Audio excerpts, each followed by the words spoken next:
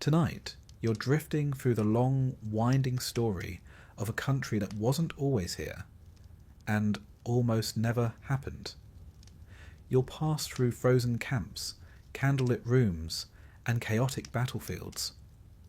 You'll witness founding fathers arguing over commas, presidents aged by war, and the many forgotten lives that quietly shaped what we now call the United States. If this kind of storytelling helps you rest, feel free to like the video and subscribe, but only if it actually brings you peace. And let me know in the comments where you're listening from and what time it is right now. It's always strangely comforting to see who's out there drifting off to the same quiet story.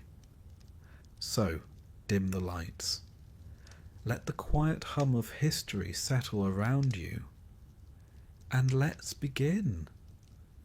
Long before the first shot was ever fired. Before there was the United States of America, before the flags, the fireworks, and the fast food, there was simply land. Endless, wild, and unsupervised land. It stretched from frozen tundras in the north to humid tropical swamps in the south. No highways, no borders, no welcome to Kansas signs. Just an enormous continent that had been quietly existing for millions of years, minding its own business. If we were to rewind time, say, 12,000 years or so, we'd see the world in a rather chilly state.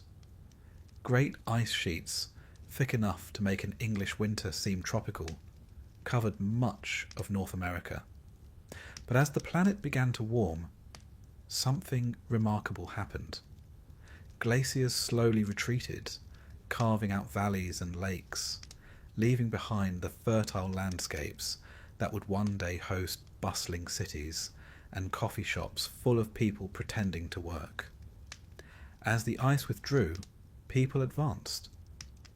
Long before Columbus ever got lost on his famous voyage, humans had already been living across the Americas for thousands of years. These were the first peoples, the ancestors of today's Native American nations, and they didn't stumble upon the land accidentally. They migrated purposefully, following herds of mammoths and bison across the ancient Bering land bridge that once connected Siberia and Alaska. Imagine that, one long frozen walk that would eventually lead to New York traffic. Over generations, these early migrants spread throughout the continent, adapting brilliantly to every imaginable environment. Some settled in the dense woodlands of the east, others in the deserts of the southwest, and some along the vast Pacific coast. Each group developed unique cultures, languages, and ways of life that perfectly suited their surroundings. They weren't merely surviving, they were thriving, farming, trading, and storytelling long before any European mapmaker thought to scribble "Here be dragons" on a chart. Let's linger for a moment in the Mississippi River Valley, where around 1,000 years ago, a city called Cahokia rose to prominence. At its height, it may have had as many as 20,000 inhabitants, larger than London at the same time. Its people built enormous earthen mounds that served as temples, burial sites, and platforms for leaders' homes. From atop those mounds, the view of the surrounding plains must have been magnificent, and perhaps slightly intimidating for visiting neighbours. Further west, in the arid lands we now call the American Southwest, another great culture flourished. The ancestral Puebloans, or Anasazi as they were once called. They built astonishing stone dwellings into the sides of cliffs, entire villages suspended in time and sandstone. These were feats of engineering and artistry that would have impressed even the Romans, had the Romans been able to find the place. Meanwhile, in the Pacific Northwest, Forests rich with cedar and salmon supported powerful coastal tribes like the Tlingit, Haida, and Kwakiutl. Their artistry in totem carving was, and remains, extraordinary. Each towering totem told stories of lineage, spirituality, and legend, blending myth and memory into wood. It's quite humbling to think that while Europe was busy worrying about feudal taxes, people here were building entire histories in trees. Further south, the Pueblo peoples perfected irrigation in desert climates, growing maize, beans, and squash, the three sisters of indigenous agriculture. Their farming was sustainable and rhythmic, guided by celestial observations. They watched the stars not for astrology, but for timing, though one imagines they'd have appreciated a horoscope that promised mild rain, good harvest, and fewer droughts. And on the Great Plains, vast grasslands teemed with bison, and communities like the Lakota, Cheyenne, and Pawnee lived in harmony with these herds. Before the horse, which, ironically, Europeans would later reintroduce to the continent, these societies moved on foot, expertly managing migratory cycles and hunting patterns. Every part of the bison was used: meat for sustenance, hides for shelter, bones for tools. Waste was unthinkable. Sustainability wasn't a trendy lifestyle choice. It was simply common sense. Now, it's easy to romanticize this pre-Columbian world, to imagine it as some peaceful paradise where everyone meditated under the stars.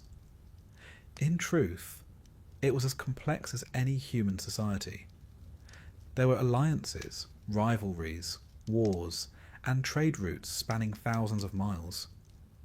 Copper from the Great Lakes, shells from the Gulf of Mexico, and obsidian from the Rockies all found their way into distant hands. Civilization, in other words, was already well underway, just without the noisy convenience of metal coins or stock markets. The spiritual life of these first peoples was equally rich. Belief systems varied, but a deep respect for nature was universal. Mountains, rivers, and animals were sacred, imbued with spirits and meaning. Life wasn't divided neatly between the material and the spiritual.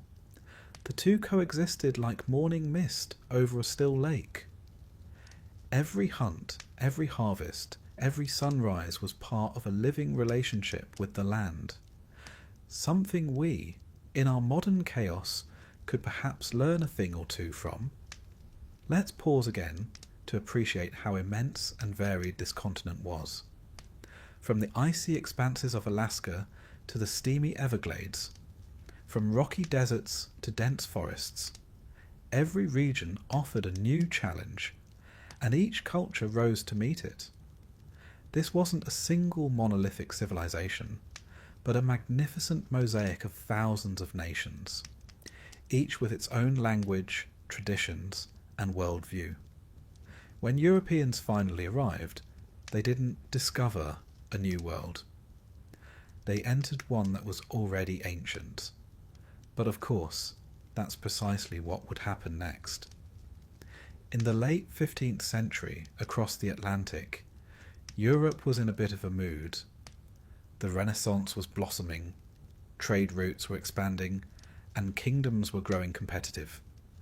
Spain, Portugal, France, and England were all eager to find new lands, spices, and, let's be honest, new things to conquer. The world was suddenly too small for their ambitions. Enter Christopher Columbus, who in 1492 sailed westward in search of Asia, and, famously, didn't find it. Instead, he reached the Caribbean, though he was quite certain he'd arrived somewhere near India. Thus, the unfortunate term Indians was born, a geographical misunderstanding that stuck around for centuries. It's remarkable how one man's poor navigation could shape global terminology. The arrival of Europeans marked one of the greatest turning points in human history, and not necessarily a cheerful one. With them came iron, horses, guns, and tragically, diseases that would devastate native populations. Smallpox, measles, and influenza spread faster than any army, wiping out millions who had no immunity. Entire villages vanished almost overnight, their stories and traditions carried only by survivors. Still, even amid such loss, indigenous cultures endured. Many adapted, traded, and resisted. They shaped the future of the continent as much as, and often in spite of, the newcomers. But that, dear listener, is a tale for our next chapter. For now, let's remain in this moment before contact. A quiet continent, vast and alive, dotted with vibrant communities and endless skies. Picture the prairies shimmering under the sun, forests whispering in the wind, canoes gliding along misty rivers. It was a land unclaimed, yet profoundly claimed by those who understood it best. And while Europeans were busy naming stars after themselves and arguing over theology, the peoples of the Americas were charting the cycles of the moon, mapping the constellations and watching the same sky, though without needing to own it. The irony, of course, is that for centuries afterward, history books would begin the story of America in 1492, as if nothing of note had happened before then, as if this land had been waiting patiently, empty and polite, for someone with a flag to show up. But tonight, as we drift gently through this prehistory, we know better. The story began long before ships crossed the Atlantic. It began with footsteps crunching across frozen plains, with fires flickering beneath endless stars, and with voices telling the first stories in the first tongues spoken on this soil. And perhaps that's what history truly is. Not merely the record of kings and battles, but of people quietly living, loving, and surviving. In that sense, the first peoples of North America were historians too. Their memories carved not into parchment, but into mountains, rivers, and the rhythm of the seasons. As we prepare to move forward toward colonization, revolution, and the ever-growing noise of civilization, take a moment to imagine the stillness that came before it all. The whisper of wind through pine, the distant call of a wolf, the quiet heartbeat of a continent not yet divided, not yet mapped, simply existing, patient, ancient, and timeless. Sleep, if you can, to the thought of that. A world before names, before nations, before history began keeping score. A land at peace with itself, waiting unknowingly for the greatest and most complicated story ever told, the story of America. If you were alive in Europe during the late 15th century, you'd have heard quite a lot of commotion about one thing: maps. Not the helpful kind with GPS and polite digital voices, but those beautifully inaccurate drawings with sea monsters lurking in the margins and the occasional guess about where India might be. It was, you see, the age of exploration, when ambitious monarchs and mildly confused navigators began poking around the planet in search of new routes, riches, and perhaps a touch of glory. Our story properly begins in 1492, that famously overused year when Christopher Columbus, an Italian sailor under the flag of Spain, set sail westward in search of a shortcut to Asia. He had no intention of finding a new continent, and, to be fair, he succeeded marvellously in that regard. He didn't find Asia. Instead, he bumped into a few small islands in the Caribbean, which he optimistically declared part of the Indies. Thus began one of history's greatest misunderstandings, and millions of Native Americans found themselves permanently mislabeled as Indians. Columbus made several voyages across the Atlantic, each time more convinced he had reached the edges of Asia, despite the rather inconvenient fact that nothing looked remotely like it. The landscapes were lush, the people unfamiliar, and the spices, well, entirely missing. But his discovery, as Europe called it, set off a chain reaction. Suddenly, everyone with a ship and a monarch's approval wanted in on the adventure. Spain moved quickly. Within decades, Spanish explorers, the conquistadors, were crisscrossing the Caribbean and the American mainland in pursuit of gold, glory, and the occasional soul to convert. Hernán Cortés marched into the Aztec Empire in 1519 and, through a lethal combination of cunning, steel, and smallpox, brought it to its knees.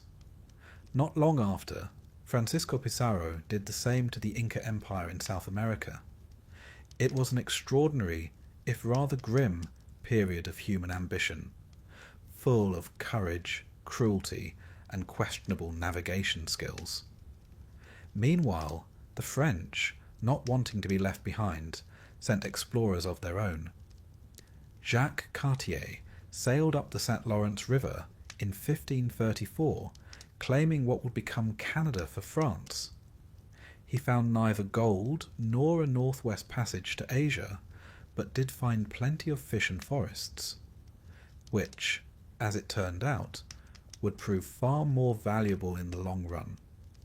The French eventually established fur trading posts, forming partnerships and sometimes rivalries with indigenous peoples who had been managing the land for centuries.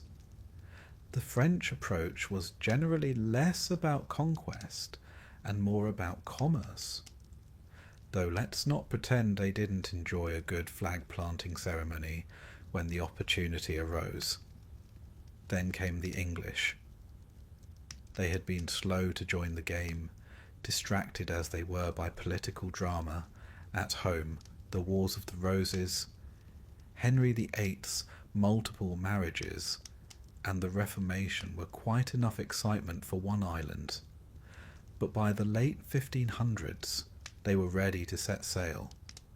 Under Queen Elizabeth I, England's explorers began to imagine an empire of their own, though empire, at this stage, mostly meant finding somewhere dry to land and not starving. One of the earliest English ventures was the ill-fated Roanoke colony, established off the coast of present-day North Carolina in 1587. The settlers, led by John White, struggled with supply shortages and hostile conditions. When White returned from England with new provisions 3 years later, he found the colony deserted. Its inhabitants vanished without a trace, leaving behind only a single cryptic word carved into a post: Croatoan. To this day, historians debate what happened to them. Perhaps they integrated with nearby native tribes. Perhaps they succumbed to the elements.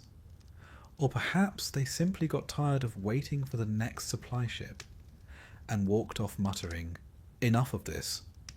Still, the mystery of Roanoke didn't deter England. The idea of colonization was too tantalizing. A chance to expand influence, acquire wealth, and maybe, just maybe, annoy the Spanish. And there was plenty of Spanish influence to annoy. Spain had built a vast empire stretching from South America through Mexico and into parts of what is now the United States. They established St. Augustine, Florida, in 1565, the oldest continuously inhabited European settlement in North America, and it remains a charming coastal city today, though with far fewer conquistadors. By the early 1600s, the stage was set for a new phase of colonization, one that would permanently reshape the continent. But before we rush ahead, it's worth pausing to consider what exploration meant at the time. For Europeans, it was discovery, opportunity, and destiny. For the native peoples of the Americas, it was intrusion, upheaval, and often tragedy. The collision of these worlds brought trade, exchange, and cultural blending, but also warfare, disease, and displacement on an unimaginable scale. History, as ever, is a complicated guest at the table. Now, if you were a sailor in this period, life was less romantic adventure and more extended damp misery. Voyages across the Atlantic could take weeks or months, with cramped ships, stale food, and the occasional bout of scurvy, which, for the record, is less fun than it sounds. Many ships never arrived at all, claimed by storms, mutiny, or navigational blunders. Yet still they came, driven by greed, faith, and the hope of finding something better. And in a sense they did.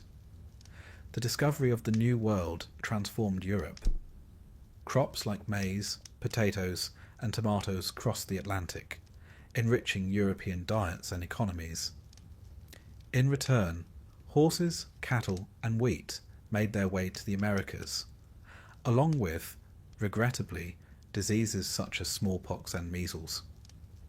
This exchange of goods, ideas, and microbes became known as the Columbian Exchange, and it reshaped the world's ecology, economy, and population in ways that are still felt today. One could almost admire the symmetry of it all if it weren't for the staggering human cost. By some estimates, within a century of European contact, the population of the Americas declined by as much as 90%. The greatest demographic collapse in human history. Villages vanished, traditions were lost, and survivors faced waves of colonization that would continue for centuries. It is a sobering truth that beneath the glittering tales of exploration lies an ocean of sorrow. But let's not end the chapter in despair. Even in these early years, the seeds of something new were being sown. From the ashes of conquest emerged the beginnings of cultural blending in language, food, and faith. Spanish missions introduced Christianity to the southwest. French traders intermarried with indigenous women, creating communities known as Métis. And English settlers, when they finally managed to establish a successful colony, would begin developing ideas of self-governance that would echo all the way to the founding of a nation. That colony, of course, was Jamestown, established in 1607, but we'll save its story for the next chapter. For now, picture the Atlantic world at the dawn of the 17th century. The great European powers were all staking claims on distant shores, sketching maps, and dreaming of empires.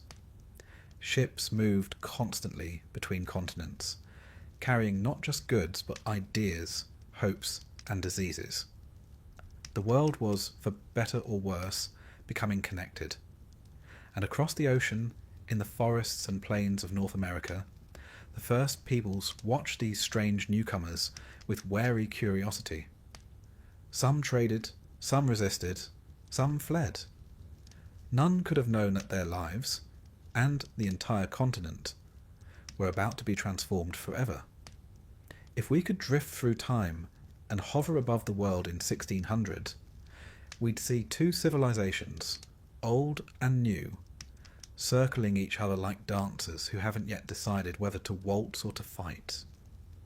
It was a moment of possibility, of promise, and of peril. A new world was being born, though it would be centuries before anyone agreed on who it belonged to. And so, as our ship creaks softly on the waves and the stars fade over the Atlantic, we close this chapter. The explorers have found their shores, the kings have found their maps, and history has found its next great stage. Sleep now, if you wish, to the sound of those distant waves, gentle, relentless, and ever reaching towards the land where the story of America is only just beginning. Ah, the late 18th century, a time of powdered wigs, polished boots, and people writing long letters about liberty while drinking tea. Until that tea ended up in Boston Harbour, of course. By the 1760s, the British colonies in North America had grown rather large and self-assured. There were 13 of them stretching along the eastern coast, bustling, diverse, and occasionally rebellious. They had local assemblies, newspapers, and a fondness for self-governance. But despite the distance, they were still very much under British rule, and London rather liked it that way. After all, the colonies were excellent customers, sending back tobacco, timber, and taxes, or at least that was the plan. You see, the British Empire had just finished a rather expensive war, the 7 Years' War, 1756 to 1763, which confusingly involved fighting everywhere from North America to India. In America, it was known as the French and Indian War, and though Britain won, it cost a fortune. So, London's clever idea was simple. If the colonies benefited from British protection, surely they could help pay for it. Cue the arrival of taxes, the Sugar Act, 1764, the Stamp Act, 1765, the Townshend Acts, 1767, and a long list of other financial inventions. The colonists, however, weren't thrilled. They argued quite passionately that since they had no representatives in the British Parliament, they shouldn't be taxed by it. Hence the famous slogan, "No taxation without representation." It was catchy, memorable, and, crucially, made for excellent protest banners. Now, most Britons back home didn't think much of it. Many in Parliament thought the Americans were being a touch dramatic. They paid far less tax than people living in Britain. But to the colonists, it wasn't just about the money, it was about principle. Each new act felt like another sign that Britain didn't see them as equals, but as distant subjects, profitable ones. The tension simmered quietly until March 5th, 1770, when it boiled over in what became known as the Boston Massacre. A group of colonists began taunting British soldiers. Snowballs were thrown, insults exchanged, and then in a moment of panic, shots were fired. 5 colonists were killed. The incident became propaganda gold for revolutionaries like Samuel Adams, who used it to stir public outrage against the Crown. And then came the tea. In 1773, Parliament passed the Tea Act, granting the struggling British East India Company a monopoly on tea sales in America. Colonists saw this as another sly attempt to control them.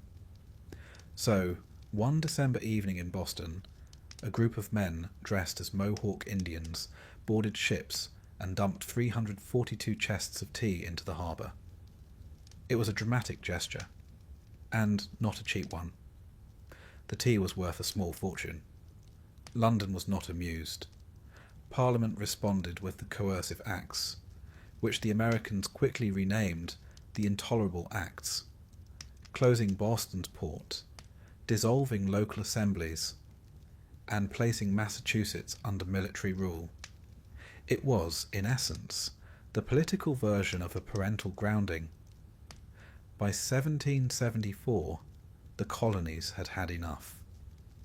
Representatives from 12 colonies met in Philadelphia to form the First Continental Congress. a rather serious-sounding name for what was, in effect, a large argument about what to do next. They agreed to boycott British goods and petition the king, hoping reason would prevail. Spoiler alert, it did not.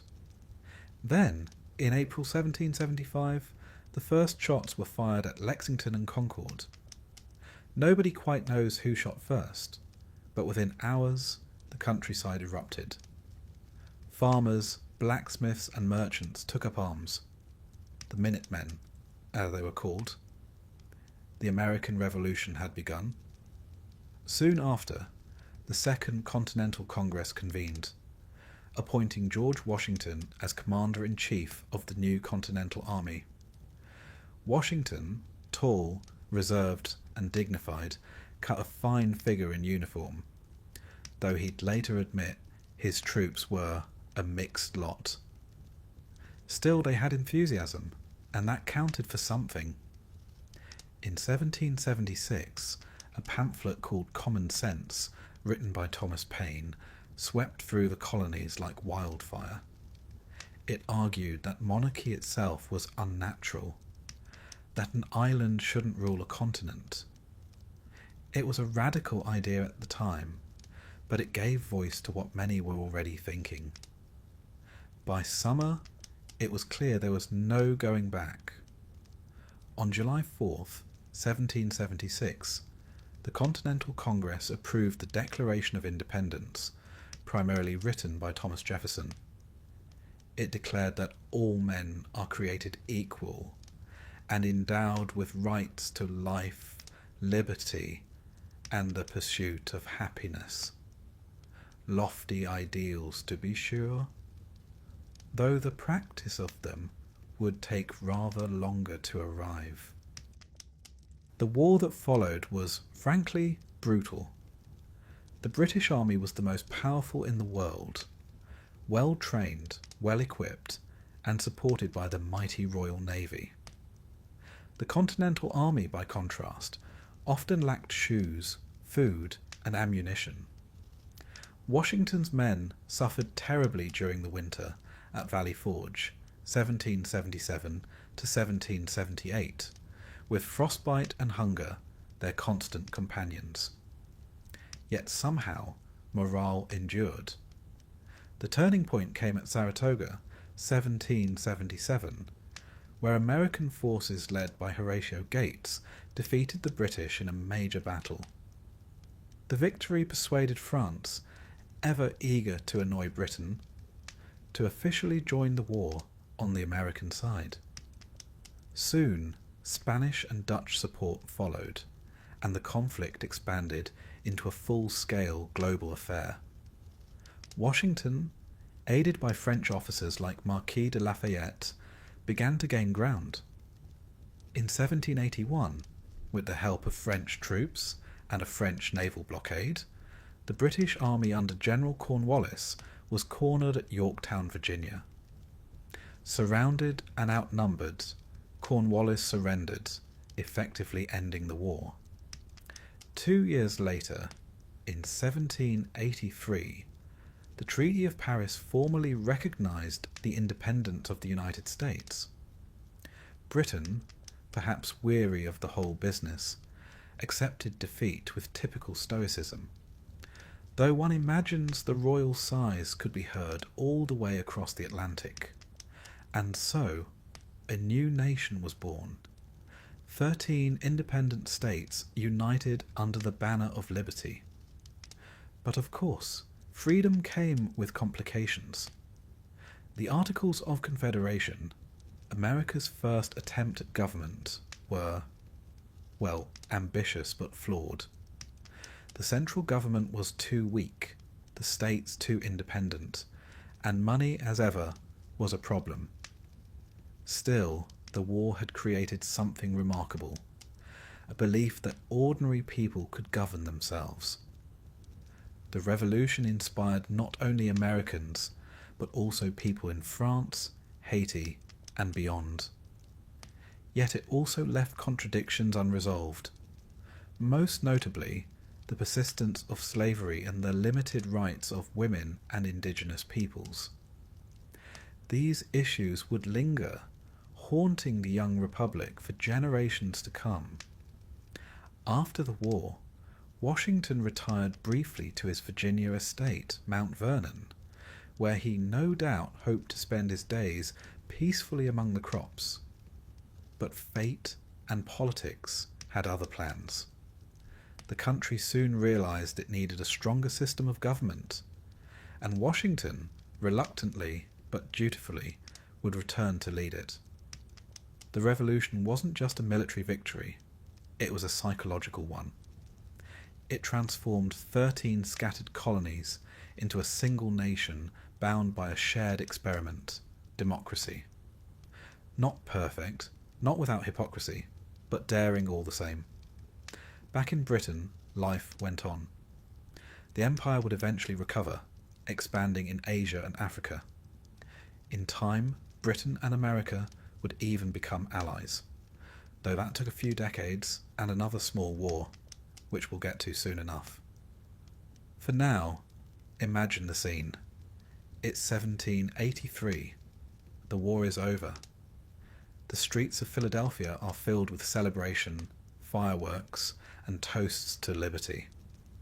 Somewhere, Washington stands quietly, watching his soldiers disperse. He removes his hat, sighs deeply, and mounts his horse.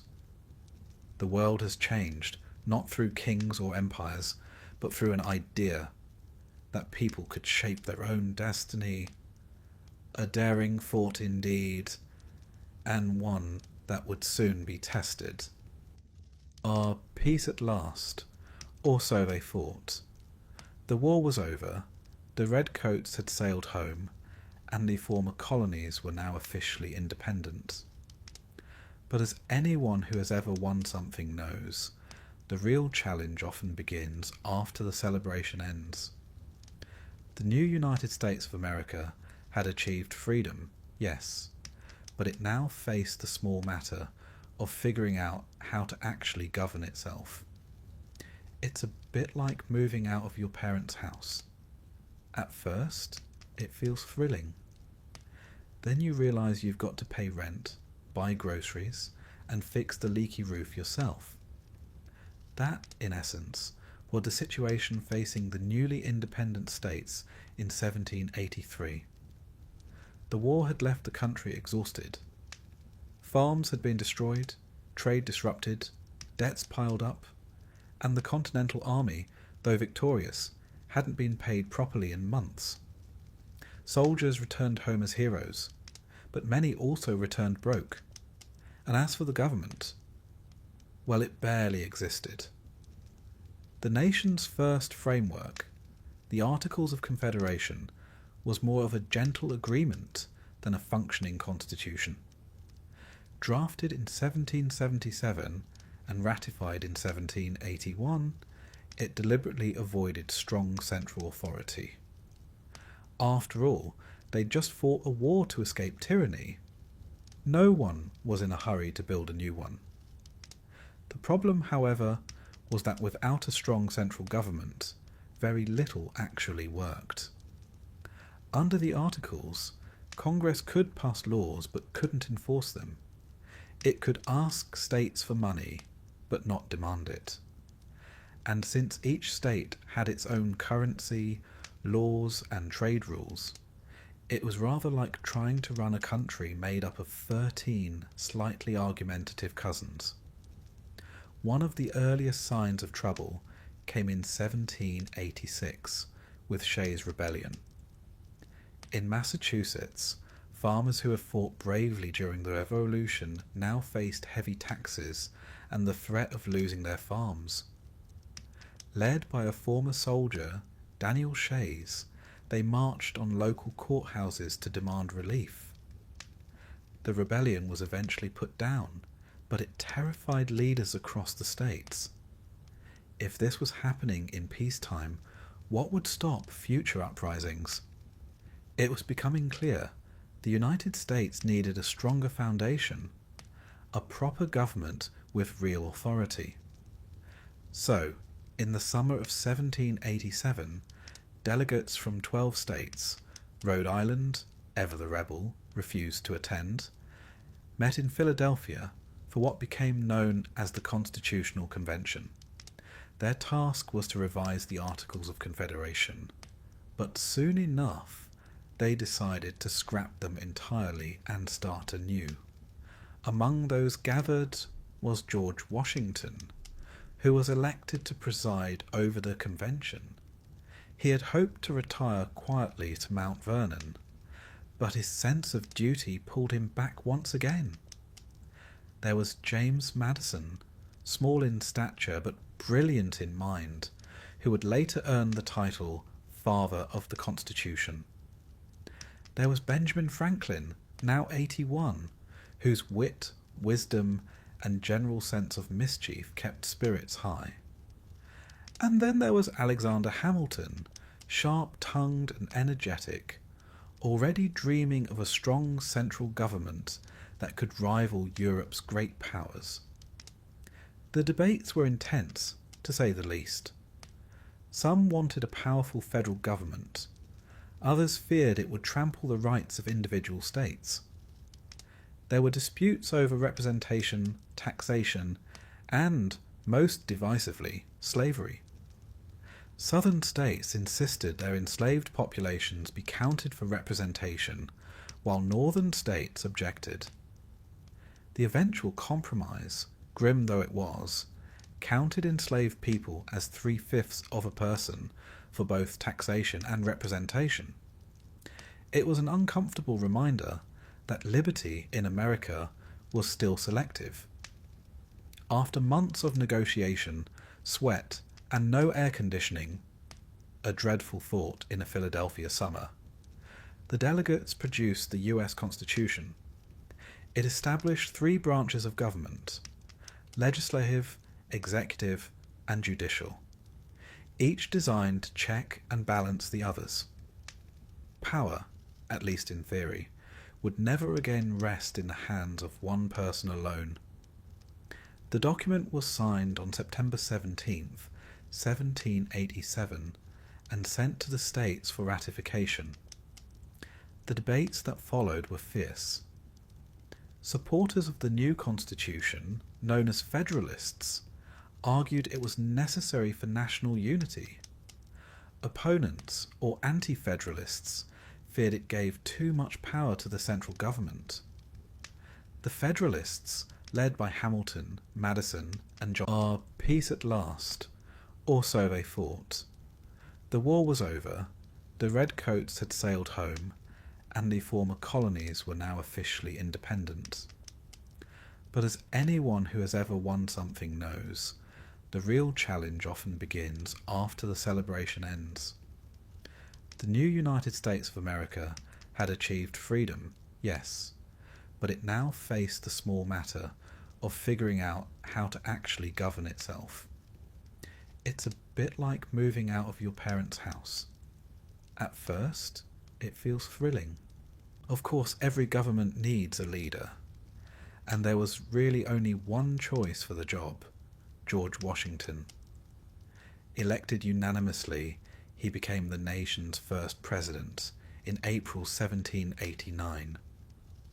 Washington took office in New York City, which was briefly the capital. He was keenly aware of the precedent he was setting. There were no rules yet, no motorcades, no campaign speeches, not even a proper White House. Everything he did would become a model for future presidents. So he led with restraint, humility, and a good deal of patience. His cabinet included Thomas Jefferson as Secretary of State and Alexander Hamilton as Secretary of the Treasury. 2 men so ideologically opposed that putting them in the same room was a bit like placing a candle next to a firework. Jefferson favoured a more rural, agrarian nation with limited federal power, while Hamilton envisioned a strong, industrial, centralised government tied to commerce and finance. Hamilton's financial plan was ambitious.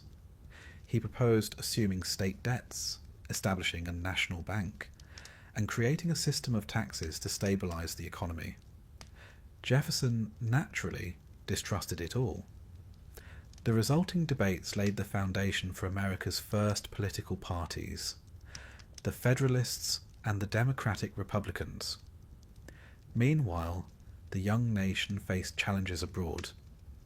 In 1789, the French Revolution erupted, and though many Americans initially sympathized with the French struggle for liberty, things soon turned rather violent. Washington wisely kept America neutral, declaring in 1793 that the United States would stay out of Europe's endless wars. It was a practical decision, though not a popular one with everyone.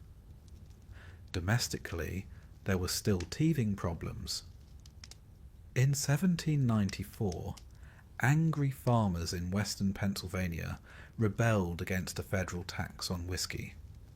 Apparently, Americans take their spirits quite seriously.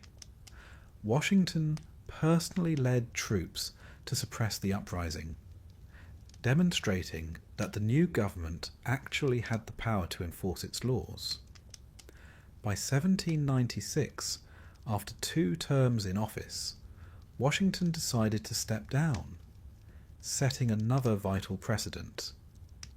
In his farewell address, he warned against political parties, foreign entanglements, and sectionalism, advice that would sadly be ignored repeatedly in the centuries to follow. The election that year brought John Adams to the presidency. A brilliant but occasionally prickly man from Massachusetts, Adams faced an increasingly tense world. Britain and France were once again at war, and both expected America to choose sides.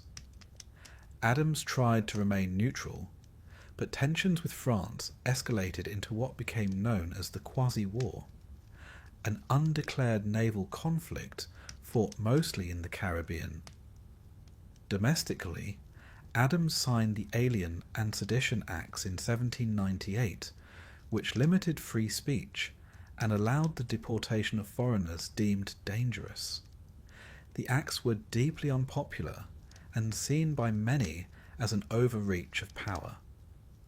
Thomas Jefferson, then vice president, fiercely opposed them and secretly drafted the Kentucky and Virginia resolutions, which argued that states could ignore federal laws they deemed unconstitutional, an idea that would resurface disastrously decades later. By the time Adams left office in 1801, the young republic had survived its first true tests: internal rebellion, foreign pressure, and political division. It wasn't perfect, but it had endured. The peaceful transfer of power from Adams to Jefferson, 2 men who could hardly stand each other, marked the first such transition in American history. That, in itself, was revolutionary. As the century turned, America was still small. A population of about 5 million hugging the Atlantic coast, its capital newly established in Washington, D.C. It was a fragile experiment, uncertain but full of promise. The Founding Fathers, for all their disagreements and contradictions, had built something remarkably enduring. Somewhere in the new capital, perhaps as the winter fog rolled across the Potomac, an observer might have looked at the modest government buildings and thought, this is a beginning. A messy, complicated, hopeful beginning. And so, with the Constitution in place, a president in office, and a divided but functioning Congress, the United States stepped tentatively into the 19th century, still arguing, still dreaming, and still believing that its destiny was something grand. A fragile experiment indeed, but one that, against all odds, was holding together. By the mid-1770s, the relationship between Britain and its American colonies resembled that of a stern parent and a headstrong teenager. One demanding obedience, the other increasingly convinced of its own wisdom. For decades, the colonies had managed much of their own affairs while still under British rule. They had developed their economies, governed local matters, and, in some cases, grown quite fond of their independence without explicitly saying so. Britain, with its eye on imperial pride and the burdensome cost of war, was less amused by this growing self-confidence. The seeds of conflict were sown during and after the French and Indian War. Britain emerged victorious but heavily indebted. The logical solution for Parliament, at least in their minds, was to ask the colonies to contribute toward the cost of their protection. Thus began a series of taxes and trade restrictions. The Sugar Act, the Stamp Act, and eventually the infamous Tea Act. From London, these measures seemed reasonable. From Boston, they were outright tyranny. The colonists protested not merely the taxes themselves, but the principle behind them. No taxation without representation became a rallying cry, elegantly capturing the grievance of people expected to pay without having a voice in decision-making. From the British perspective, these complaints were seen as sulky rebellion. From the American perspective, they were a matter of justice. Tensions escalated quickly. In 1770, a confrontation between British soldiers and civilians in Boston left 5 colonists dead. The incident, known as the Boston Massacre, was quickly immortalized in engravings and pamphlets, framing the British as oppressors and the colonists as innocent victims. Propaganda, as it happens, is a rather effective form of motivation. 3 years later, in protest against the Tea Act, a group of colonists disguised themselves as Native Americans and dumped tea into Boston Harbor. It was dramatic, symbolic, and admittedly a waste of perfectly good tea. The British government responded with the coercive acts, which tightened their control, punished Massachusetts, and earned the collective nickname of the Intolerable Acts. At this point, reconciliation seemed less likely than a snowstorm in July. By April 1775, the simmering tensions boiled over. British troops marched to seize colonial munitions at Concord. Militia men met them at Lexington. Shots were fired, no one knows exactly who fired first, and history recorded the shot heard round the world. The American Revolution had begun. The colonists were vastly outmatched in terms of trained soldiers, artillery and resources, yet their determination and familiarity with the land gave them an unexpected advantage. Ordinary farmers, blacksmiths, and tradesmen became soldiers, guided by the idea that they were fighting for freedom, not merely rebellion. Not everyone in the colonies sought complete independence. Many still considered themselves loyal British subjects who wanted fairer treatment. Yet, once the conflict began, moderation became increasingly irrelevant. Thomas Paine's pamphlet, Common Sense, published in early 1776, crystallized the argument for independence. Written in clear, persuasive language, it declared that it was absurd for an island to govern a continent. The pamphlet spread like wildfire, converting fence-sitters and strengthening resolve. By mid-1776, independence was no longer a possibility, it was an inevitability. In July 1776, delegates from 13 colonies convened in Philadelphia. The city was hot, uncomfortable, and full of tense debate. Thomas Jefferson, a Virginian of considerable intellect and literary skill, drafted the Declaration of Independence. His words, "We hold these truths to be self-evident, that all men are created equal," were audacious, aspirational, and slightly idealistic, given the era's reality. On July 4th, the document was adopted, committing the colonies to rebellion and risking the ire of the mightiest empire on earth. Signatories were aware that failure could mean death by hanging, yet they proceeded with courage, stubbornness, and perhaps a touch of recklessness. The Declaration, while a powerful statement, did not in itself make a nation. Britain responded with military force, confident that its well-trained army and formidable navy would restore order. The colonists, led by George Washington, faced a monumental challenge. Washington, though not always tactically brilliant, was patient, resolute, and composed under pressure. His continental army was poorly supplied, often unpaid and inexperienced, yet his leadership kept them together through adversity. The winter at Valley Forge was particularly brutal, with soldiers freezing, starving, and clothed in rags. But the experience forged discipline, cohesion, and determination. The war itself was an unpredictable mix of defeats and victories.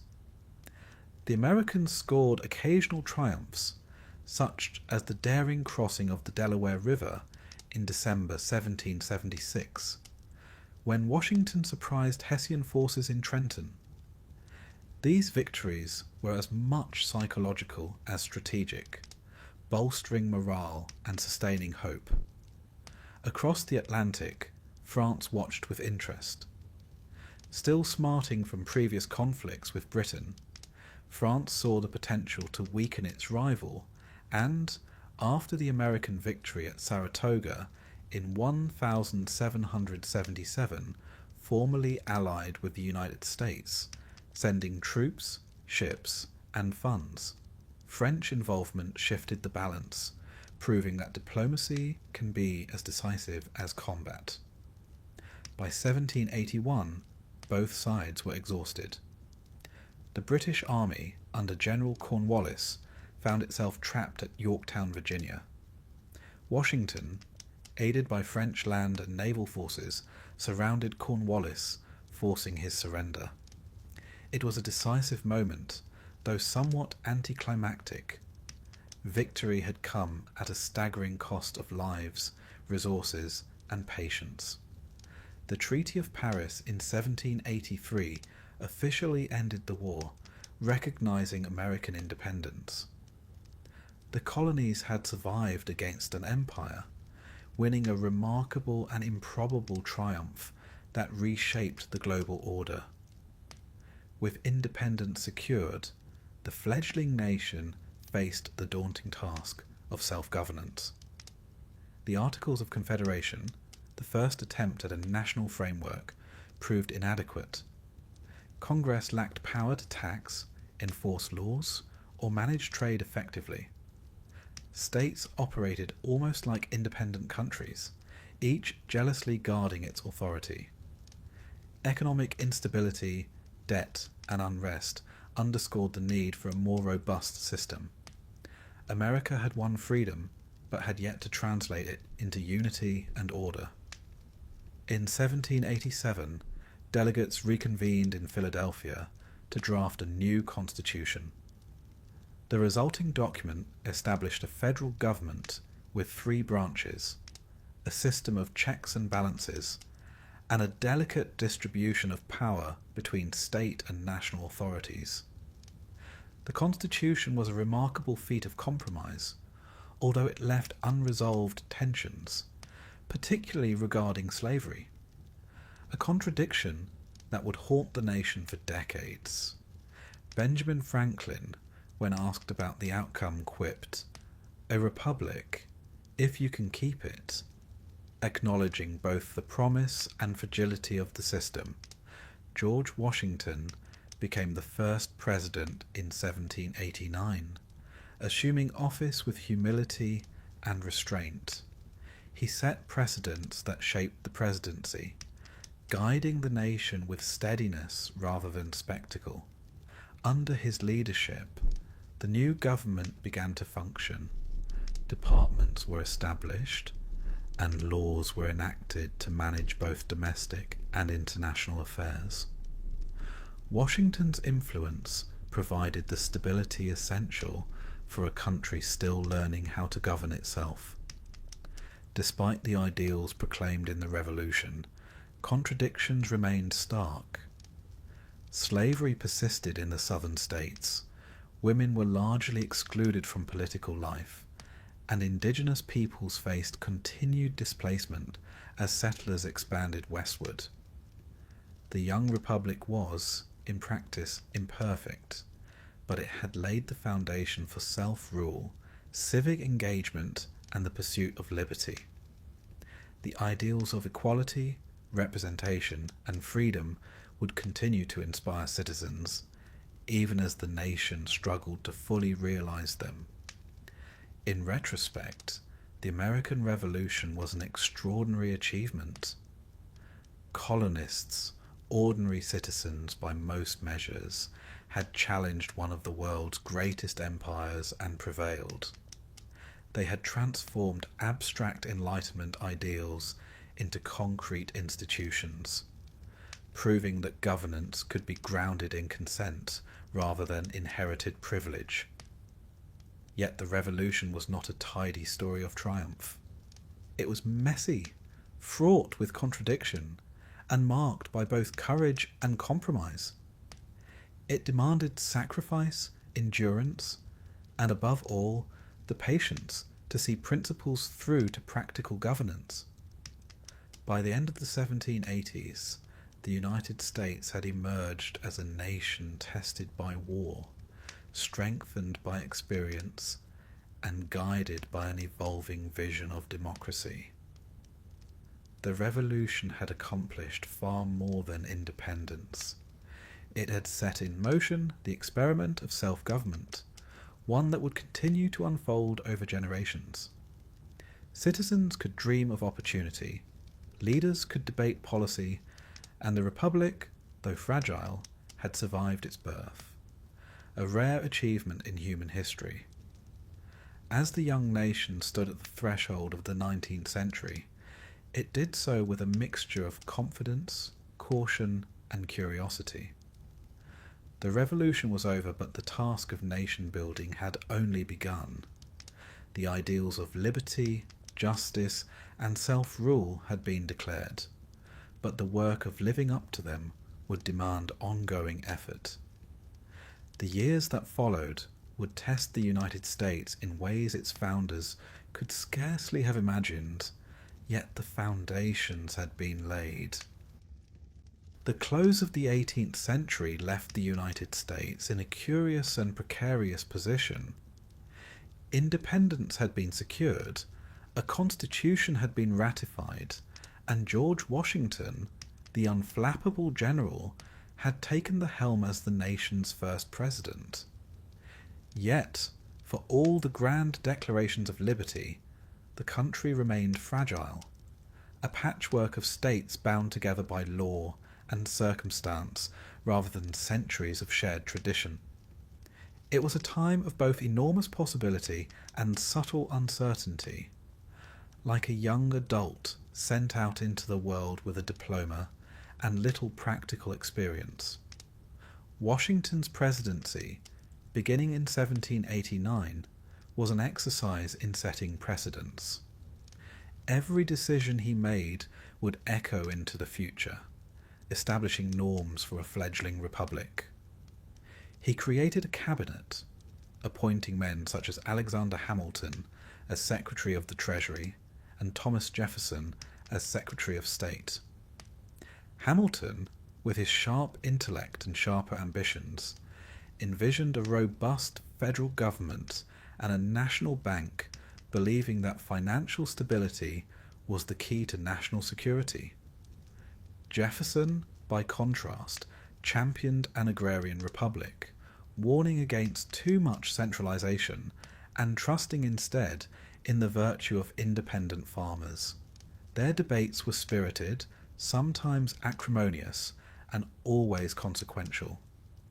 Proof that even the founders could not resist a good quarrel when principles were at stake. The young nation faced immediate challenges on multiple fronts. Economically, it was burdened by war debt and a lack of reliable revenue streams. Politically, tensions simmered between federal authority and states' rights. Internationally, the United States had to navigate a Europe still dominated by great powers, each eager to influence or exploit the nascent republic. Washington's careful diplomacy and measured policies were crucial in maintaining stability. He avoided entangling alliances, issuing a farewell address that warned against foreign entanglements and political factions. A piece of advice later dutifully ignored by nearly every president, but nonetheless wise at the time. Washington's retirement in 1797 was a moment of historical significance. He departed voluntarily, refusing to cling to power, a gesture almost unheard of in an era when leaders often ruled for life. John Adams, his successor, inherited the challenges of a growing nation and the subtleties of diplomacy. Adams' presidency was marked by tension with France, which led to the so-called quasi-war, an undeclared naval conflict.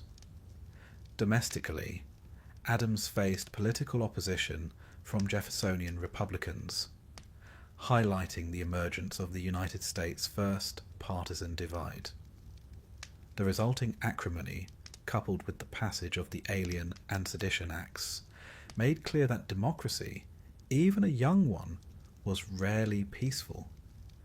Jefferson's return to the presidency in 1801 ushered in a new era of expansion and exploration. Unlike his predecessors, Jefferson was deeply committed to the idea of a republic built on liberty, education, and agrarian independence. Yet, he was also pragmatic, willing to bend rules when opportunity presented itself. The most striking example was the Louisiana Purchase of 1803.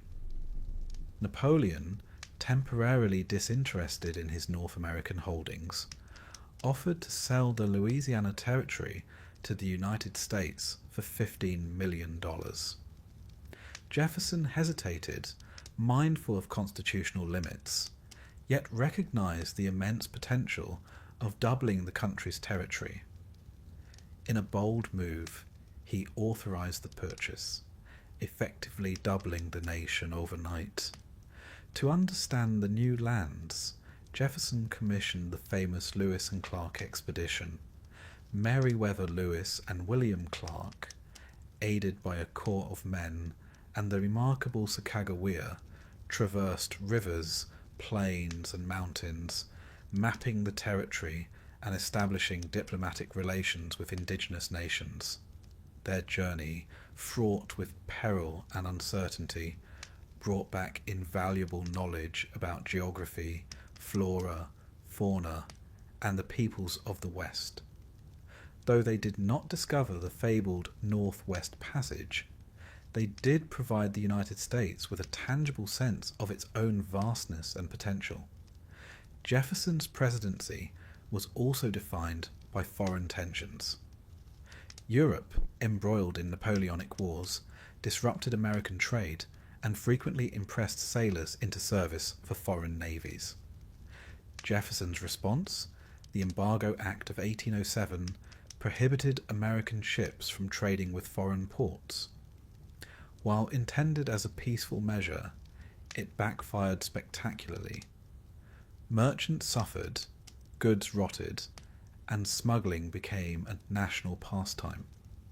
Jefferson, ever philosophical, could only watch as his policy collapsed, remarking to himself, or perhaps to a disapproving cat, that governing is often less about idealism and more about patience.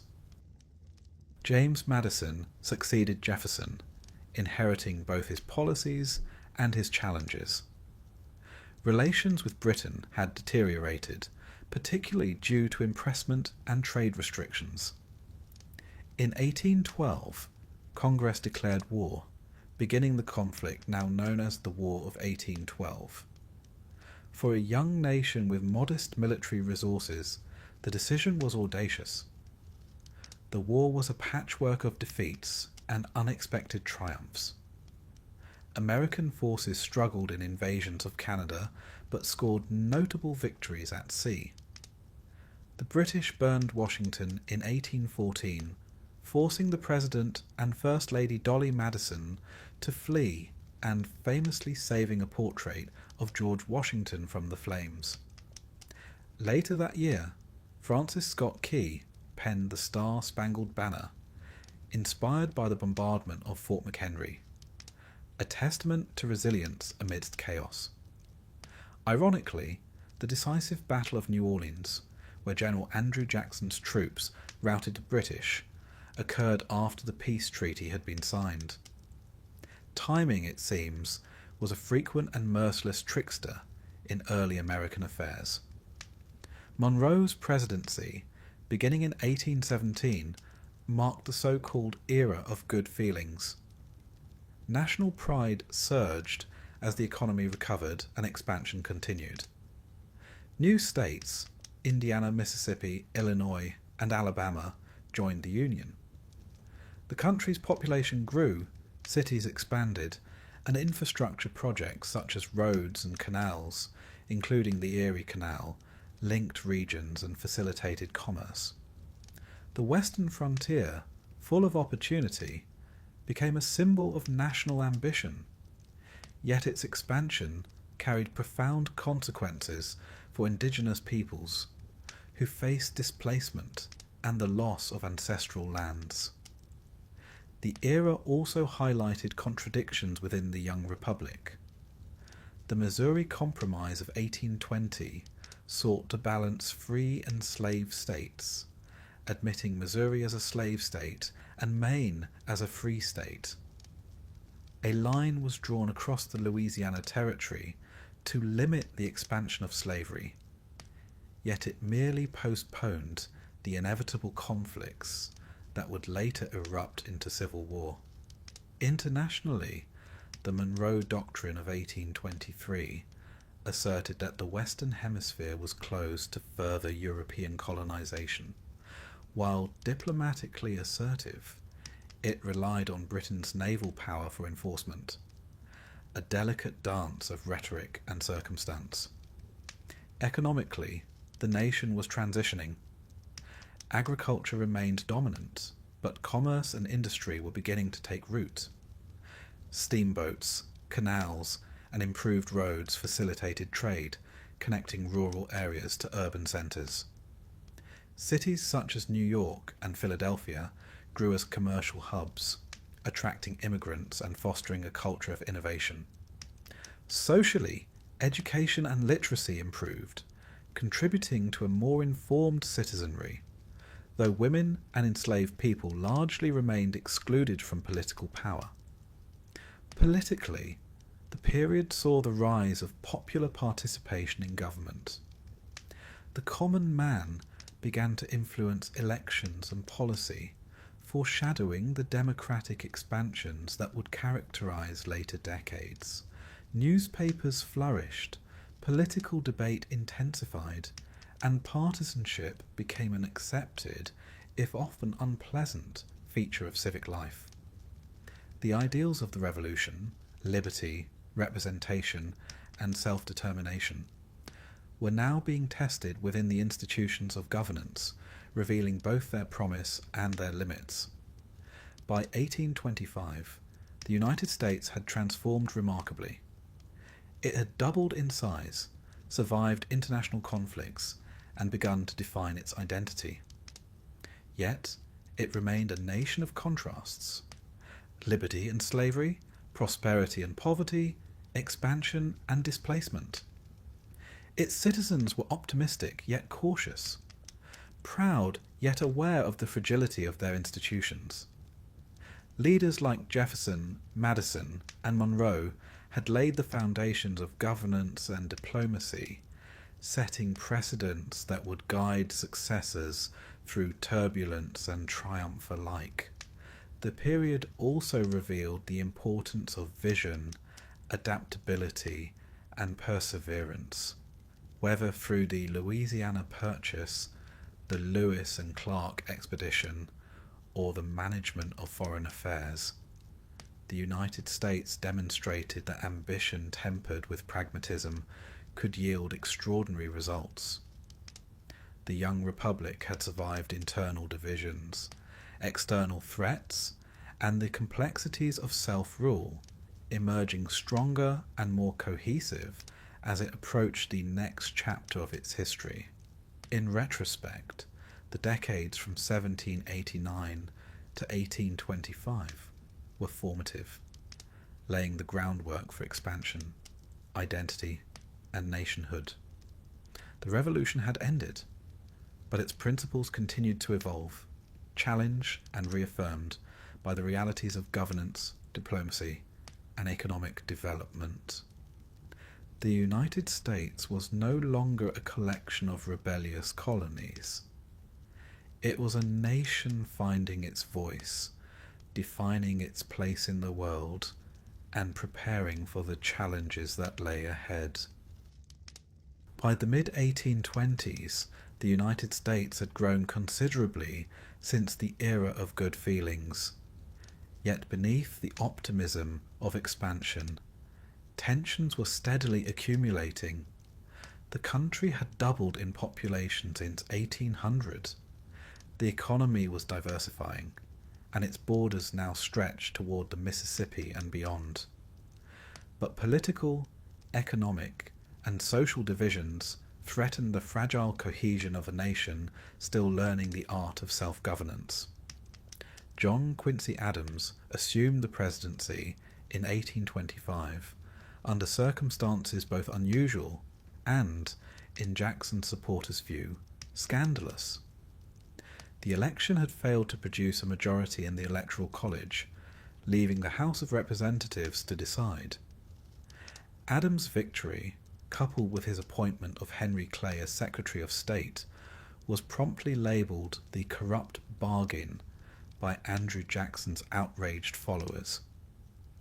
Adams' vision of an interconnected modern nation, through roads, canals, and educational institutions, met resistance from Congress, which preferred less federal intervention and more local autonomy. One imagines Adams quietly sighing, perhaps pondering if visionary leadership always necessitated a degree of exasperation. Meanwhile, Andrew Jackson built a political coalition centered on the common man. His self-made image, military victories, and populist rhetoric made him immensely popular. By the time he assumed the presidency in 1829, Jacksonian democracy had become a force reshaping American politics. He expanded suffrage to most white men, asserting that government should reflect the people's will. Jackson's tenure was characterized by decisive action, often controversial. The spoils system rewarded political loyalty, but also provoked criticism. His veto of the Second Bank of the United States in 1832, an institution he saw as favouring elites, demonstrated his willingness to challenge entrenched power. Jackson's leadership style, combative yet popular, reshaped the executive branch and cemented the influence of public opinion on policy. The 1830s also revealed deepening sectional tensions, particularly over tariffs and states' rights. The nullification crisis of 1832 showcased the delicate balance between federal authority and state sovereignty. South Carolina, protesting federal tariffs perceived as unfairly benefiting northern industry, declared them null and void. Jackson responded forcefully, asserting federal supremacy while negotiating a compromise tariff that temporarily diffused the crisis. This episode highlighted the limits of compromise and the fragility of unity in a nation rapidly expanding in population, geography, and political complexity. Expansion, underpinned by the ideology of manifest destiny, was both exhilarating and fraught with consequences. Americans migrated westward in search of land, opportunity, and a new life. Families traversed the Oregon Trail, the Santa Fe Trail, and other routes, enduring harsh conditions, disease, and occasional conflict with Native American tribes. Settlers' optimism contrasted sharply with the suffering inflicted on indigenous peoples, forcibly removed from ancestral lands through policies such as the Indian Removal Act of 1830. The infamous Trail of Tears saw thousands of Cherokee, Choctaw, and other tribes displaced, many perishing along the way. Progress, it appeared, often had a human cost. Territorial growth intensified debates over slavery. The annexation of Texas and the war with Mexico resulted in vast new territories, culminating in the Treaty of Guadalupe Hidalgo of 1848. Americans immediately questioned whether slavery should be permitted in these lands.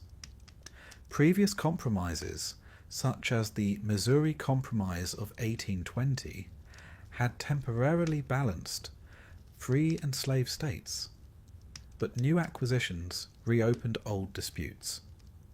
Political leaders engaged in delicate negotiations, aware that sectional tensions threatened the Union. The question of slavery, interwoven with moral, economic, and political considerations, loomed over every decision, revealing the nation's fragility even amidst expansion and prosperity. Economic transformations added another layer of complexity. The North's industrial economy accelerated, with textile mills, factories, and urban centres attracting immigrant labour. Cities like New York, Boston, and Philadelphia became hubs of commerce, innovation, and social change. The South, by contrast, remained predominantly agrarian, dependent on enslaved labour for its economic output. These divergent economies not only shaped regional identities, but also intensified political disagreements, particularly over tariffs, infrastructure investment, and the future of expansion. The nation was no longer homogeneous. Its prosperity carried both opportunity and tension. Social reform movements flourished during this era, especially in the North. Advocates for public education, temperance, women's rights, and abolition challenged Americans to reconcile their ideals with reality. Horace Mann championed universal education, insisting that an informed citizenry was essential for a functioning democracy. Abolitionists such as William Lloyd Garrison, Frederick Douglass, and Sojourner Truth highlighted the moral contradictions of a society that celebrated freedom while permitting slavery. These reformers inspired many, but also provoked vehement opposition, particularly in the South, emphasizing that social progress was neither linear nor uncontested. Internationally, the United States maintained relative peace, though diplomacy and trade required careful attention. The Monroe Doctrine remained a cornerstone of policy, asserting that European powers should refrain from interfering in the Western Hemisphere.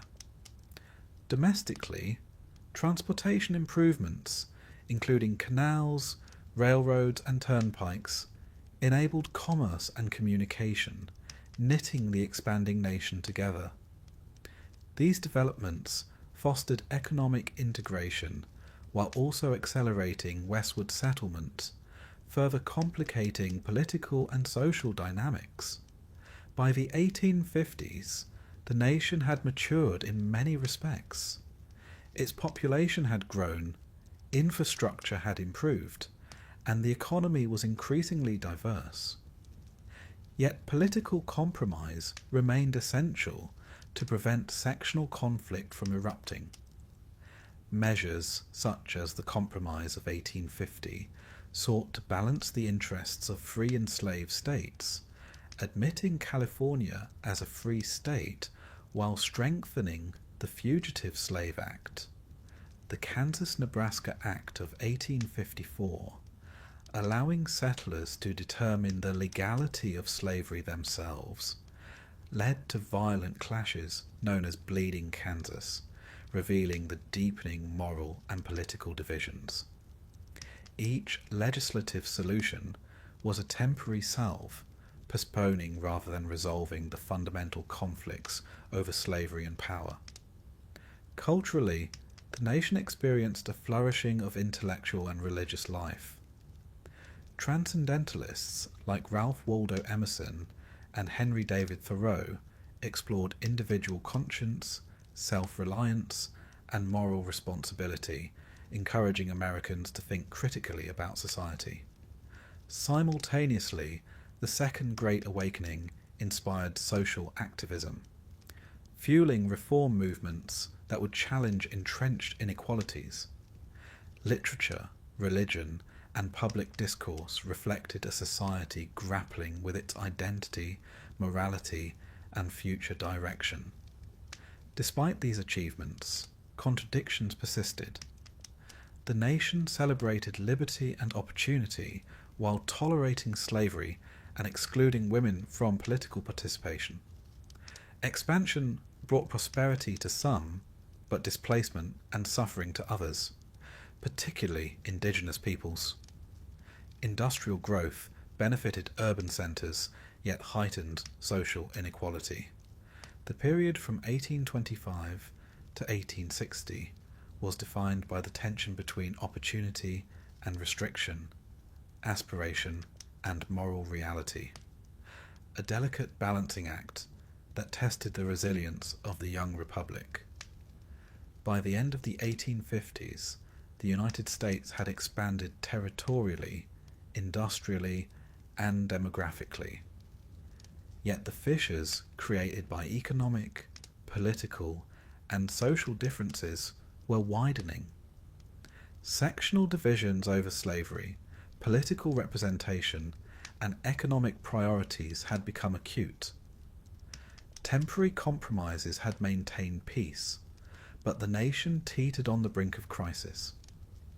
The coming years would demand extraordinary leadership, moral courage, and the capacity to reconcile competing visions for the country's future. Reflecting on this era, one sees a nation simultaneously confident and apprehensive. Expansion, reform, and industrialization demonstrated America's capacity for growth and innovation. Yet political and moral disputes revealed the challenges inherent in translating ideals into practice. Leaders, reformers, and citizens navigated a complex landscape, balancing ambition with caution, unity with division, and progress with moral responsibility. The story of conflict and compromise is thus one of achievement, tension, and human fallibility. In conclusion, the decades from 1825 to 1860 illustrate the interplay of expansion, political negotiation, economic transformation, and social reform in shaping the United States. The nation matured in population, infrastructure, and culture, yet sectional tensions foreshadowed the crises to come. Leaders, citizens, and reformers engaged in a delicate balancing act, striving to preserve unity while pursuing ambition. Expansion, innovation, and cultural development coexisted with tension, moral conflict, and unresolved contradictions. The era of conflict and compromise laid the groundwork for the struggles and transformations that would soon engulf the nation, underscoring both the promise and fragility of the American experiment. By 1860, the United States had grown vast in both territory and population, yet the divisions that had been simmering for decades had reached a boiling point. The nation, expanding economically and industrially, stood on the precipice of civil war. The conflict that would soon engulf the country was not simply about land or politics.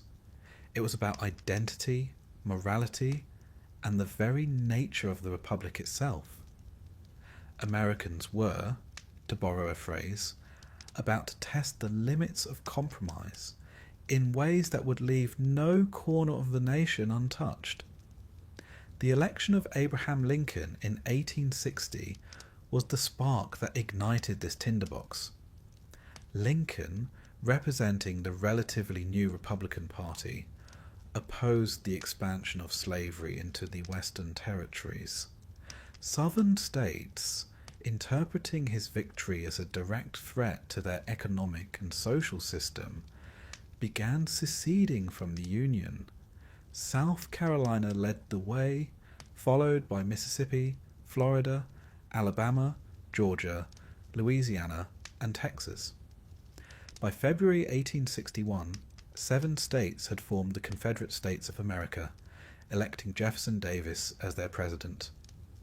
The atmosphere was tense, punctuated by the sense that the nation's future hung precariously on the edge of a knife. The first shots at Fort Sumter in April 1861 marked the beginning of the Civil War.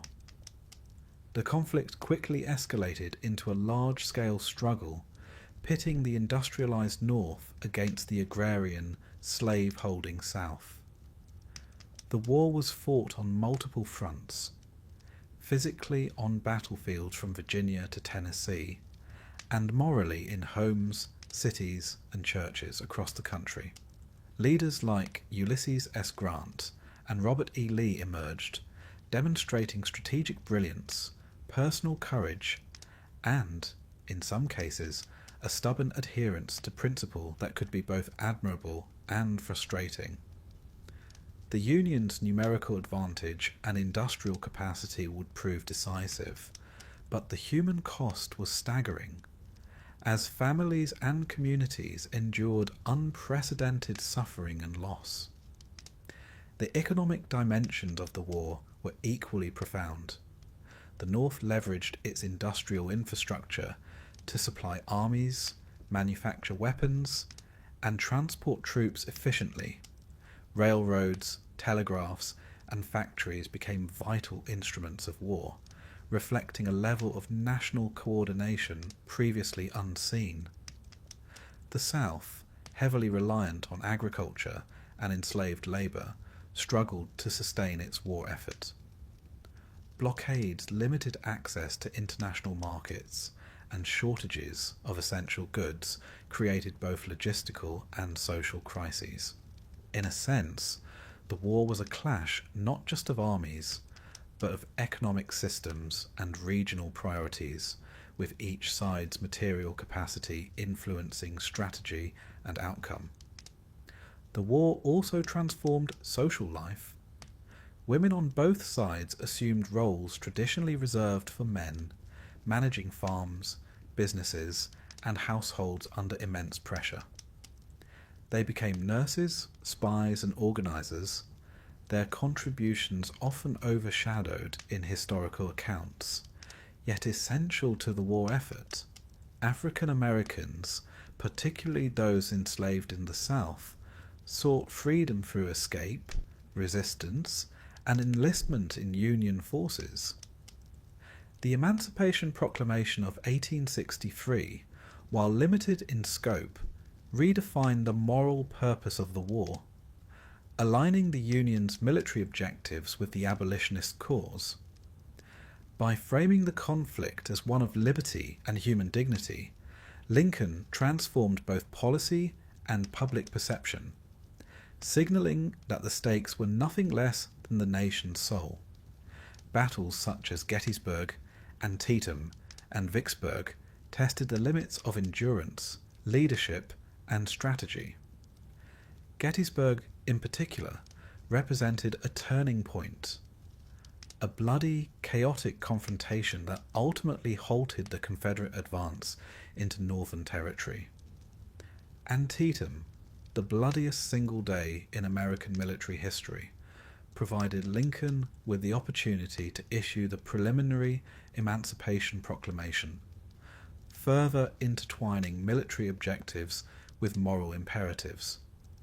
Vicksburg's capture secured Union control over the Mississippi River, effectively splitting the Confederacy and highlighting the strategic importance of geography and infrastructure. Each battle, while meticulously studied by historians, also carried a human narrative of courage, despair, and resilience that shaped the collective memory of the nation. As the war progressed, political tensions within the Union became apparent. Lincoln faced criticism not only from Democrats who questioned his policies, but also from radical Republicans who demanded a more aggressive approach to ending slavery and restructuring Southern society. Balancing these competing pressures required delicate judgment, political savvy, and occasionally a willingness to accept compromises that satisfied neither side entirely. Yet, through perseverance, strategic patience, and a clear vision of the Union's ultimate objective, Lincoln maintained coherence in leadership, preserving both morale and focus amid the chaos. By 1865, the war had drawn to a close. Lee surrendered at Appomattox Courthouse, effectively ending major Confederate resistance. The nation was victorious, yet the cost was enormous. An estimated 620,000 to 750,000 lives lost, countless wounded, and entire communities devastated. Cities, farms, and infrastructure across the South lay in ruins. The social fabric had been torn, leaving a legacy of trauma that would take decades to heal.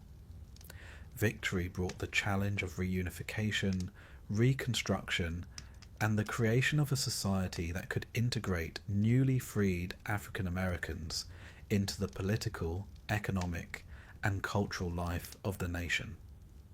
Reconstruction, beginning in 1865, aimed to address these challenges. The federal government sought to rebuild the South, extend civil rights to formerly enslaved people, and redefine political participation. The 13th, 14th, and 15th Amendments abolished slavery, established equal protection under the law, and protected voting rights for African American men. Yet, implementation was uneven, and resistance from white Southern populations proved formidable. The rise of groups such as the Ku Klux Klan illustrated the persistent dangers of racial animus, violence, and the limitations of legislation in shaping cultural and social attitudes. Reconstruction, ambitious in intent, revealed both the promise and the peril of attempting to remake a society in the aftermath of profound conflict. Economic reconstruction was equally challenging. The Southern economy, decimated by war, required rebuilding from the ground up. Plantations had been destroyed, the labour system uprooted, and trade networks disrupted. Northern industrialists and entrepreneurs capitalized on new opportunities, further accelerating the economic divergence between regions. Railroads were expanded, manufacturing increased, and cities grew, particularly in the north and west. Yet prosperity remained uneven, with poverty, displacement, and social instability lingering in areas affected by conflict. The economic landscape, like the political and social one, was being remade under conditions of both hope and hardship. Cultural and intellectual life reflected the tumult of the era. Literature, journalism, and public discourse grappled with the war's legacy, the meaning of freedom, and the challenges of reunification. Figures such as Frederick Douglass, Harriet Beecher Stowe, and Walt Whitman provided insight, advocacy, and reflection, challenging Americans to confront the moral and human dimensions of the conflict. Education, religious institutions, and civic organizations became arenas for rebuilding, moral engagement, and debate over the nation's future direction. Amid the difficulties, a sense of shared national purpose, however fragile, persisted, illustrating the resilience of civic identity even in the aftermath of profound division. By 1877, the United States had emerged from the era of war and reconstruction transformed, but still imperfect. The Compromise of 1877 effectively ended federal intervention. As the war progressed, political tensions within the Union became apparent. Lincoln faced criticism not only from Democrats who questioned his policies, but also from radical Republicans who demanded a more aggressive approach to ending slavery and restructuring Southern society.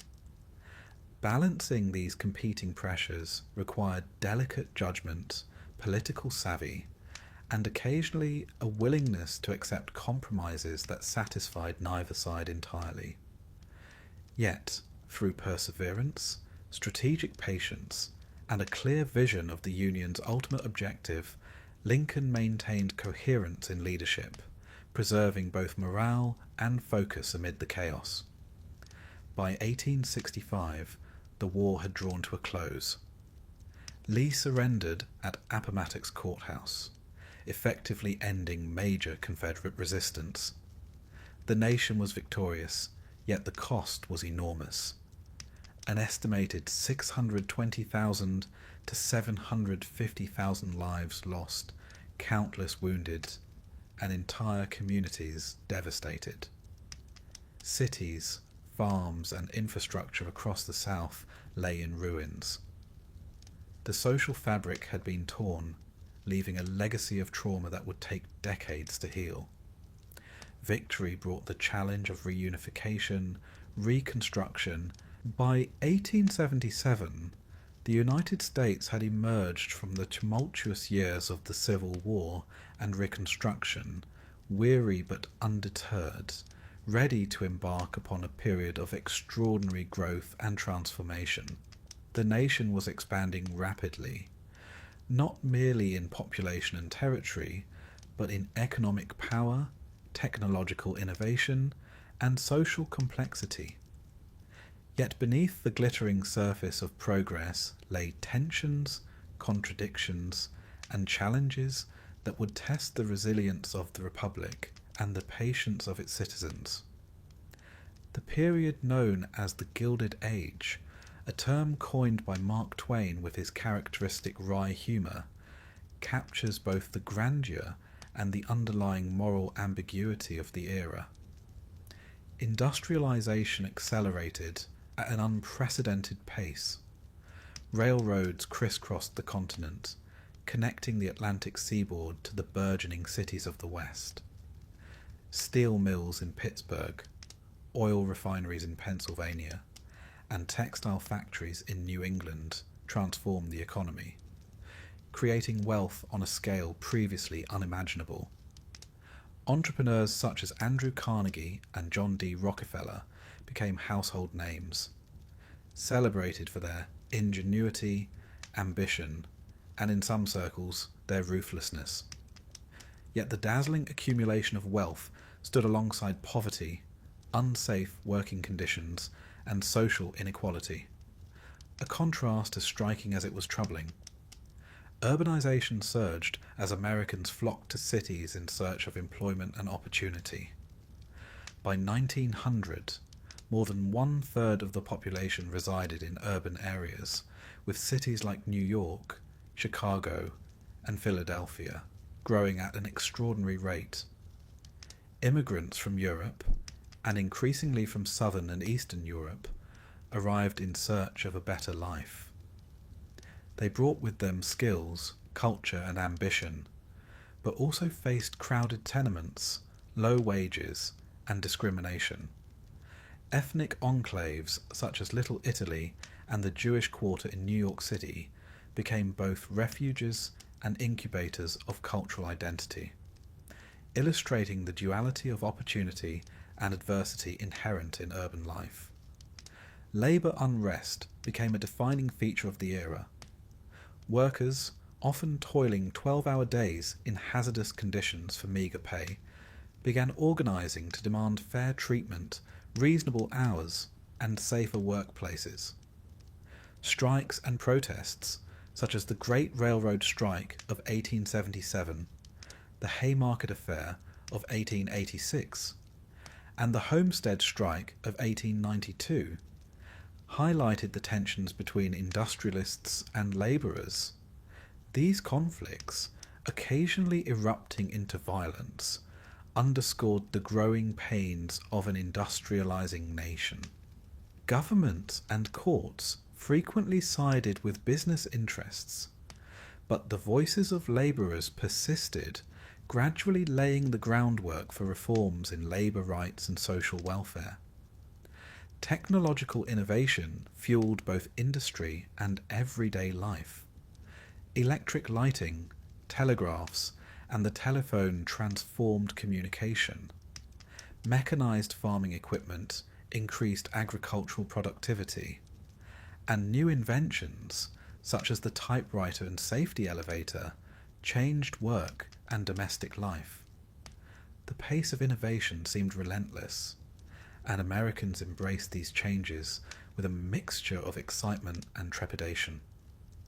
The era's inventors and industrialists became symbols of progress, yet their achievements often magnified the social and economic divides that underpin the Gilded Age. Politically, the period was characterized by intense partisanship and patronage. The spoils system persisted, rewarding political loyalty with government positions, while corruption and influence peddling were widespread. Presidents such as Rutherford B. Hayes, James Garfield, Chester A. Arthur, and Grover Cleveland navigated these turbulent waters with varying degrees of effectiveness. Reform movements sought to curb corruption, exemplified by the Pendleton Civil Service Act of 1883, which introduced merit-based appointments and reduced the influence of patronage. The tension between progress and entrenched privilege, between reformers and traditionalists, defined much of the political landscape. Social reform movements expanded beyond labour rights to address education, temperance, women's suffrage, and the welfare of the poor. Figures such as Jane Addams, founder of Hull House in Chicago, worked tirelessly to provide education, healthcare, and social services to immigrant and working-class communities. The temperance movement gained momentum, advocating for moderation or outright prohibition of alcohol, linking moral reform with social stability. Women's suffrage activists, including Susan B. Anthony and Elizabeth Cady Stanton, challenged societal norms, campaigning for the right to vote and participate fully in civic life. These movements reflected a growing awareness of inequality, justice, and the moral responsibilities of citizenship. The West remained a frontier of both opportunity and conflict. Railroads enabled settlement, commerce, and migration, yet Indigenous peoples continued to face displacement and violence.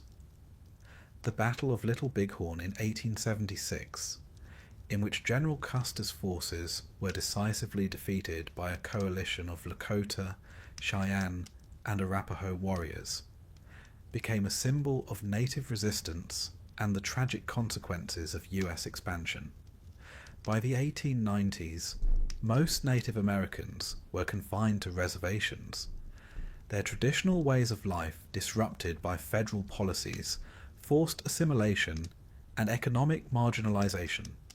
The frontier, while romanticized in popular culture, was a landscape of profound struggle and profound loss. Agriculture evolved alongside industry. Mechanization, new crops, and innovations in irrigation transformed farming, particularly in the Midwest.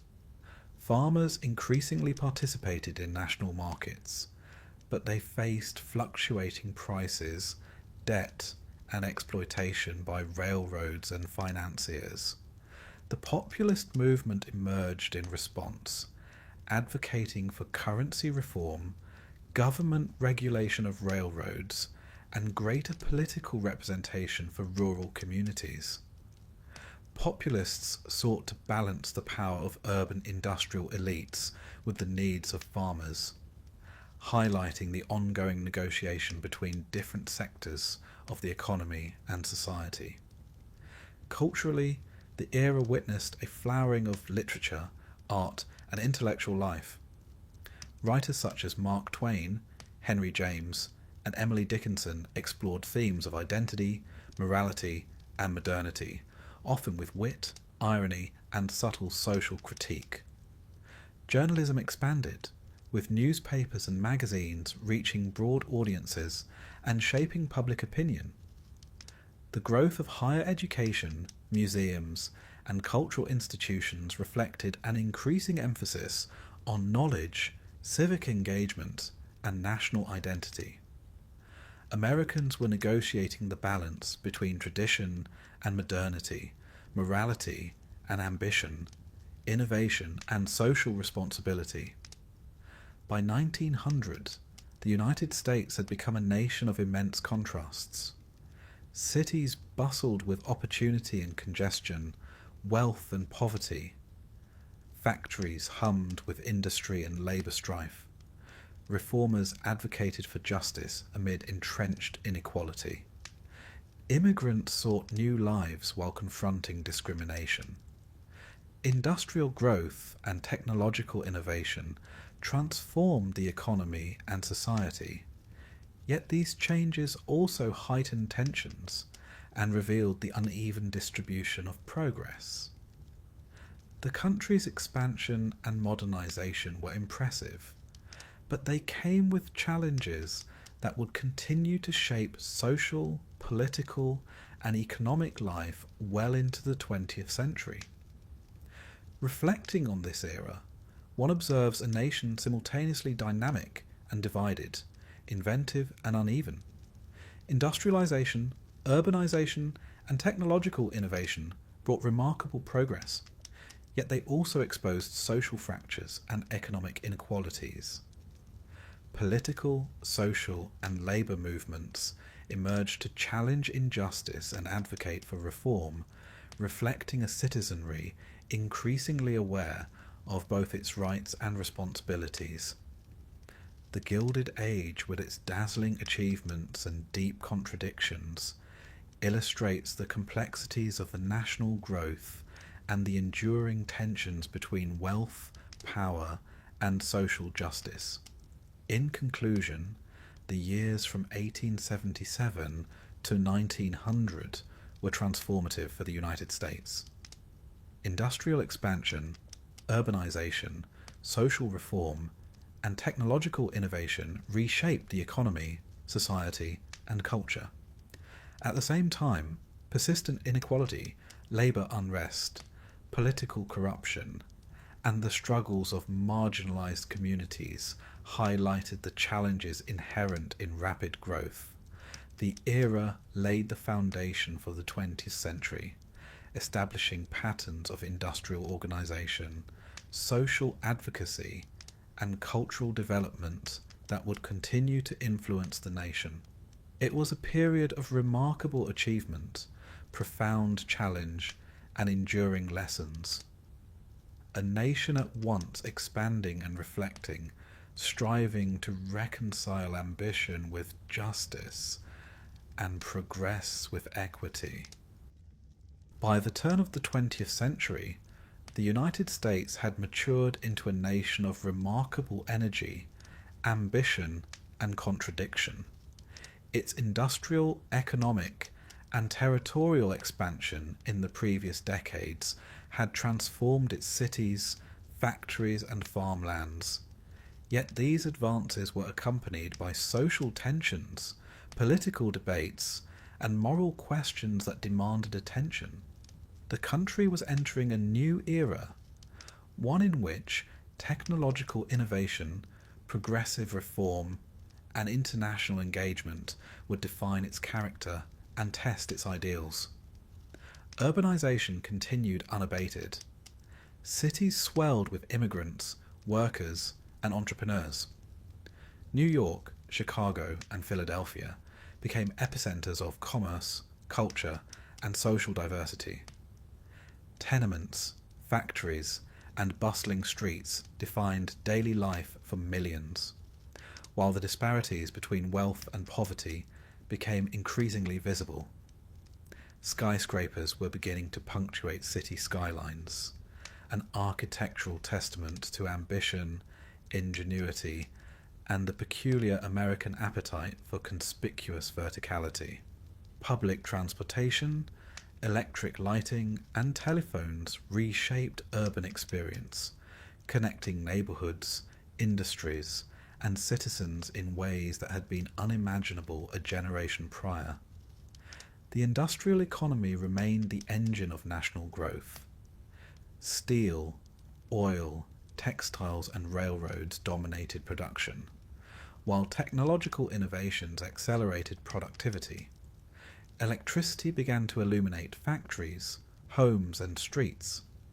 Automobiles, though still a novelty, hinted at the transportation revolution to come.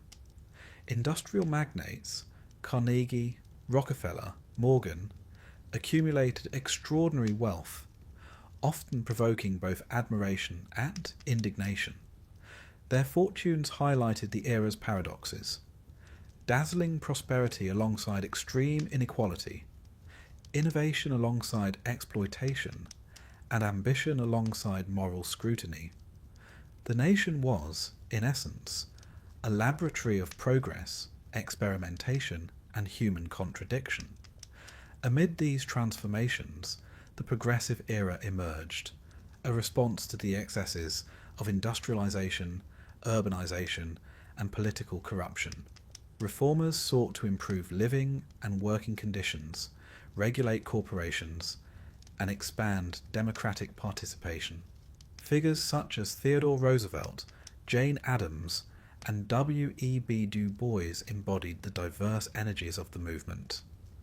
Roosevelt, with his exuberant personality and reformist zeal, championed antitrust policies, conservation, and government accountability, while Adams worked tirelessly to uplift the urban poor, advocating education, healthcare, and social services. Du Bois and other African American leaders pressed for civil rights and educational opportunities, challenging the entrenched racial hierarchies that persisted despite the legal end of slavery decades earlier. Labor unrest remained a central theme of American life. Strikes, unionization efforts, and protests highlighted the ongoing tensions between workers and industrial elites. The 1902 coal strike in Pennsylvania, for example, brought national attention to labor disputes as Roosevelt intervened to negotiate a resolution, a rare instance of federal mediation favoring neither side entirely, yet seeking a measure of fairness. The rise of labor unions, alongside political advocacy for workplace protections, reflected the growing awareness of social responsibility in an industrial society increasingly dominated by corporate interests. Technological innovation continued to shape both economy and culture. The widespread adoption of electricity, telegraphs, telephones, and mechanized equipment transformed production and daily life. The automobile, pioneered by inventors such as Henry Ford, promised a mobility revolution that would soon reshape transportation, urban planning, and leisure. Aviation, still in its infancy with the Wright brothers' first powered flight in 1903, suggested the possibility of shrinking distances and redefining human experience. The period was one of rapid experimentation and transformation, as Americans embraced the possibilities of modernity while grappling with its social and ethical implications. The United States also began to assert itself internationally. The Spanish-American War of 1898 had already signalled the nation's entry onto the world stage, resulting in the acquisition of territories such as Puerto Rico, Guam, and the Philippines.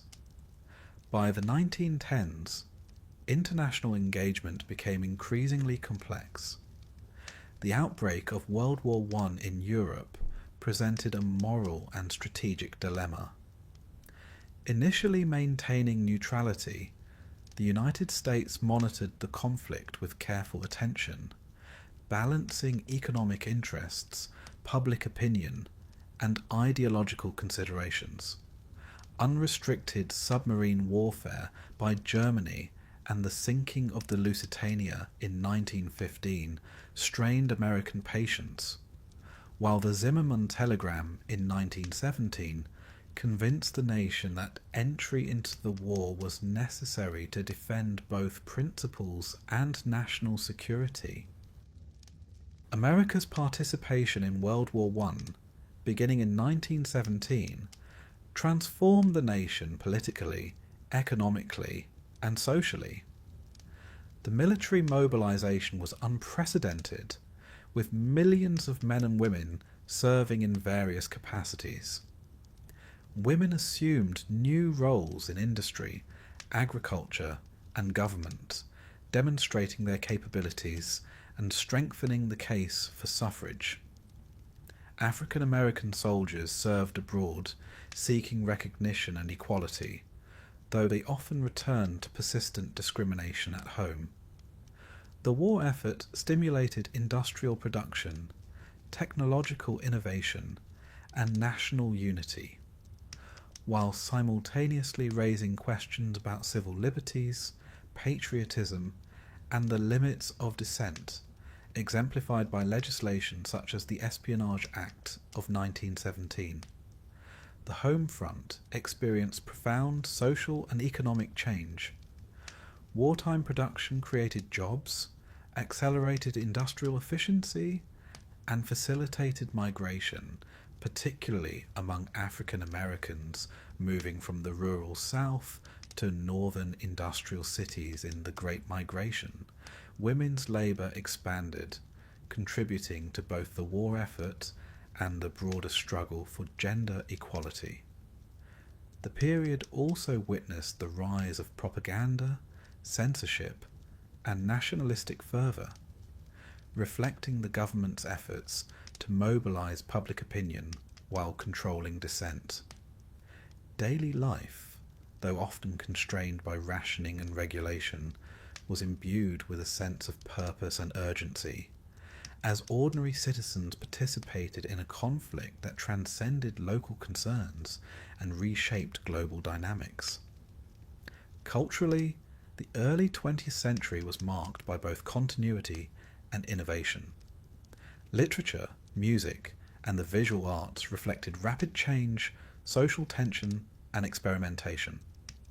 Writers such as Edith Wharton, Theodore Dreiser, and Willa Cather explored themes of modernity, social class, and human ambition, often with keen observation and subtle irony.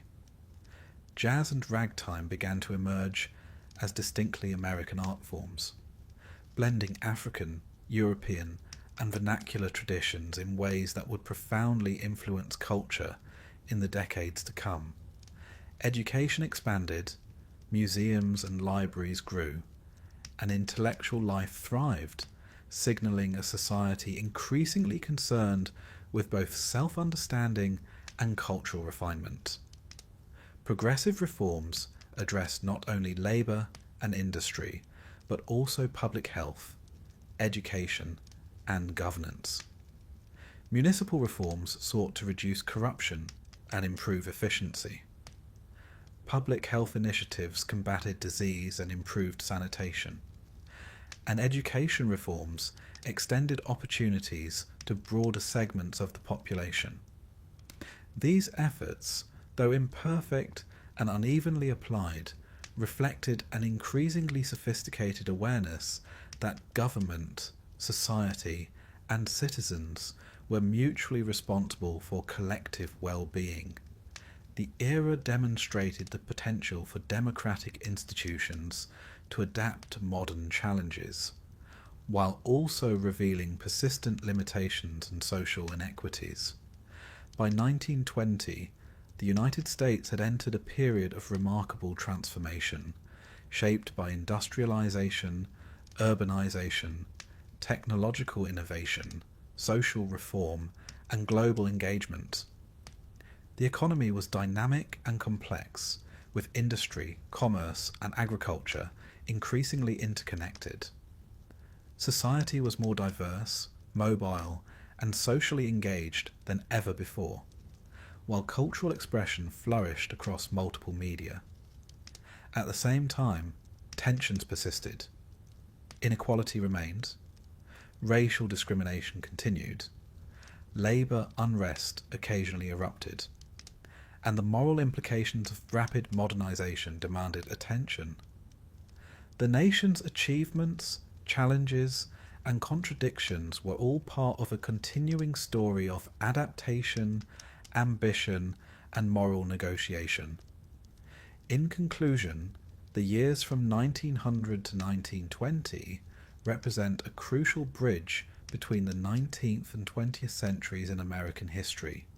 Industrial expansion, technological innovation, social reform, and international engagement transformed the nation's economy, society, and culture. Americans navigated urbanization, labor challenges, and political reform while confronting questions of justice, equality, and responsibility. The nation's participation in World War I marked both a culmination of domestic development and an entry onto the world stage. In these years, the United States emerged as a dynamic, modern society, shaped by both triumph and tension, ambition and reflection. A nation stepping confidently, if cautiously, into the modern era. You were told it would be hard, yes, but hard in the way a long hike is hard. A little discomfort, some bad food, a few cold nights. What no one told you was that it would break you, slowly, thoroughly, and with the dull persistence of seawater grinding down a stone. Because the Atlantic crossing isn't an adventure, it's an ordeal.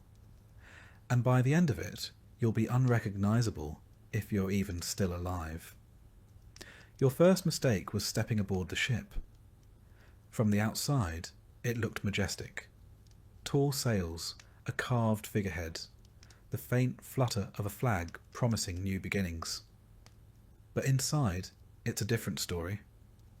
Below deck, where you and most of the other poor souls are packed in, the air is thick with sweat, rot, and a tension you can feel in your teeth. The ceiling is too low to stand. The floor is sticky with old spills, and the wooden walls groan like they're already regretting the voyage. You're assigned a space that's roughly the size of a grave. You sleep there, wedged between strangers, your possessions tucked beneath your aching back. There's no pillow, no mattress, just straw that smells like mould and something worse. Above you, the ship creaks with every wave, the boards swelling and shrinking, always on the verge of splitting apart. Around you, people shift in their sleep, cough, cry, mumble prayers. The first night, someone vomits. The second night, someone dies. You don't sleep. Not really. The air below deck is so foul that even rats have started making excuses to visit the upper levels. And there are plenty of rats. Bold, confident ones. They don't scurry, they stroll. One of them stares at you while you eat your biscuit, a rock-hard slab of flour, salt and boredom. And you're not sure who's in charge anymore. Every day begins with a shouted command and a few hours of pointless waiting. You climb to the deck, when permitted, blinking against the light like a mole dragged out of its burrow. The sun is blinding, the wind is sharp, but at least it smells less like feet. You breathe deep, trying to remember what fresh air feels like. Then someone sneezes in your direction, and the moment is over. Meals are not meals. They are events of survival. Salted pork so tough it could be used as ship armour. Dried peas that roll off your spoon like they're trying to escape. Ship's biscuit that might crack your tooth before it cracks in your mouth. If you're lucky, you can dunk it in water or beer to soften it. If you're unlucky, there's a bug in the beer. You drink it anyway.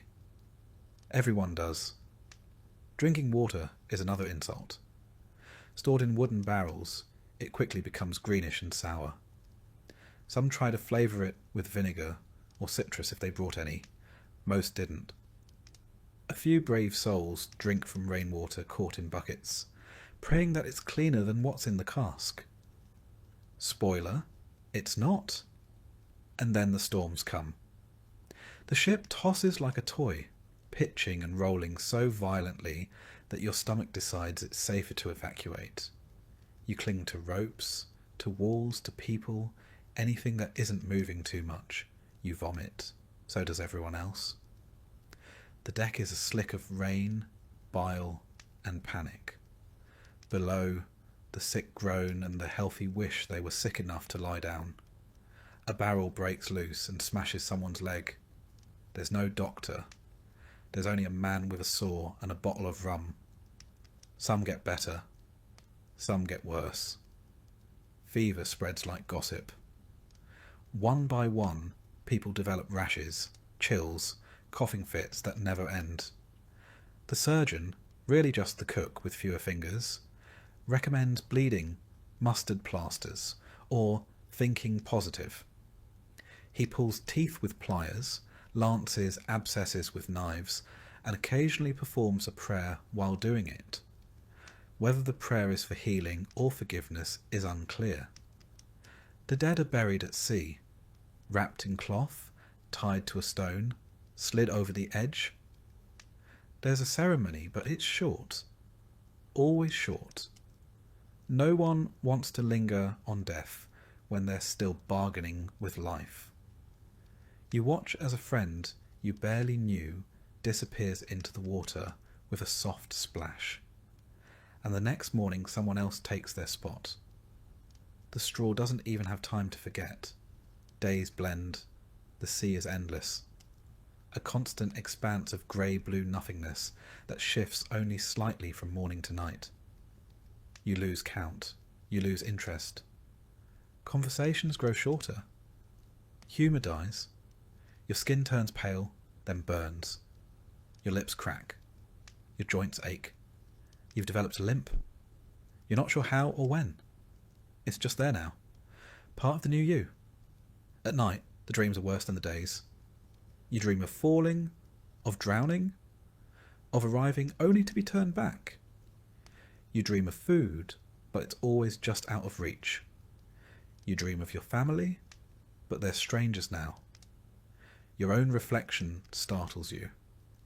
Gaunt cheeks, hollow eyes, a beard you don't remember growing. You're shrinking inward, vanishing. You don't know what time it is anymore. The sun rises and falls, but it might as well be some distant theatre production performed for other people. Time on board is measured in hunger and headaches, in coughs that linger too long, and in how many rats you've named before they mysteriously disappear. The ship becomes a kind of hellish town, complete with social politics.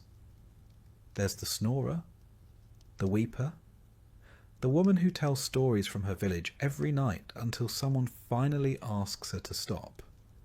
And of course there's you, the one who just keeps staring at the wall. On calmer days, the captain makes you swab the deck. Why? Who knows? Possibly just to remind you that you're alive. You mop with a ragged cloth that used to be someone's shirt, pushing fish guts and old blood toward the edge of the ship, while a sailor shouts at you to put your back into it. You have. Your back is all you've got left. Your soul already jumped overboard. There's little to do, but imagine what's waiting for you. You've heard stories. Some say there's gold in the rivers, others that the trees grow food. More grounded folk speak of open land and religious freedom. But none of that matters if you don't survive the next biscuit. Your jaw clicks when you chew. Your gums bleed. You've stopped noticing. Children on board don't cry anymore.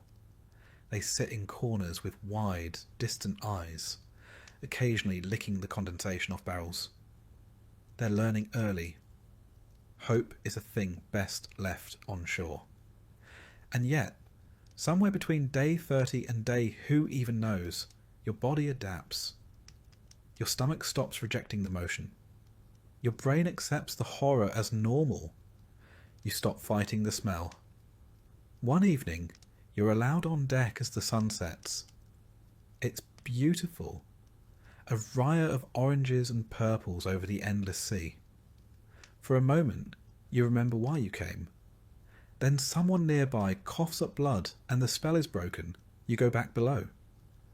The night before landfall, you hear a song. Someone singing an old folk tune, soft and cracked. Others join in. It's not joyful exactly. More like a ritual. A lullaby for the part of yourselves that's about to die so another part can begin. The part that will try to farm a swamp with one shovel and half a recipe for bread. And when you finally do reach shore, and the boat grinds onto the rocky beach, you feel nothing but exhaustion. The land is wet, cold, utterly silent. You kneel, not to pray, but because your knees give out. You're not the hero of this story. You're just the survivor of the prologue. You glance back at the ship. It's already turning, already leaving. No rescue. No returns. You're here now. And you wouldn't last a day. You've arrived. You're standing on the edge of the new world, boots squelching in unfamiliar mud, wind gnawing at your cheeks, and a quiet, creeping dread settling into your chest. It should feel like a triumph. Instead, it feels like a mistake that hasn't fully introduced itself yet. You've survived the voyage. Congratulations. Now the land gets its turn. Let's get one thing clear. Early America is not waiting for you with open arms. It's not offering a feast, a warm bed, or a sign that says, "Glad you made it." It's cold, damp, and strangely silent. There are trees everywhere, tall, dark, and close together, as if conspiring. You try to smile, to convince yourself this is the beginning of something noble, but the wind steals that smile before it forms. Welcome to a continent that neither asked for you nor particularly cares you exist. There's no settlement, not really. Maybe a few wooden huts hacked together by the advance party, roofs that leak more than they shelter. The ground is uneven and covered in brush. Everything smells of wet leaves, smoke, and something faintly rotten. You're told to help build. You don't know how to build. You pick up a log and follow instructions barked by someone whose only qualification seems to be louder than everyone else. The work is immediate. There's no orientation, no unpacking of bags, no polite easing into colonial life. You start chopping, stacking, hauling. You are, very suddenly, a labourer. And the land does not cooperate. The trees here are different, harder. The roots go deep. Your axe bounces off the trunk with a dull thud, and your hands blister after an hour. You pause to breathe, and someone yells that there's no time to rest. Winter's coming. Of course it is. You've never truly known cold. The cold here is wet, bone deep. It gets into your clothes, your shoes, your lungs. Your breath fogs in front of you and vanishes like every hope you had on the boat.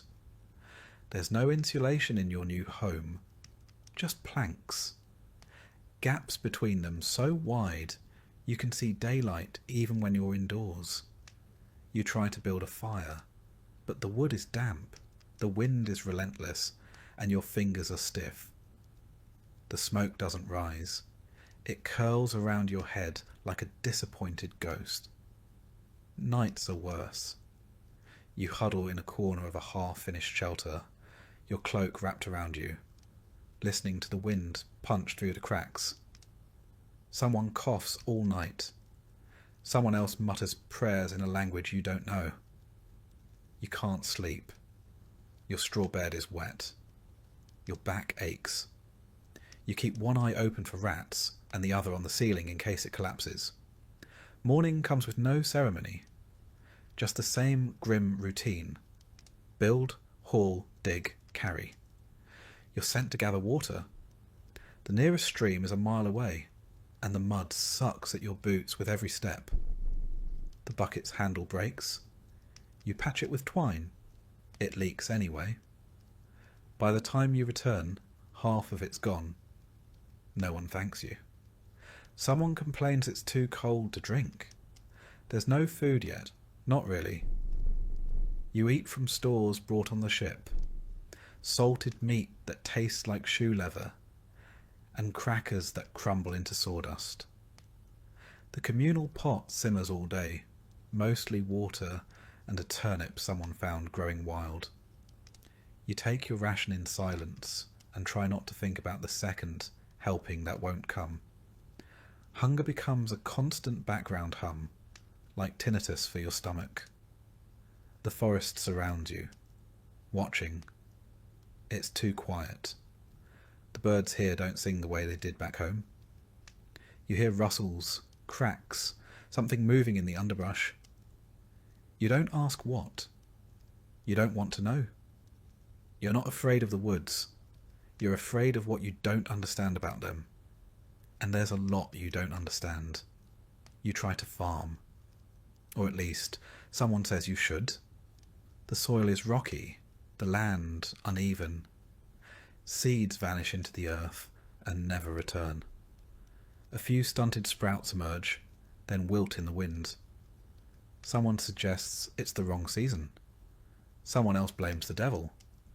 You just blame your hands, which haven't stopped bleeding since the second day. There are insects. So many insects. Big ones. Biting ones.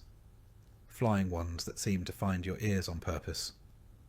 Mosquitoes that come in swarms at dusk and leave welts the size of walnuts. You slap your neck so often you forget what your skin used to feel like. Then there are the ticks. Small, silent, and insidious. You pull one from your leg and stare at it for 10 minutes, wondering if you're about to die. You're told to be careful when wandering. Not just because of the terrain or the animals, but because of uncertainties. No one says what that means, just nods darkly and tightens their grip on a musket that looks like it's more likely to explode than fire straight. You sleep with a knife now. Not for defense, but because it gives you the illusion of control. Sanitation is theoretical. There are no toilets, just a designated patch of forest. You go with a stick and a prayer, hoping no one follows. It rains often. The mud never dries. Your boots are constantly wet. Your socks, if you still have socks, are stiff with filth. The smell becomes part of you. Every joint aches. You've stopped wiping your nose. Your nails are black. You've picked up a rash on your neck, and your lips bleed when you smile, which is rare. No one sings here. No one jokes. You work until you fall down, then get up and do it again. This land is not your enemy. It's worse. It's indifferent. It doesn't care how noble your mission was, how pious your intentions, or how optimistic your shipboard prayers. It simply exists, cold, wild, and full of things that do not need you. And slowly you realise you need it. And it does not care. The weather plays games with you. One day it's so warm you sweat through your linen shift. The next, frost bites your toes while you sleep. There's no pattern, no warning, just extremes. Your roof leaks. Your firewood is damp. The smoke clings to everything. Your clothes, your skin, your lungs. You smell like a campfire that regrets its choices. Someone goes missing. No one talks about it. Maybe they wandered too far. Maybe they fell into a ravine. Maybe something found them.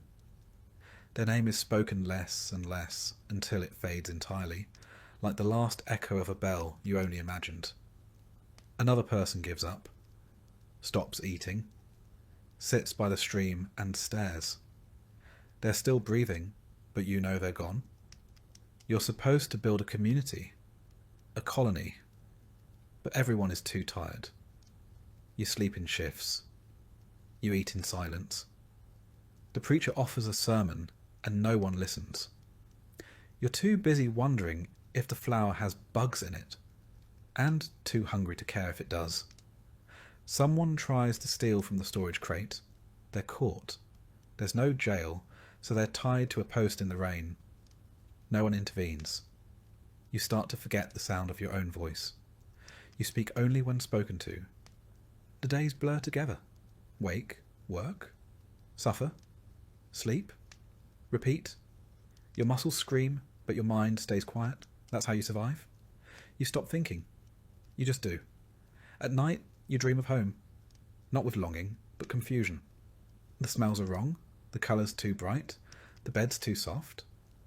You wake up disoriented and angry. You remind yourself this is what you wanted. Freedom, opportunity, land. You got all three. You just weren't told what they cost. The cost is your comfort, your health, your illusions.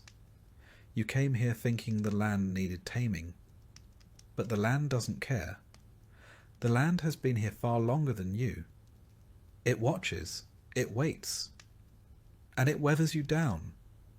Not with sudden violence, but with slow, patient erosion. And this is just the first month. The real test comes with winter. Hunger is not a feeling here. It's a companion. A constant background presence that shadows you from dawn to dusk and sleeps beside you at night. It murmurs during prayer, grumbles through conversation, and screams during silence. In early America, food is not guaranteed. It is fought for, begged for, traded for, or simply imagined. Your first taste of New World cuisine comes with low expectations and an even lower caloric return. Breakfast doesn't exist as a formal concept. There's no morning meal laid out on a table. You eat when there is food, which is not often and not much. A bite of cornmeal mush, a crust of dry bread, maybe some boiled beans. You chew slowly not to savour it, but to fool your body into thinking it's getting more than it is. There is no menu, just whatever's left, whatever's survived the journey, or whatever hasn't yet rotted in the storehouse. Spoilage is inevitable. The ship's stores, salted pork, dried peas, flour, have been slowly decaying in the humid New World air. Mice chew through sacks. Weevils swarm. Barrels swell and crack. By the time you reach for something, it's already half gone and half mould. The staple of your diet is cornmeal. Not golden, fluffy cornbread, mind you. A gritty porridge made by boiling coarse ground maize in water, then adding a bit of salt, if there's any left. You eat it hot in the morning and cold in the evening, often with nothing else. It clings to the sides of your bowl like regret and goes down with the consistency of damp sand. You miss bread, real bread, the kind you knew back home. Here, bread is a rare, precious thing. Wheat does not grow easily in this climate. The soil is too rocky, the rainfall too wild, the tools too crude. If you manage to grow wheat, thresh it, grind it, and somehow keep it dry, then you might get to bake bread once. But that requires an oven, and ovens require bricks, and bricks require time, clay, and someone who knows how not to die halfway through construction. Most of what passes for bread is made from rye, barley, or corn, mixed with whatever can stretch the dough. Acorn meal, powdered roots, even sawdust. You knead it with cold hands. Bake it in a pan over open flame, and hope it doesn't come out black on the outside and raw in the middle. The crust is tough, the inside is dense, and the flavour lands somewhere between bark and ash. Yet bread, bad as it is a luxury. Some days there's nothing. You dig up turnips the size of your fist. You boil nettles. You chew pine bark. Hunger pushes you toward the edge of reason. You start staring too long at the chickens, even though they're meant for eggs. You wonder what a squirrel might taste like. You hear stories of settlers eating leather when things got bad, shoes boiled into soup. You laugh nervously. Then you start checking your boots, and spoilage is constant. Flour goes mouldy, meat turns green, butter sours into a vinegary sludge. Even salt can fail you, growing damp and clumping into lumps that refuse to dissolve. You scrape the bad bits off. You hold your breath and eat it anyway. Cooking is improvisation. Pots are iron, heavy, and limited. You cook over open flames, dodging smoke and flying embers. There's no timer, no recipe, just instinct and whatever didn't burn yesterday. You stir your stew with the same spoon you carved last week, the one that already has a crack running through the middle.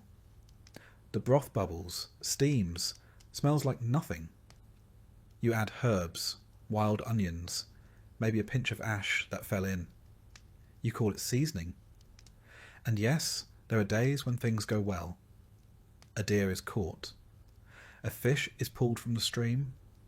Someone stumbles across wild berries. But the deer must be shared, the fish divided, the berries picked before the birds get them. The moment is sweet, short, and gone. The next day, you're back to chewing boiled roots and wondering how many more meals your teeth can survive. Food isn't just scarce, it's dangerous. Undercooked meat brings worms. Spoiled milk brings vomiting. That root you thought was edible? It wasn't. A simple misstep in foraging leads to a night of agony and a quiet burial. You learn by doing, and often by dying. You ration everything. Every biscuit is counted. Every pinch of salt is a moral decision. You find yourself arguing over who gets the crust, who needs it more, who worked harder that day. You feel ashamed. Then you feel hungry again. Shame doesn't fill your stomach. Bread does. If you're lucky. There are no meals. Only moments where food intersects your path. Lunch doesn't arrive with a bell. It arrives if someone manages to find a squirrel, or digs up a few more turnips, or remembers there's a bit of bacon rind tucked in a cloth at the back of the hut. You eat fast, not because it's good, but because someone might try to take it. You chew with suspicion. Was that grit? Mould? A bug? Doesn't matter. It's food. You think about home, about bread that rose in ovens and smelled like comfort, about butter that didn't smell like cheese, about meat that wasn't a gamble.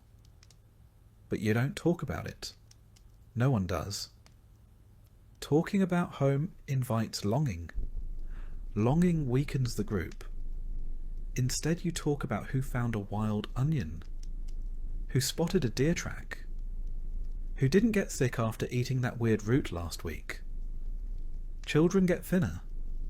Their eyes sink. They stop complaining and start staring. You give them your portion sometimes, then regret it when your legs go weak in the afternoon. But you'd do it again. Because there's something worse than starving. It's watching someone else do it, slowly. And then comes the barter. Trade becomes currency. You offer buttons, cloth, tools, anything that isn't food, in exchange for a bite of bread. Someone gives up a comb for half a biscuit. Someone else offers their only pair of dry socks for a hunk of dried meat. You'd be surprised what food is worth when it's the only thing standing between you and the grave. Famine doesn't come all at once. It seeps in. A day without meat, then 2. Then a week. Then the cornmeal runs low. The communal pot gets thinner. The portions shrink. The conversations stop. Everyone starts chewing slower. You go to bed earlier, not because you're tired, but because unconsciousness is the only escape from hunger that doesn't require payment. And with famine comes fear. People whisper about the last settlement, the one that vanished. No signs of a raid, just gone. Some say they starved. Some say they turned to things unspoken. You don't ask what that means. You don't want the answer. You start to hoard. Just a little. A crust tucked into your shirt. A few beans in a pouch. You tell yourself it's not stealing. It's insurance. You pray no one finds out. Or worse, that everyone already knows and is just pretending not to see. Cooking becomes sacred. The fire is tended like a shrine. The pot is stirred like a ritual. No one speaks while eating. You chew. You swallow. You try to feel full. You fail. But it's the trying that keeps you alive. And then, one evening, something small happens. A handful of wild greens. A rabbit. A slice of real bread, miraculously baked. You share it. It's gone in seconds. But for a moment, the silence is replaced with breathing. Hope doesn't return, but it glances at you from a distance. Later, you learn that some settlements didn't survive not because of disease, but because of miscalculated harvests. They planted the wrong crops, stored food poorly, ate seeds meant for the next season. Mistakes compound. A single bad harvest becomes a slow-motion catastrophe. Hunger breeds desperation. Desperation breaks order. And when that happens, it's not just your stomach that's empty. It's the law, the fellowship, the trust. You once believed food was simple. Eat when you're hungry. Now, it is everything. It is politics. It is trust. It is survival. You do not live from meal to meal. You live from bite to bite. This is not hardship. It is the new normal. And the worst part is, you get used to it. You thought the voyage was hard. You thought the land was cruel. You thought the hunger gnawed enough. But now comes the truth. All those trials were just the warm-up act. Because winter doesn't care how brave you are. It doesn't care how pious your intentions or how much wood you chopped in October. Winter is not your enemy. It's your judge. And it finds everyone wanting. It doesn't arrive all at once. First come the nights. A little colder. A little longer. You notice your breath when you speak. Your boots crunch in the morning. Frost appears on the rim of your water bucket. Then one morning, you wake and the ground is white, the wind is sharp, and every joint in your body aches before you even move. Winter has arrived, and it does not knock. Your cabin, if you can call it that, is no match. It's a box of planks nailed together in a hurry. There's a roof, more or less. There are walls, kind of, but there's no insulation, no glass windows, no chimney. Just a hearth made from stacked stones and gaps between the boards wide enough for a squirrel to poke its head through and ask how you're coping. The cold creeps in and never leaves.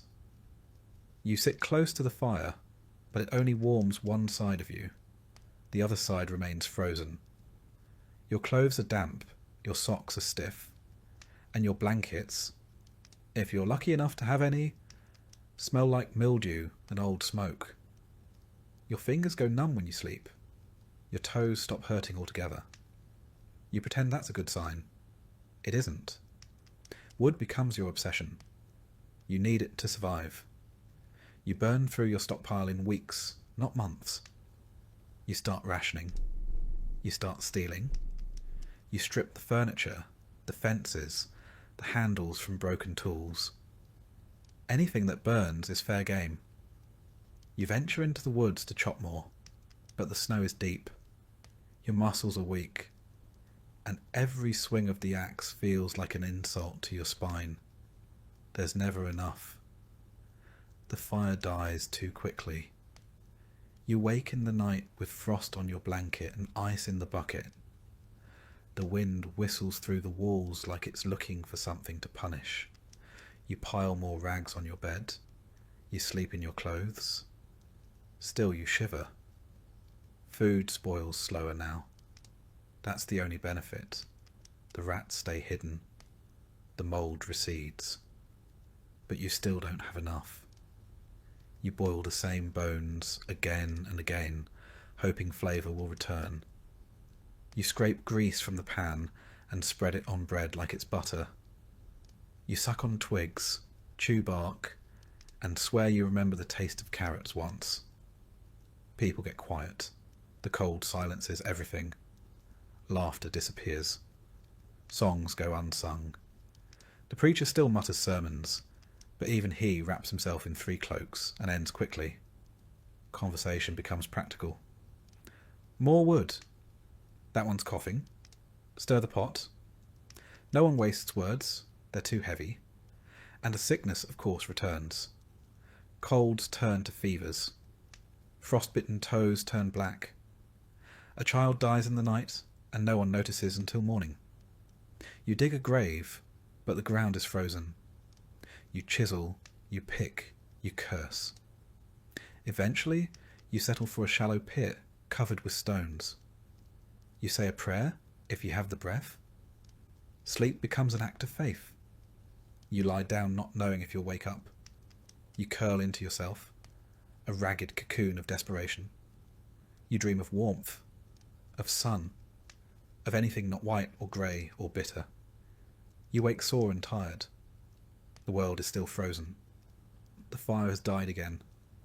Your skin cracks. Not metaphorically, literally. Your lips split, your hands bleed, and your nose drips a steady trail of misery. You rub grease or lard on your fingers, but it doesn't help much. Your joints feel older than you are. You're 24, but you walk like a grandfather and grunt like one too.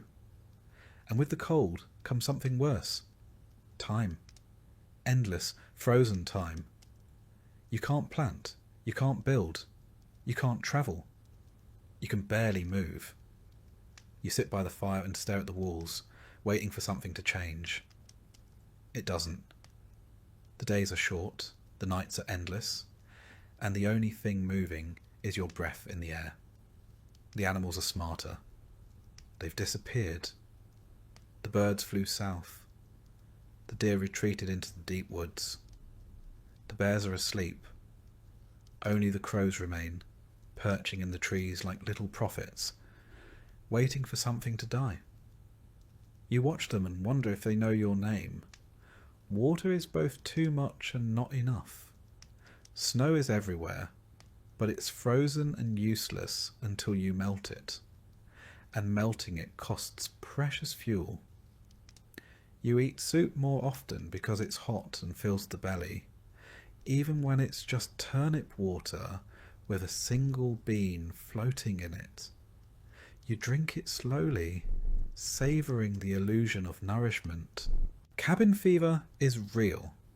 People grow irritable, then silent. Arguments break out over nothing. Who touched the woodpile? Who took the last ladle of broth? Who's breathing too loud? You withdraw into yourself, clutching your blanket and pretending not to hear. A man leaves one morning, angry, coatless. No one sees him again. Someone finds his hat in the snow weeks later, frozen solid. The children stop playing. They sit quietly, bundled in layers, staring at the fire. You try to entertain them, tell stories, sing songs, but your voice is hoarse, and your hands tremble. A child asks if spring is real, or just something people made up. You don't answer. Frost forms on the inside of the walls. Your breath clouds in front of your face. The fire is barely holding. Someone has a cough that won't stop. They're moved to the far side of the hut. You try not to listen. Try not to think about what it means. You wrap your scarf tighter and keep the axe close. Not for wood. For what happens if someone starts thinking about desperate things? Some mornings you wake and your hair is frozen to the wall. You pull away slowly, wincing, and blink at the thin light coming through the cracks. It's another day. You made it. That's all you can say. You made it. This is winter in early America. It does not care how well you planned. It does not reward the diligent or punish the lazy. It comes like a judgment and stays like a curse. And if you survive, if you crawl out of the season with all your fingers and most of your soul intact, congratulations. You've passed the test until next year. Spring becomes a rumour, a myth people whisper about when they think the walls aren't listening. You remember warm rain, green shoots, the sound of bees, but it feels more like a dream than a memory. The snow keeps falling. Your shoulders stay hunched. You haven't felt sunlight in weeks. You mark the days with scratches on the beam. They start to blur. Was that Sunday or Monday? Does it matter? The calendar is a luxury now. Time is measured by how low the woodpile is. How many spoons of flour remain? How many coughs before someone goes silent? And when the thaw finally comes, slow, wet, miserable, it's not a celebration. The snow melts into mud. The ground gives way beneath your boots. The roof starts leaking again, but the air smells different. There's movement in the trees. You hear birds. You weep, and it surprises you. Spring didn't save you. You saved yourself. Barely. Winter tried to erase you. You clung to the edge of life with frostbitten fingers and splintered tools and faith that cracked more than once. And now you get to do it all over again. You wonder how the people around you still go on. The woman who lost her child but still stokes the fire. The old man with one eye who hums quietly as he whittles kindling. There's no heroism here, just endurance. A slow, stubborn refusal to die. And in that there is something close to hope. Not bright or loud, but solid. Like the last coal in the hearth, glowing faintly, daring the cold to snuff it out.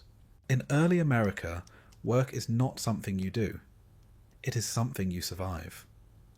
There are no weekends, no holidays unless they're religious, and still somehow exhausting. No coffee breaks, no casual Friday. There is only one rule: you work or you die. You wake before the sun, because sleeping past dawn is a luxury reserved for the dead. Your hands are already sore from yesterday. Your back aches. Your knees feel like they've been borrowed from a man twice your age and returned broken. You stretch only because staying curled hurts more. Someone nearby is already moving. You hear water sloshing in a bucket. Fire being coaxed from dying embers. A cough that sounds more ominous than it did last week. Breakfast, if it happens at all, is fast and functional. Maybe a chunk of stale bread, a bit of cold porridge, a sip of weak beer, because the water is likely carrying new and exciting diseases. Then it's out the door, into the mud, the cold, or the heat, depending on which seasonal punishment the weather gods have chosen for you. If you're a man, your job is outside. If you're not dying, you're chopping, digging, ploughing, hauling, or hammering. The fields don't plough themselves, and the forests don't magically become houses. You spend your day fighting the earth, digging up rocks, tilling rocky soil, praying for rain, then cursing when it floods. You build fences that fall down in storms, chop trees that splinter the axe, carry logs that threaten to snap your spine, and always, always you sweat. Your tools are few and crude. An iron hoe, a wooden plough, maybe an axe with a handle that's seen better centuries. If you're lucky, you have a horse or an ox to help. If you're not, congratulations, your shoulders are the horse now. There's no mechanic, no toolbox, no spare parts. If something breaks, you fix it with string, spit, and creative swearing. Your clothing works against you. Wool in summer, linen in winter, boots that leak, gloves that don't exist. Your hands crack and bleed. Your nails split. Splinters become permanent features of your palm. You carry hay, mud, firewood, and sometimes other people. Your spine is less a column and more of a suggestion. If you're a woman, your workday is somehow worse. Everything the men do, plus everything else. You cook, clean, sew, haul, nurse, parent, and mend. You wake the earliest and sleep the latest. You spin wool until your fingers are raw, knead dough until your knuckles cease, and churn butter until your arms feel like lead. You chop firewood, carry water, and then somehow still serve the meal without collapsing. Childcare isn't a break, it's an added job. Babies are carried on hips while you stir pots. Toddlers cling to skirts while you dig up potatoes. You breastfeed one child while telling another to stop hitting the goat. No one thanks you. There's no applause, just more work. Children don't get a pass. As soon as they can walk without falling over, they're put to work. Feeding chickens, gathering kindling, carrying water, picking stones from the fields. No toys, no schooling, unless someone taught you to read between chores. A child is not a child. They're just a shorter worker with fewer rights. If one manages to sit still for too long, someone will hand them a task just to maintain the natural order of misery. Illness doesn't excuse you. If you're not coughing up blood, you're expected to help. A sprained ankle means you crawl instead of walk. A fever means you take more breaks, not that you stop. If you die, well, that's one less mouth to feed, and one less pair of hands to disappoint the fields. Work does not pause for grief. It barely nods at it. Sundays are theoretically a day of rest, but they're not restful. You go to church, which might mean walking miles in bad shoes, sitting on a backless bench, while a man in robes shouts about sin, and then walking home again, thinking about how you still have to cook supper and mend your shirt. If it's winter, the church is freezing. If it's summer, it's a sweatbox full of flies and the unwashed. Some work is specialised. If you're a blacksmith, your world is heat, hammer, and smoke. You burn yourself regularly, inhale metal dust, and go half deaf from the clang of iron on iron. If you're a cooper, you make barrels for food storage, water, ale, and if you mess it up, something spoils and people starve. A tanner works with hides, urine, and lime. Their hands are perpetually raw. Their clothing stinks. Their lungs slowly give out. Even the easier jobs aren't easy. Tailoring. You sit hunched over a candle, stitching through rough cloth with a dull needle until your eyes cross. Cooking. You stand over an open hearth, breathing smoke, getting blisters, burning your palms. Midwifery? You help bring life into the world with no tools, no sterilisation, and every chance of watching mother or child, or both, slip away. Work is constant. There's always something broken, always something leaking, always something rotting, missing, or catching fire. You patch roofs in the rain. You dig ditches in the dark. You fix carts with rope and prayer. You shear sheep and chase pigs and clean tools that never stay clean. You sweep the floor, even though dirt is a permanent resident. At night, your muscles scream. You lie on straw and feel every stone beneath you. Your legs twitch. Your hands cramp. You fall asleep mid-sentence. You wake still tired. And then you do it again. The seasons change the job, but never the burden. In spring, you plant. In summer, you weed and haul and swat at clouds of insects that treat your skin like a feast. In autumn, you harvest, haul, and preserve what little you manage to coax from the earth. In winter, you split wood, fight frost, and spend hours just keeping the fire alive. You work harder to not freeze than you ever did to not starve. You dream of rest, but even your dreams are filled with chores. Fetch water, shuck corn, chase chickens. You have nightmares about losing tools, because replacing one could mean trading away your only boots. And everything you do with the knowledge that it might not be enough. One late frost, one early flood, one outbreak of fever, and your entire season's work turns to ash. You're always one bad week away from ruin. There are no sick days, no second chances, no promotions, just survival, broken fingernails, and the deep, quiet knowledge that no matter how hard you work today, tomorrow won't care. Work doesn't make you stronger. It wears you down. It blunts your mind. It hollows your body. You stop looking people in the eye because you're too tired. You forget how to laugh unless the joke is about finally dying. But still, you get up every day because no one else will do it for you. This is your job in early America. Not a career, not a calling, just the daily act of not giving up.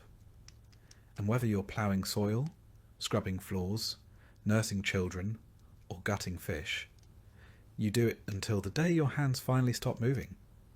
And even then, someone will expect you to be buried quickly so they can get back to work. Sometimes someone breaks.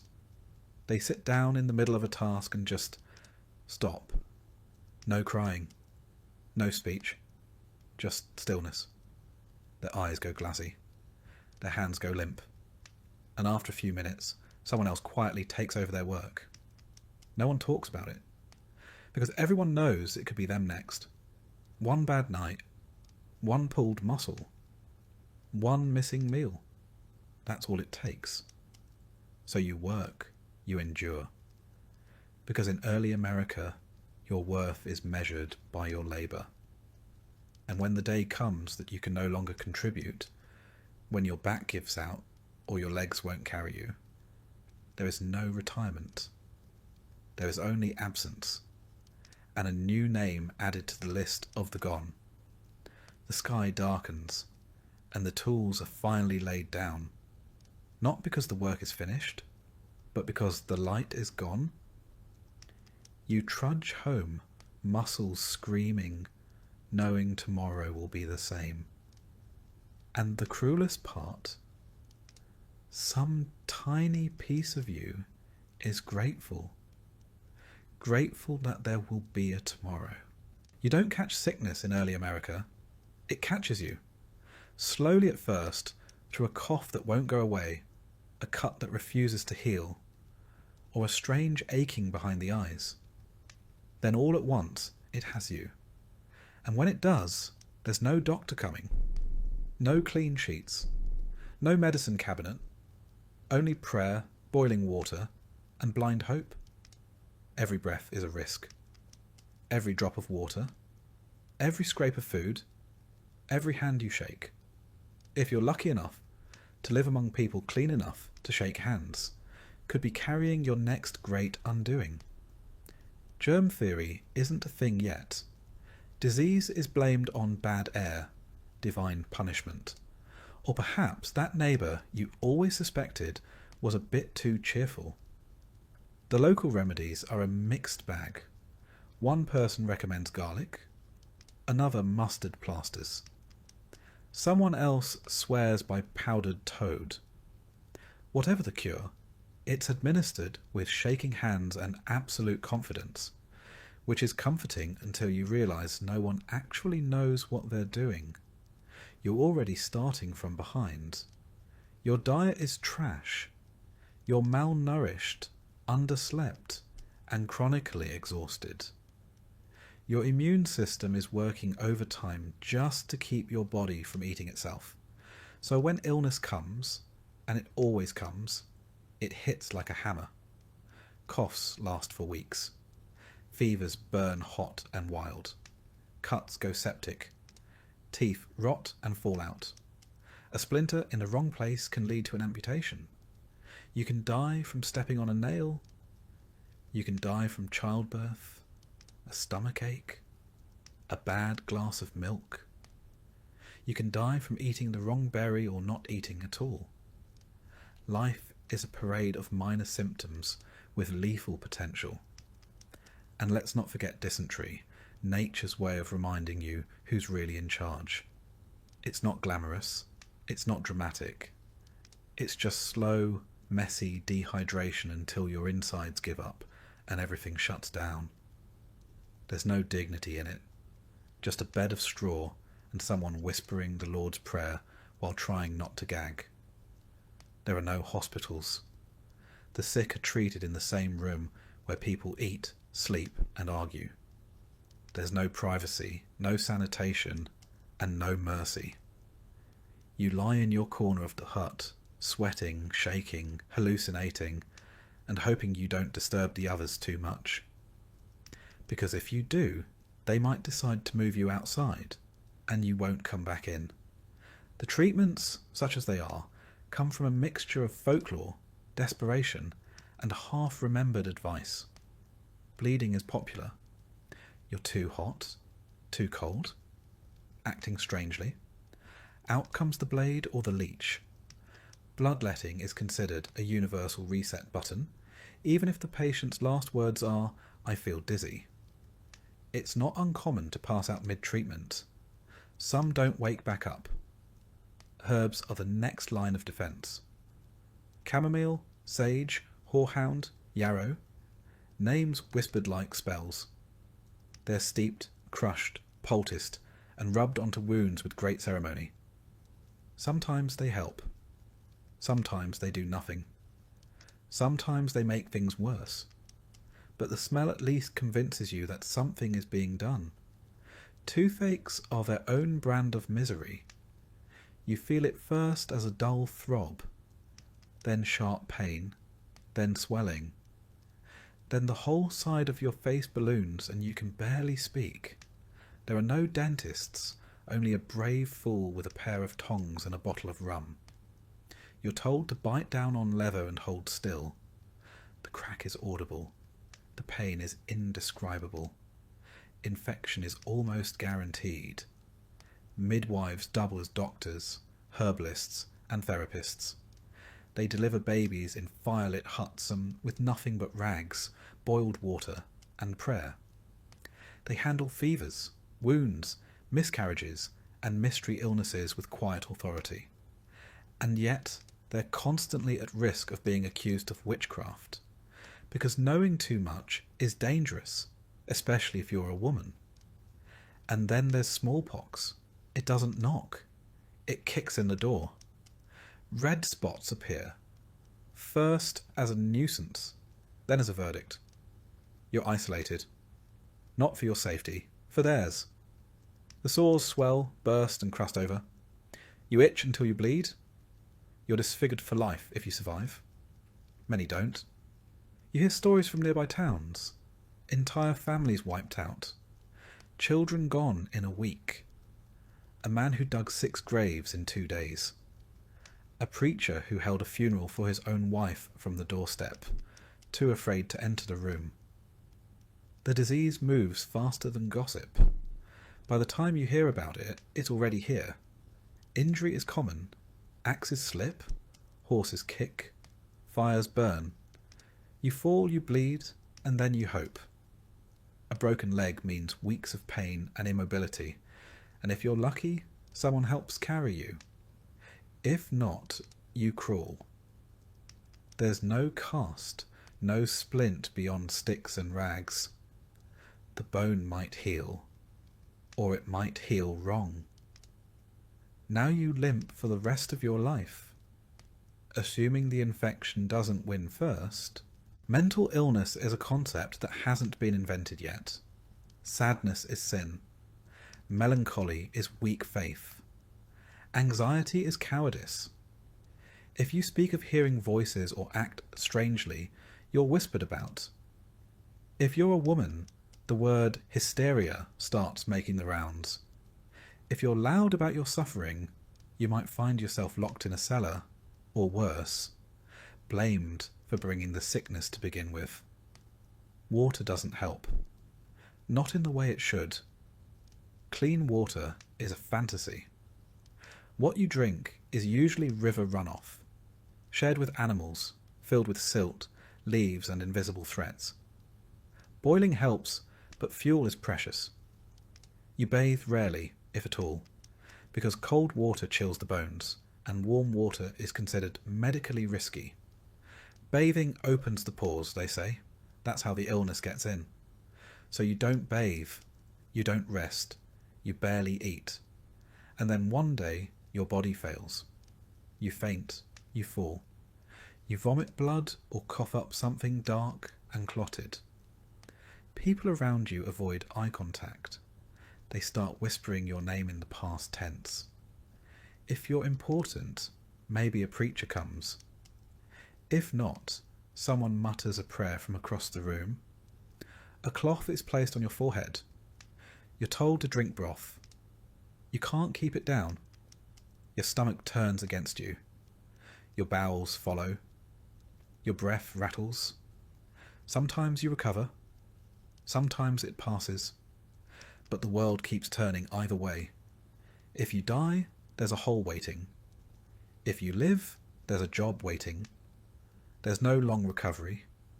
No soft re-entry into daily life. The day you can stand is the day you're handed a bucket and told to fetch water.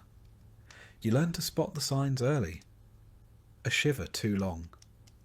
A cough that echoes. Eyes that don't focus. You learn who might last and who probably won't. You stop asking if someone feels better. You stop offering advice.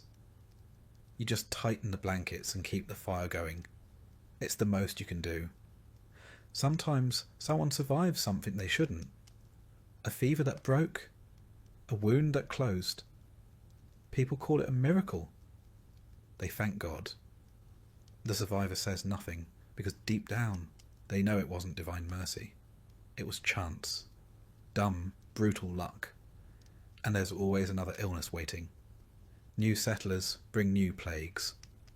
The weather changes and something strange spreads again. You cough. You pray. You drink something foul and bitter that a neighbour swears saved their cousin. You don't believe it, but it burns going down. So at least it feels like something is happening. Eventually, your body is not your own. It belongs to the rhythms of the colony, the limits of early medicine, and the whims of fate. You walk slower. You breathe harder. You sleep more but rest less. And one day, when the fever comes for you again, you know it might be the last. There's no insurance, no nurses, no quiet white rooms with beeping machines and floral wallpaper. There's just a straw mattress, a wooden bowl of tepid water, and someone you love sitting nearby, too tired to cry. Illness in early America doesn't ask permission. It doesn't wait for a convenient time. It doesn't spare the strong or the faithful. It simply arrives, stays as long as it wants, and leaves a trail of silence behind it. And when it's gone, if you're still alive, you go back to work. Because in early America, health is a temporary condition. But labour is eternal. In early America, freedom is a myth carved into future monuments, not something you'll find in your daily life. Authority is not questioned, it is endured. You don't speak up, you don't speak out. You barely speak unless spoken to. And even then, you choose your words like they might be your last, because they might be. Power wears many faces. The preacher, the governor, the magistrate, the landowner, the militia captain, the man with the Bible in one hand and a musket in the other. Sometimes they're the same person. Sometimes they disagree with each other, but all of them outrank you, and you are expected to obey. Not out of respect, but because the cost of resistance is immediate and often public. Laws exist, but not the kind you argue with. Not the kind printed neatly and explained with care. They're passed down through warning and punishment. You learn the rules when you see someone whipped for breaking them, when someone disappears after speaking too freely, when a man is nailed by the ear to a post because he stole a loaf of bread. Justice here isn't blind. It's looking right at you, with a raised eyebrow and a hand on its belt. Petty crimes are met with brutal solutions. Theft can cost you your fingers. Lying in court might earn you a split tongue or a branding. Speaking ill of a magistrate can have you standing in the stocks for days, covered in spit and whatever else the townsfolk can throw. If you're lucky, your punishment ends with humiliation. If not, it ends with a noose. Executions are not hidden. They are scheduled events, community gatherings where children are advised to watch so they'll learn something. A gallows is as common as a water well. A hanging draws a crowd. A burning draws a bigger one. And all of this, all the lashes and gags and pillories, are considered necessary. Good, even. They keep order. They teach discipline. They make examples. You're not asked to understand. You're asked to comply. Religion is law's older brother. Older, stricter, and far more imaginative when it comes to punishments. The preacher watches you closely. He listens for blasphemy in your tone, insubordination in your silence. Church attendance is not optional. Missing Sunday service is like slapping God across the face. Fines, public confession, or worse can follow. You stand in the church, shoulder to shoulder with others who smell like smoke and fear. You nod when expected. You repeat what's told to you. You don't dare look bored.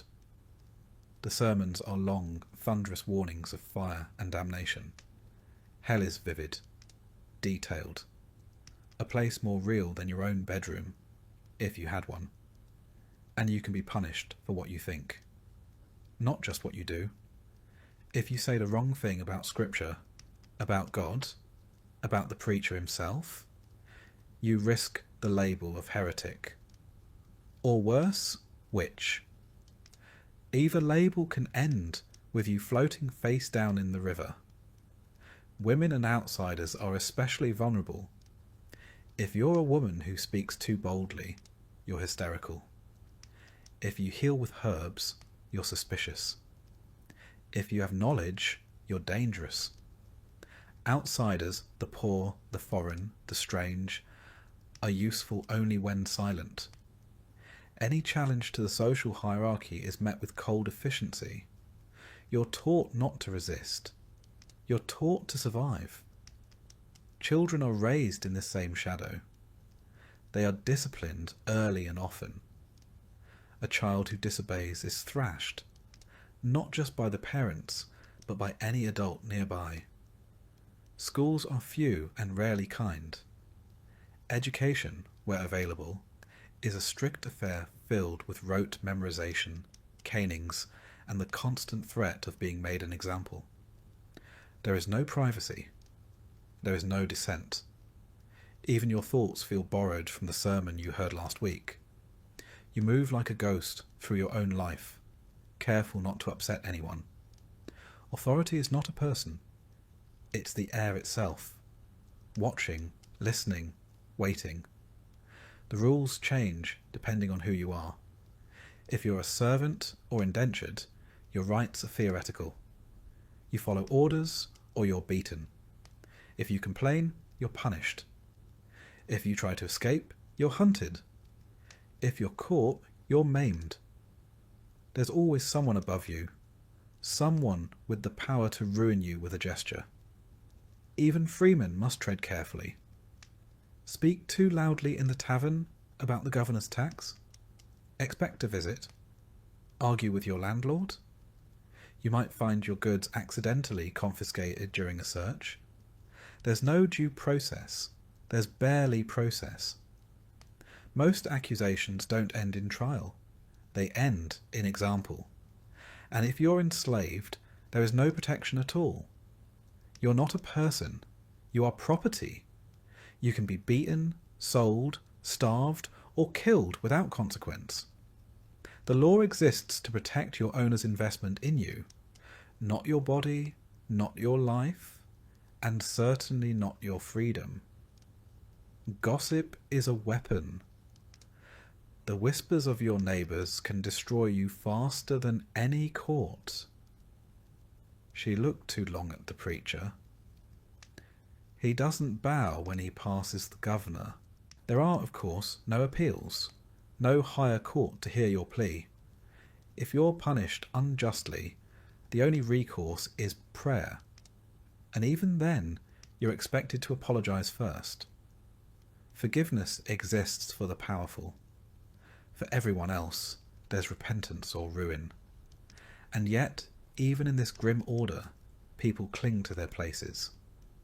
Not because they love obedience, but because fear is easier than chaos. The idea of no law, no rules, is more terrifying than a cruel one. At least here, you know what the punishment is. You've seen it, you've smelled it. You've heard it in the cries of those who didn't step carefully enough. Sometimes the punishments are symbolic.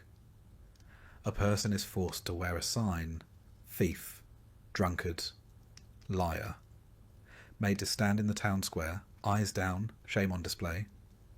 Sometimes they are literal, ears cropped, noses slit, brands pressed to skin like livestock. The scars never go away.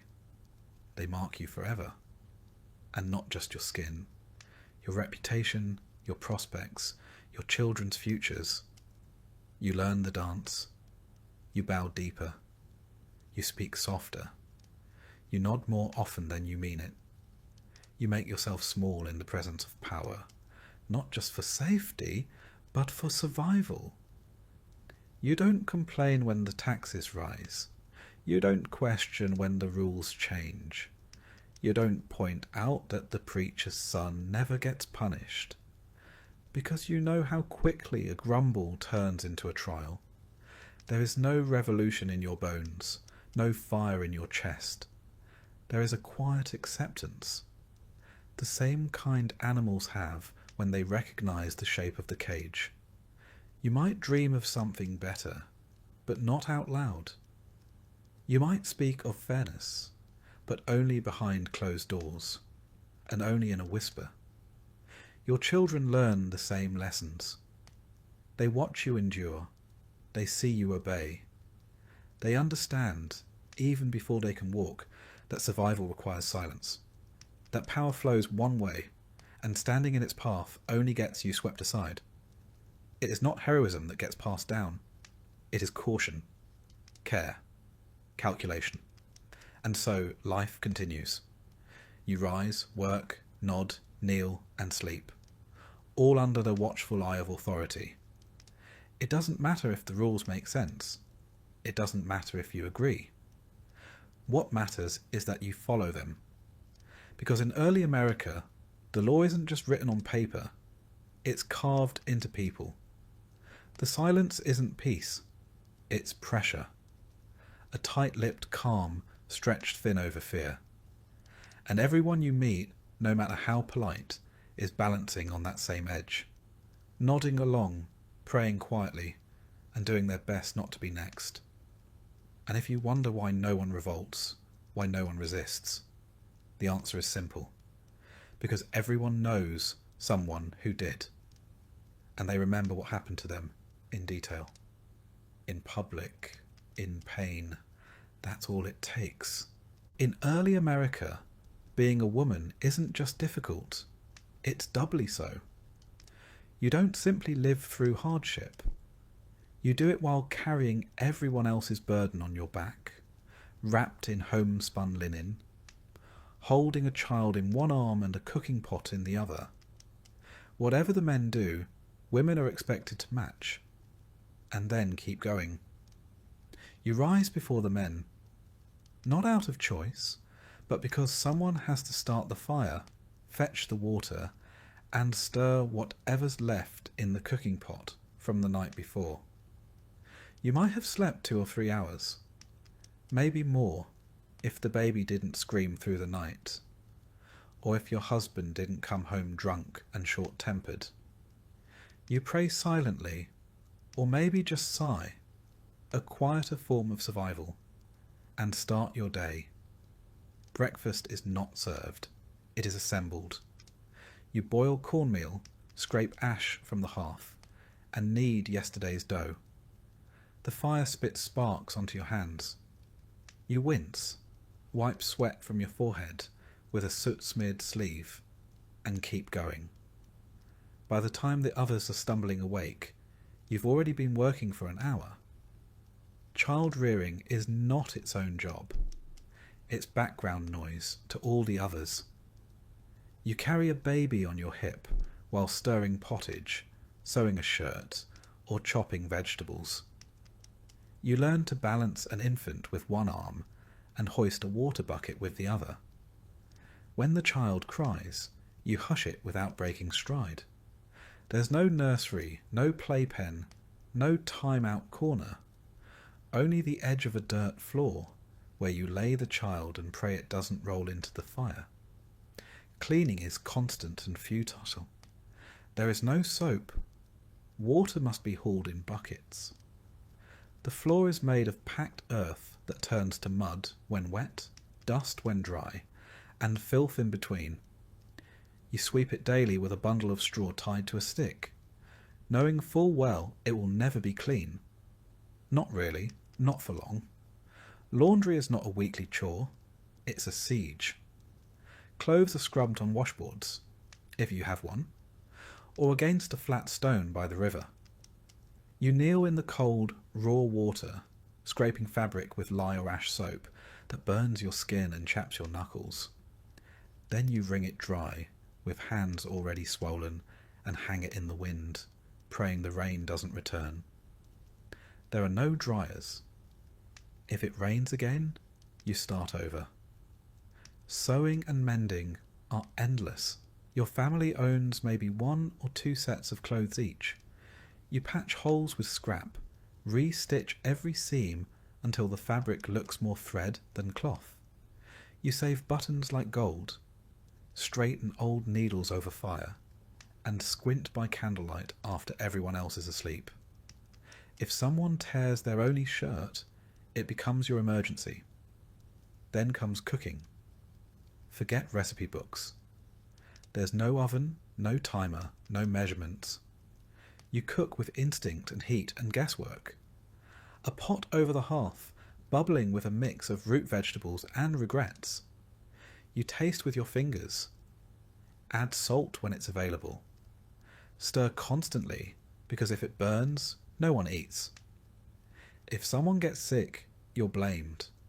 If someone complains, you take it quietly, because silence is expected. Gratitude is not. You also tend the garden, assuming you're lucky enough to have one.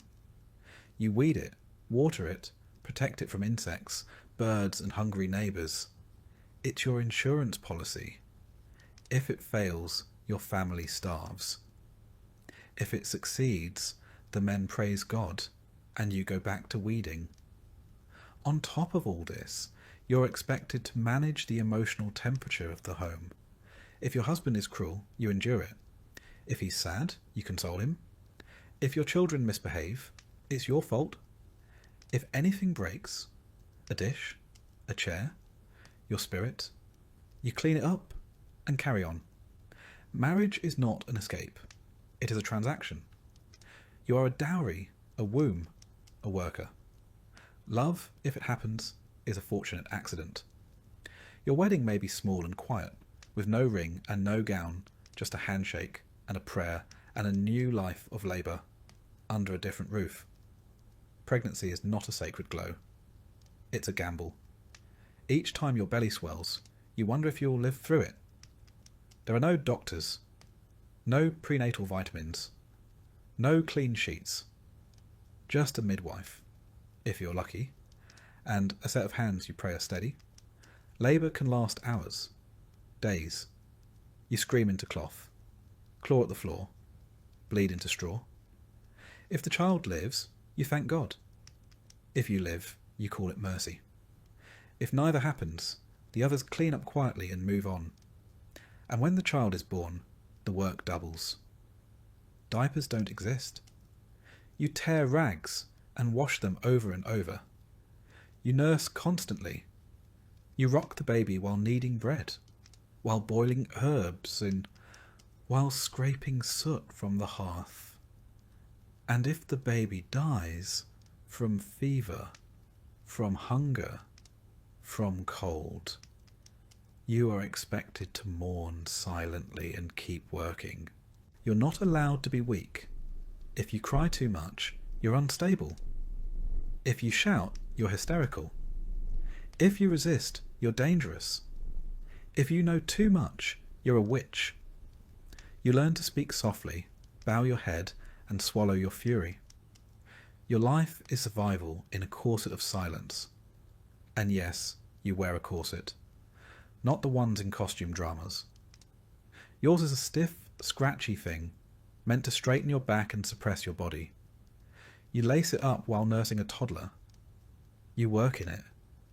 You sleep in it. You learn to move with it until the discomfort becomes part of your posture. There are no mirrors. Your reflection is in a bucket of water, if it's still enough. You forget your face. You forget your shape. You forget how to describe yourself beyond what you do. Wife, mother, servant, midwife. No adjectives, only titles. Courtship is brief. Flirting is a risk. If you smile too much, you're asking for attention. If you refuse a man's interest, you're rude. If something happens to you, something unspeakable, you are blamed for it. Your virtue is everyone's concern until it's gone. Then it's your problem alone. Even in church, your place is at the edge. You sit behind the men. You speak only to sing, and even then, not too loudly. You memorize scripture, but aren't asked what it means. The preacher talks about obedience, and everyone knows he's talking to you. Some women break the mould. Healers, spinsters, widows with sharp tongues. But most don't last long. Suspicion clings to them. If a child falls ill, it was the midwife's fault. If crops fail, it's the widow's stare. If a cow stops giving milk, someone remembers the herbalist said something odd last Tuesday. That's how it starts. Then come the whispers. Then comes the trial. Sometimes they drown you. Sometimes they burn you. Sometimes they just banish you to the edge of a village where the cold and the wolves wait patiently. You age fast. The sun creases your skin before you're 30. Your hands are calloused. Your hair greys early. You have stretch marks, scars, burns, missing teeth. All earned, none complained about. You're expected to smile anyway, to laugh softly, to keep the peace, to keep everyone else whole while you quietly fall apart. And even when you've done everything right, stayed silent, worked hard, obeyed, there's no guarantee. Your husband might die, your children might starve, your home might burn, and you'll be left alone, a widow in a world that fears independent women more than famine. So you work twice, you suffer twice, and you are remembered, if at all, only by the apron you left behind, still stained, still warm. Because in early America, a woman's work is never done, and neither is her silence. And yet somehow, despite all of it, women endure. They carry generations forward with aching arms and silent strength, weaving resilience into every stitch, every scar, every spoonful of soup. No one thanks them. No one notices. But they keep going. From the moment your boot touches this continent's soil, you carry with you not just disease and iron and scripture, but assumptions, heavy, invisible ones. You assume this place is empty. You assume it's yours. You assume that the people already here will either help you, fear you, or get out of the way. None of those assumptions are correct. The land is not empty. It has paths, stories, names. Older than your family, older than your king, older than the ink on your colonial charter. The people are not few. There are nations here, not scattered tribes. Cultures with governments, customs, languages, boundaries. Some live in longhouses, some in birch bark wigwams, others in lodges, earthworks, plank houses. All of them more adapted to this land than you are. But you don't understand that. You don't even try. Because in your world, maps are drawn with blank spaces, and ownership comes with paper and a wax seal. So when you see people on your land, you see trespassers. When they watch you from the tree line, you feel threatened, not because of what they do, but because you cannot imagine a world in which you are not in charge. The first encounters are often tense, cautious. You trade small things, a knife, a copper kettle, beads. They offer you food, pelts, tobacco. They gesture for peace, sometimes with curiosity, sometimes with resignation. They've seen your kind before. You, however, have never seen anyone like them, and that unnerves you. Their faces are unreadable to you. Their expressions don't match your expectations. Their language is unfamiliar. Their silence feels ominous. Their smiles feel suspicious. You can't read them. so you decide they must be hiding something. You don't know what, but it must be dangerous. You try to communicate, you point. You speak louder, as if volume translates meaning. You mimic. You gesture. Sometimes it works, sometimes it doesn't. Sometimes they understand perfectly and pretend they don't, because they're not sure yet whether you're a threat, a fool, or both. You assume their help is automatic, their land a gift. If they show you how to grow maize or where the fish are, you call it a divine blessing, not survival knowledge painstakingly passed down over centuries. If they teach you something, you write it in your journal as your own discovery. If they warn you not to settle near a certain stream, and you do anyway, you call the resulting flood an act of God. Their customs confuse you. They don't rush meals. They don't shake hands. Their leaders don't dress in lace or carry swords. When they speak, it takes longer, not because they're slow, but because words matter. Silence is part of the language, and when they decide, they do so together, a concept as foreign to you as the plants in their medicine pouches. And still, you label them savages, not because they are, but because they don't mirror you. They don't kneel the same way. They don't pray in Latin. They don't build fences or tally land deeds. So you decide they must be lesser. This comforts you. It gives you permission. You fear what you don't control. So you start to arm yourself more visibly. You build higher walls. You look for excuses.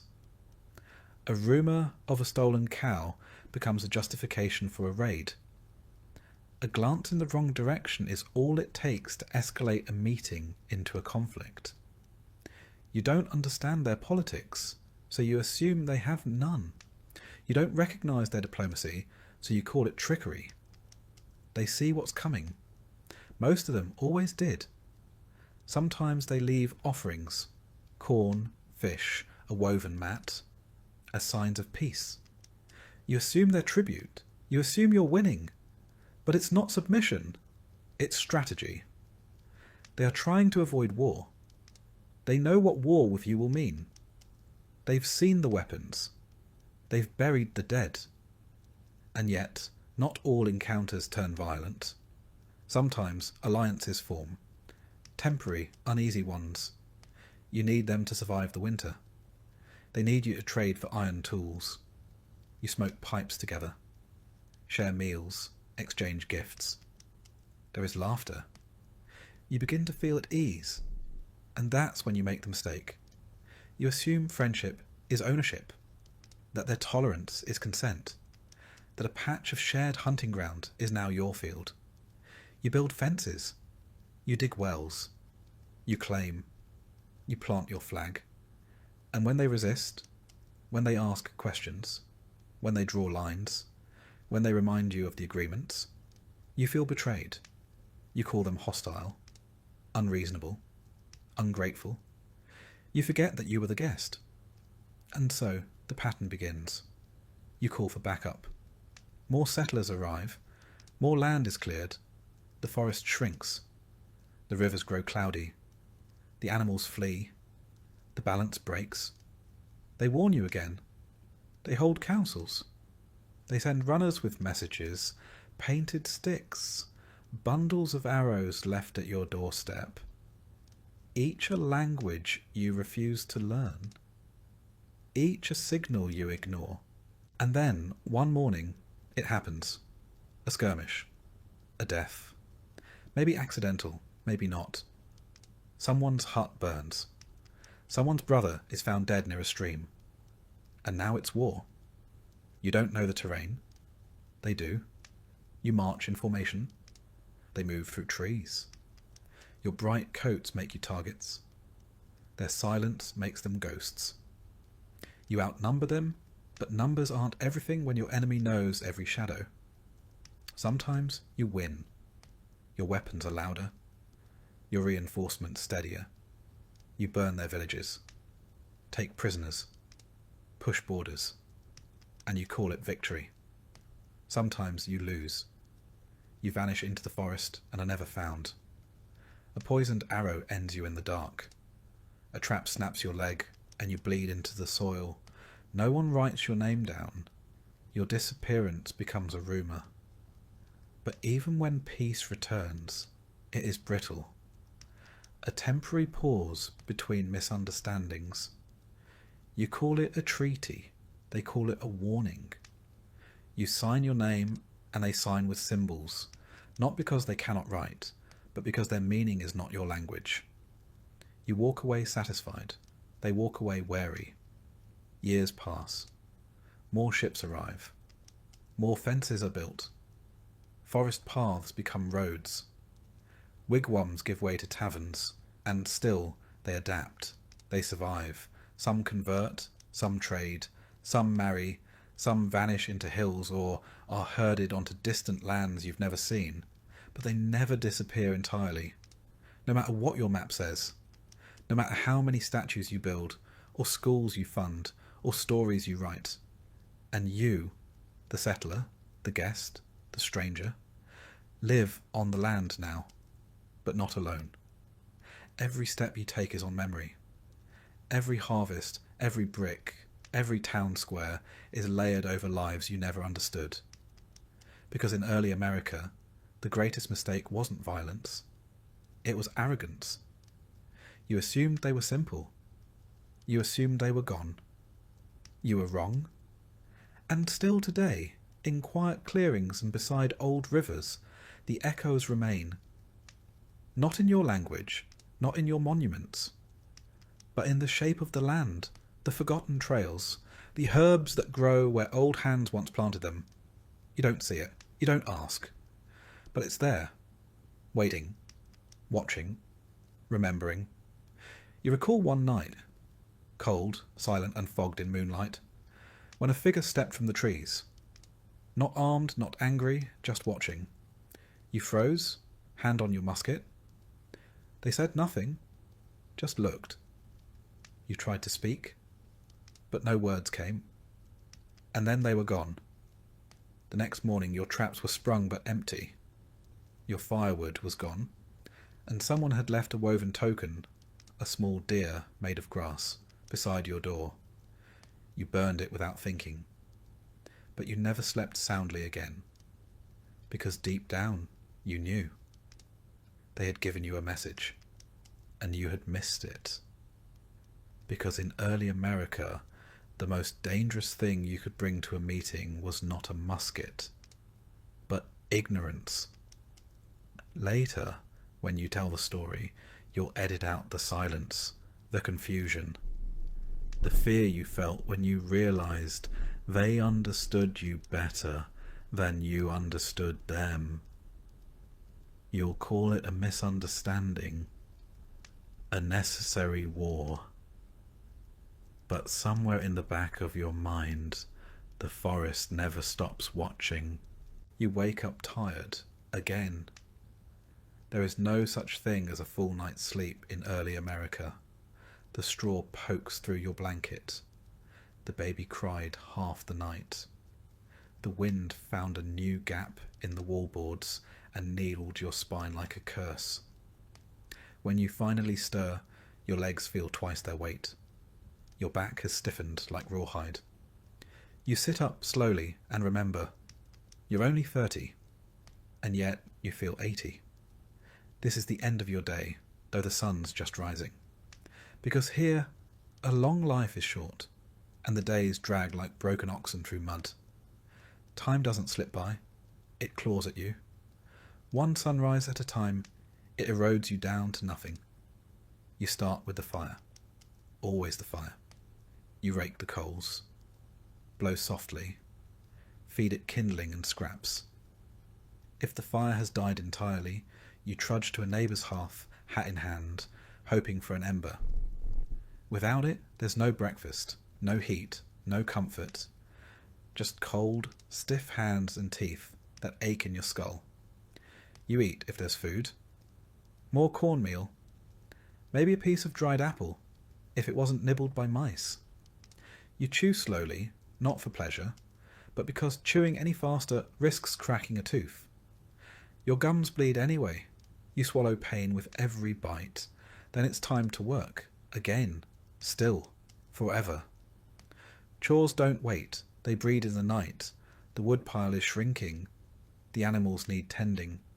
The roof leaks again. Someone has the fever. Someone else is limping. Someone else simply didn't wake up this morning. You mark their absence and move on. Because in early America, grief is a luxury you don't always have time to feel. Death is not rare, it's routine. A neighbour dies and you nod. A child dies and you sigh. A spouse dies and you keep the stew warm. Mourning must be scheduled between chores. No time to weep if there's laundry. No time to sit if the cow's gone missing. You bury them quickly. Dig a shallow grave, if the ground isn't frozen. Say a short prayer. Cover them with dirt and move the rocks back into place. Sometimes there's a wooden marker. Sometimes not. The worms don't care either way. The earth takes everything. It always has. You do not expect to grow old, and the children you raise, if they live, will remember you as the parent who squinted into the sun and never smiled. You have no teeth for smiling, no breath for song. What little energy you have is spent keeping the walls up and the water from flooding the floor. If you're lucky, you don't die in winter. If you're unlucky, you die in winter, and no one can bury you until the ground thaws. Your body is stored in a shed, wrapped in cloth, visited by mice. When spring comes, someone will dig the hole and drop you in. Marriage brings no guarantee of longevity. A man might be killed in a logging accident. A woman might bleed out after childbirth. A child might waste away from a cough. Death doesn't discriminate. It doesn't announce itself. It arrives mid-meal, mid-sentence, mid-prayer. And when it does, you keep going. You don't have a choice. Because every day in early America is a rehearsal for the end. There are no doctors, not really, just neighbours with opinions. A fever is met with whiskey and prayer. A broken limb gets splintered with whatever's nearby. You might try herbal remedies, ground roots, poultices, teas that taste like compost. Sometimes they help, sometimes they don't. If you get sick, you're mostly on your own. People keep their distance, not out of cruelty but survival. One cough can clear a room. One fever can take down a household. You stay in bed, sweating, praying, watching the ceiling blur and warp with each hallucination. If you recover, you call it a miracle. If not, you don't get to call it anything. And yet, the days stretch on. Long, relentless. The sun arcs slowly overhead, marking the hours not with clocks, but with fatigue. You haul water, chop wood, scrub walls, mend tools, tend animals, weed gardens. If you stop, you fall behind. If you fall behind, you fail. And if you fail, you die. Or someone else does. There's no vacation, no retirement. You work until you break. And then you keep working, just slower. Your joints ache. Your hands curl into claws. Your eyesight fades. Your skin thickens like old leather. You become a figure at the edge of the room. Useful until you're not. In your spare time, you prepare for more work. You soak beans, patch roofs, stitch clothes, teach the youngest how to hold a shovel, how to sweep ash, how to carry water without spilling. There's no childhood here, just an apprenticeship to struggle. Sundays offer a kind of rest. If you count sitting stiffly on a wooden bench for 3 hours while a preacher tells you that everything hard about your life is your fault, that you were born sinful, that pain is holy, that suffering is good for the soul, You nod along because disagreeing is dangerous. Even joy is measured carefully. A wedding feast, if you can afford one. A song sung softly after supper. A baby's first steps, quickly followed by the realization that now they can wander into danger. You don't celebrate long. The world doesn't allow it. You measure time by seasons, by births, by burials. A good year is one where no one starves and only a few get sick. You mark the months not with calendars, but with tasks. Planting, harvesting, mending, surviving. Evenings come slowly.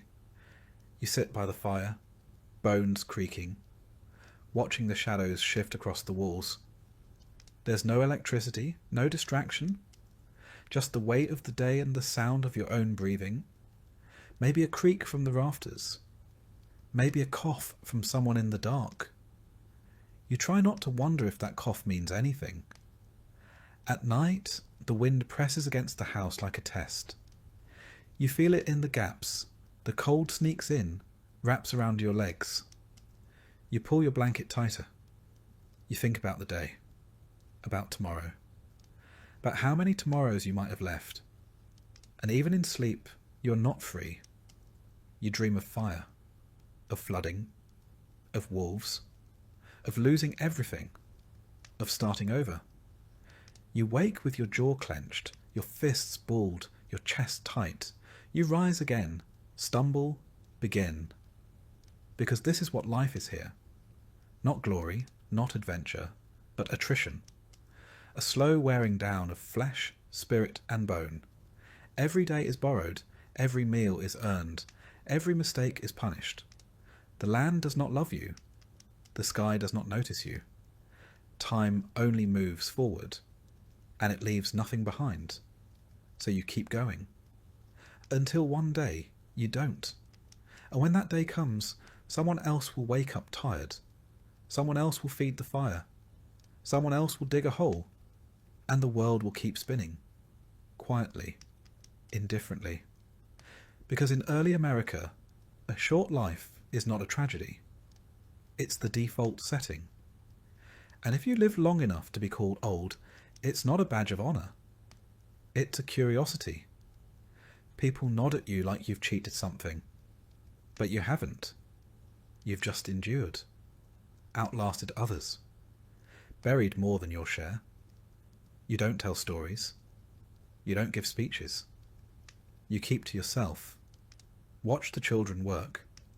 And wait for the day when your name is spoken past tense. Because here, in the raw teeth of the world, life is a candle burned at both ends, blown out by weather or luck, or a splinter that festered too long. There is no eulogy, no plaque, just silence, and then someone else picking up your tools. So next time you think about history, about how you might have fared, remember this: you wouldn't have lasted a day, but someone like you did, and that's why you're here. Because in early America, survival wasn't heroic. It was just what people did until they couldn't. And even then the chores still needed doing.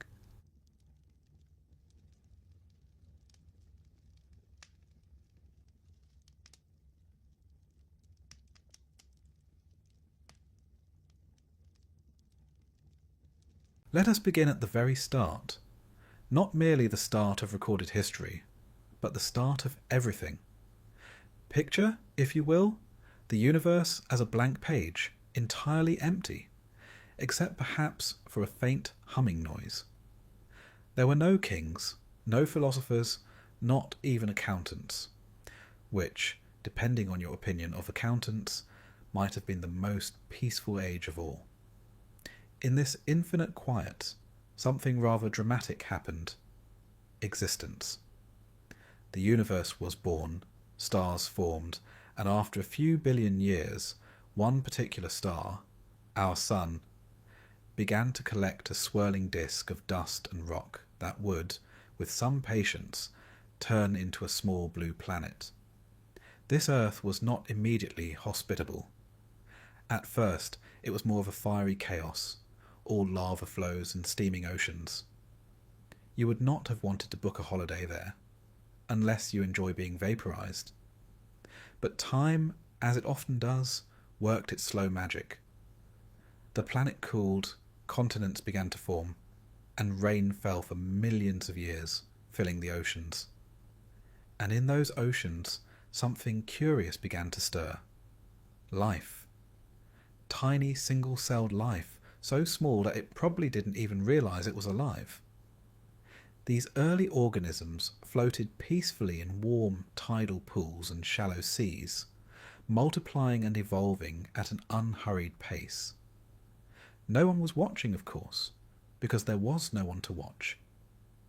They invented photosynthesis, which, I am told, was a brilliant idea, and began releasing oxygen into the atmosphere, paving the way for larger, more complicated life forms. Over the course of several 100 million years, because nature is nothing if not patient, sponges, jellyfish, trilobites, and eventually fish appeared. The seas became busy, wriggling with life. Then, in a bold evolutionary move, some adventurous creatures wriggled their way onto land. This was the start of something entirely new. Ecosystems with trees, insects, and later reptiles. Enter the dinosaurs, those enormous lords of the Mesozoic era, stomping around with magnificent disregard for the tiny mammals hiding in the shadows. Dinosaurs were the rock stars of prehistory, strutting about for over 150 million years. But all good things come to an end, and theirs came with a bang, quite literally, when a rather rude asteroid crashed into the Yucatan Peninsula and dramatically changed the weather. The dinosaurs, except for a few who cleverly reinvented themselves as birds, bowed out, leaving the mammals free to take centre stage. Among these mammals was a scrappy little branch that would, through millions of years of trial and error, produce apes. Some of these apes climbed down from the trees, stood on 2 legs, and began walking across the plains. These were our ancestors, not terribly impressive at first glance. Small, hairy, probably quite smelly, but possessed of a curious spark that would one day change everything. Human evolution is a slow and winding tale. First came Australopithecus, who walked upright but still looked more ape than human.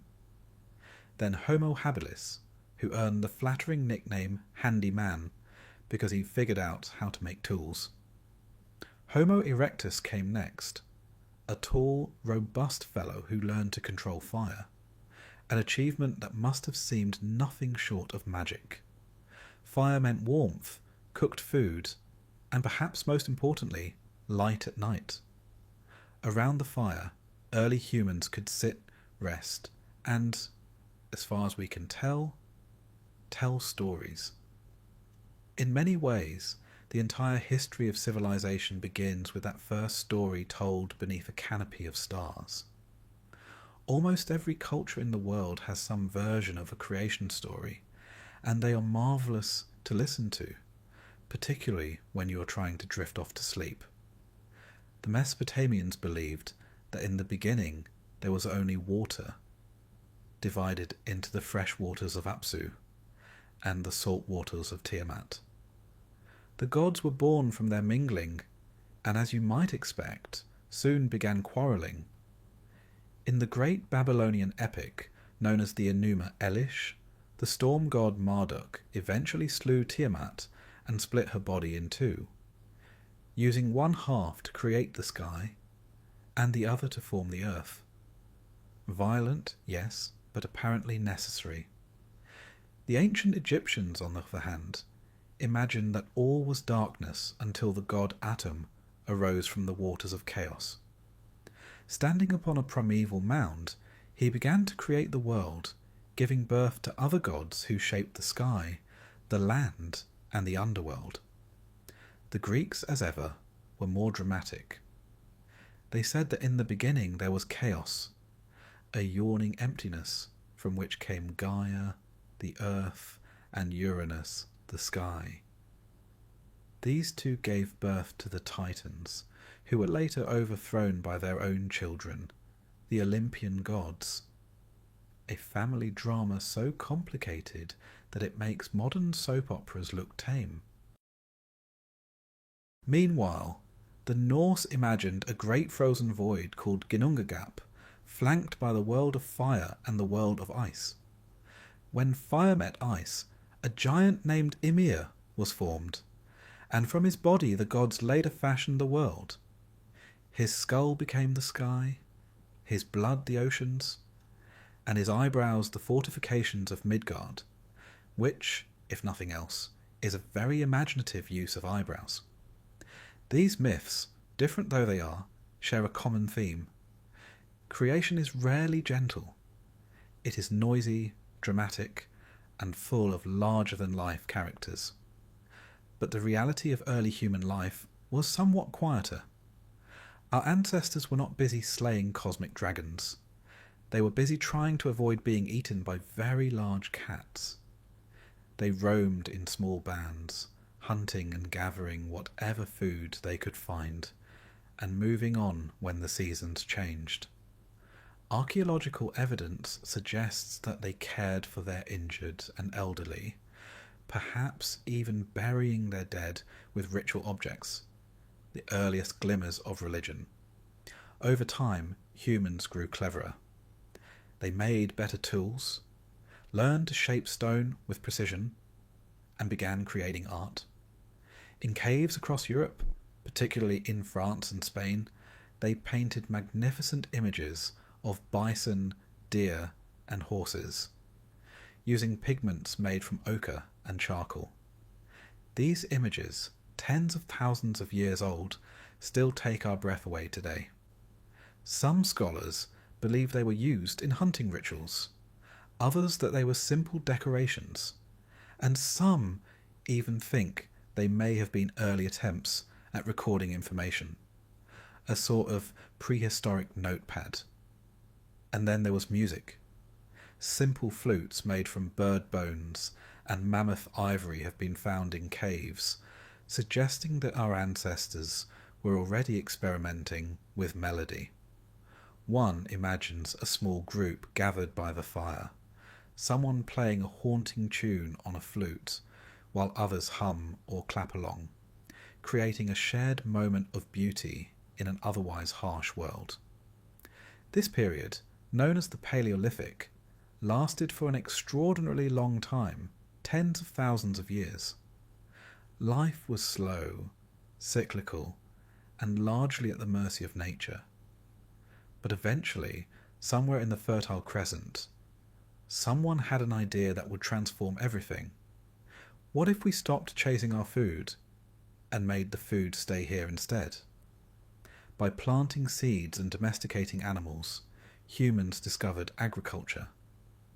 This single innovation meant that we could settle down, build permanent homes, and begin to accumulate things, possessions, tools, even ideas. With agriculture came surplus food, which meant leisure time, which meant the beginnings of art, religion, and eventually politics. But we are getting ahead of ourselves. The first chapter of our tale is not about cities or kings, but about quiet nights under a brilliant sky, about the slow discovery of fire, about the first hesitant steps towards creativity and meaning. Imagine the smell of smoke from a campfire, the crackle of dry wood, the soft murmur of voices in the darkness. Above, the constellations turn, the same constellations we still see today: Orion, Taurus, Ursa Major. And perhaps long ago, someone pointed at them and said, "That one looks like a hunter." And thus the first myth was born. This is where humanity truly began. Not in palaces or battlefields, but here, at the edge of the firelight, with a story told to pass the time, to explain the world, and perhaps to help the children fall asleep. It is a fitting beginning for our journey through history. For all of civilization can be seen as one long conversation that started around that fire. So let us end our first chapter here, not with war or conquest, but with quiet wonder. The dawn of humanity was slow, gentle, and full of curiosity. Tomorrow we shall rise with our ancestors and take the next step, planting seeds, taming animals, and building the first villages. But for tonight, let the fire burn low, let the stars keep watch, and let the ancient stories carry us into sleep. When we last left our ancestors, they were sitting peacefully around their fires, painting bison on cave walls, and playing flutes made out of bird bones. It was a simple life, full of wandering, hunting, gathering, and the occasional very exciting moment involving a large predator. But all of this was about to change, and change quite dramatically. For millions of years, humans had been nomads, restless travellers following the herds and the seasons. Then, sometime around 10,000 BCE, somewhere in what we now call the Fertile Crescent, that lush crescent-shaped region stretching across modern-day Iraq, Syria, and parts of Turkey, a brilliant idea took root. Quite literally. Someone decided to plant seeds. At first, it must have seemed like magic. Drop a few grains into the soil, come back weeks later, and there they are. Plants, as if the earth itself were giving gifts. Of course, it was not quite that easy. Early agriculture required an enormous amount of trial and error. One imagined some poor soul chewing on suspicious plants until he found the ones that wouldn't kill him. But eventually, the great staples of civilization were tamed. Wheat, barley, lentils, and later rice and maize in other parts of the world. This great shift from foraging to farming is what historians call the Neolithic Revolution, and it was one of the most significant turning points in all of human history. It allowed people to stay in one place for long periods, to build permanent homes, and to think about things other than where their next meal might come from. Settled life meant the first villages, and with villages came the first neighbourhood disputes. Imagine those early communities, clusters of mud brick houses, smoke curling lazily from cooking fires, goats bleating irritably in pens, children running about underfoot. Without the need to move constantly, people could store food, craft better tools, and even experiment with new inventions. Pottery, for example, seems to have sprung up everywhere farming took hold. Probably because people needed something to keep all that grain in. Agriculture also led to something else: surplus food. This was a revolutionary concept. For the first time, not everyone had to be involved in finding food all the time. Some could devote themselves to other tasks, weaving cloth, making tools, even experimenting with early forms of writing. Specialists emerged: potters, carpenters, priests, and no doubt the first gossipers, who kept the entire village informed of who was growing what. And then there were the animals. Domestication was another milestone, though it must have been an interesting process. Dogs were probably the first. They had been hanging around humans since the Ice Age, scavenging from scraps, until someone realized they were quite useful for hunting and guarding. Sheep, goats, pigs, and cattle followed. In some parts of the world, people tamed chickens and ducks. In others, llamas and alpacas. Imagine the patience it must have taken to turn a wild aurochs, a massive and somewhat ill-tempered prehistoric cow, into a docile farm animal. But if agriculture brought stability, it also brought new problems. For one thing, staying in one place meant waste piled up, attracting pests, and diseases spread more easily. Farmers worked harder than foragers, planting, weeding, harvesting, storing, and if a harvest failed, the entire village might starve. Yet the benefits of farming were too great to ignore. Populations grew, villages expanded, and soon entire regions were crisscrossed with networks of small farming communities. It was in these early villages that humanity's first great social experiment began. People developed rules to govern behaviour, rituals to appease the gods, and of course arguments. Property disputes must have been common. Whose field belonged to whom? Which goat had wandered into which plot? Who had taken more than their fair share of grain from the communal storehouse? In this way, the first seeds of law were planted, perhaps along with the first seeds of politics. And speaking of gods, this was the time when humanity's relationship with the divine deepened.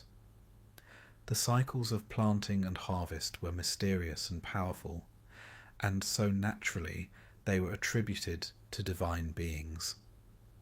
Fertility goddesses were among the earliest deities to be worshipped. In Mesopotamia, there was Inanna, later known as Ishtar, a goddess of love, war, and fertility who oversaw the growth of crops. The Egyptians had Osiris, the god who died and was reborn, much like the grain that withers and then sprouts anew. Across cultures, myths were born to explain the turning of the seasons, the rising and setting of the sun, and the strange magic of new life springing from the earth.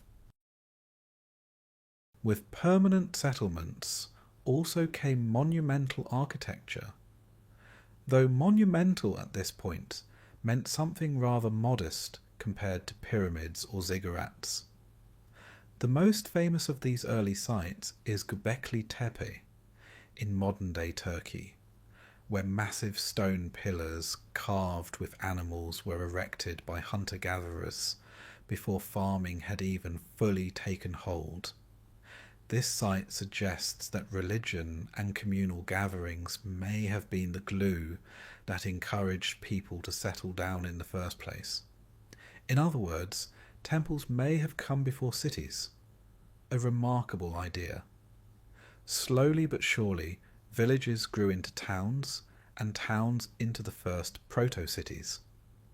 Jericho, in the Levant, is often cited as one of the world's oldest continuously inhabited places, with evidence of stone walls and towers going back to around 8000 BCE. Çatalhöyük in Anatolia is another extraordinary example. A dense settlement of houses packed so closely together that people seem to have entered their homes through roofs. It must have been an archaeologist's dream and an ancient health and safety inspector's nightmare. Life in these early towns was still slow and deeply connected to the rhythms of nature. People rose with the sun, worked in their fields, tended to their animals, and gathered in the evening to share food and stories. At night, they might look up at the stars, just as their ancestors had done, but now they could track those stars carefully, noticing how they marked the passing of the seasons, a knowledge that was critical for planting and harvesting at the right time. And so astronomy was born, not for the sake of science but for survival. Over time, this stargazing would give rise to elaborate calendars and eventually to astrology, which has been puzzling and delighting humans ever since. The first priest astronomers were the keepers of this sacred knowledge, ensuring that rituals were performed at the correct times to guarantee good harvests. As populations grew, so too did complexity. Trade between villages increased, with obsidian, flint, shells, and other valuable goods being exchanged over long distances. Early trade routes began to form, laying the groundwork for what would one day become vast networks like the Silk Road. Ideas travelled along with goods, techniques for farming, new tools, and no doubt a few good stories. But if there is one thing that defined this era, it was the steady, gradual pace of life. There were no empires yet, no great armies marching across continents, no libraries or writing systems. Just the quiet hum of a world slowly becoming more organised, more human. The village became humanity's first stage of civilization, the place where people first learned to live side by side, to share work and resources, and to dream of something more. It is strange to think that all the complexity of modern life, cities, nations, technology, began with something as simple as a seed dropped into the earth. But so it did. Agriculture was the foundation upon which everything else would be built. It was the beginning of a grand experiment that continues to this day: how to feed, organise and guide a growing population. Let us leave our ancestors here for now, in their small but thriving villages, perhaps celebrating a good harvest with a feast. The fire crackles, grain beer is passed around, someone strikes up a tune, and children laugh as they run through the dust. Overhead, the stars wheel silently on, marking another year in humanity's long journey. Soon, these villages will grow larger, walls will rise, and kings will appear to claim authority. But that is a story for another night. By now, humanity had grown quite comfortable with village life. They had fields, animals, pottery, and neighbours to complain about. All the essentials of civilization. But the next great leap was about to take place, and it would forever change the rhythm of human existence. Villages would grow into towns, towns into cities, and before long kings would appear, temples would rise, and the quiet murmur of village gossip would be replaced by the bustling chatter of civilization. And it all began with rivers. Rivers are the unsung heroes of human history. They watered crops, provided fish, served as highways for trade, and occasionally flooded dramatically, just to keep everyone on their toes. In Mesopotamia, between the Tigris and Euphrates rivers, people began building some of the world's first true cities. The soil there was rich and fertile, though the rivers were unpredictable, prone to catastrophic flooding. Perhaps this is why Mesopotamian mythology was full of stern, sometimes irritable gods who demanded constant appeasement. If your river gods can wash away your house overnight, you tend to take them seriously. It was here, in this cradle of civilization, that places like Uruk, Ur, and Eridu rose from the dust. Uruk is especially famous. It is the city of Gilgamesh, the legendary king whose exploits are recorded in the Epic of Gilgamesh, the world's first great work of literature. In this story, Gilgamesh goes on a heroic quest, meets a wild man named Enkidu, fights monsters, annoys a goddess or two, and ultimately learns that immortality is not to be found. It is a surprisingly philosophical tale for something written on clay tablets. Cities like Uruk were remarkable places, bustling hubs of trade, religion, and politics. They had markets full of goods, grain, dates, wool, copper tools, and temples known as ziggurats, those massive stepped pyramids that seemed to scrape the very sky. Ziggurats were the homes of the gods on earth, or so it was believed, and priests tended them carefully, performing elaborate rituals to keep divine favour. Life revolved around these temples, which were as much administrative centres as they were religious sites. Of course, with cities came rulers, and with rulers came power struggles. Kings arose, often claiming divine approval for their reigns. In Mesopotamia, kings were seen as the chosen of the gods, tasked with keeping order in a dangerous and unpredictable world. The very first law codes were carved into stone in these cities, Hammurabi's code being the most famous. It contained laws about theft, trade, marriage, and even the proper fees for a surgeon's services. Justice, as you might expect, was rather strict. The phrase "an eye for an eye" comes from this code. While Mesopotamia was building its ziggurats, another great civilization was taking shape along the Nile River. Egypt, blessed with a river that flooded predictably each year, became one of the most stable and enduring cultures in history. The Egyptians saw their river not as a dangerous god to be placated, but as a generous provider. They even personified it as Happy, a cheerful, pot-bellied deity who brought fertility to the land. Egypt's great gift to the world was monumental architecture on an entirely new scale. The pyramids of Giza, built during the Old Kingdom, still stand as some of the most astonishing structures ever created. Imagine the sight of them rising from the desert, smooth-sided, gleaming white under the sun, pointing to the heavens. They were not built by slaves, as old myths once claimed, but by skilled labourers working in rotating crews, well fed and housed in nearby workers' villages. The pyramids were tombs for the pharaohs, who were believed to become divine after death. These were not mere burials. They were cosmic launch pads designed to help the king's soul ascend to the afterlife. Egyptian mythology was rich and colourful, filled with gods and goddesses who personified every aspect of life. Ra, the sun god, sailed across the sky each day and into the underworld each night, only to rise again in triumph. Osiris ruled over the afterlife.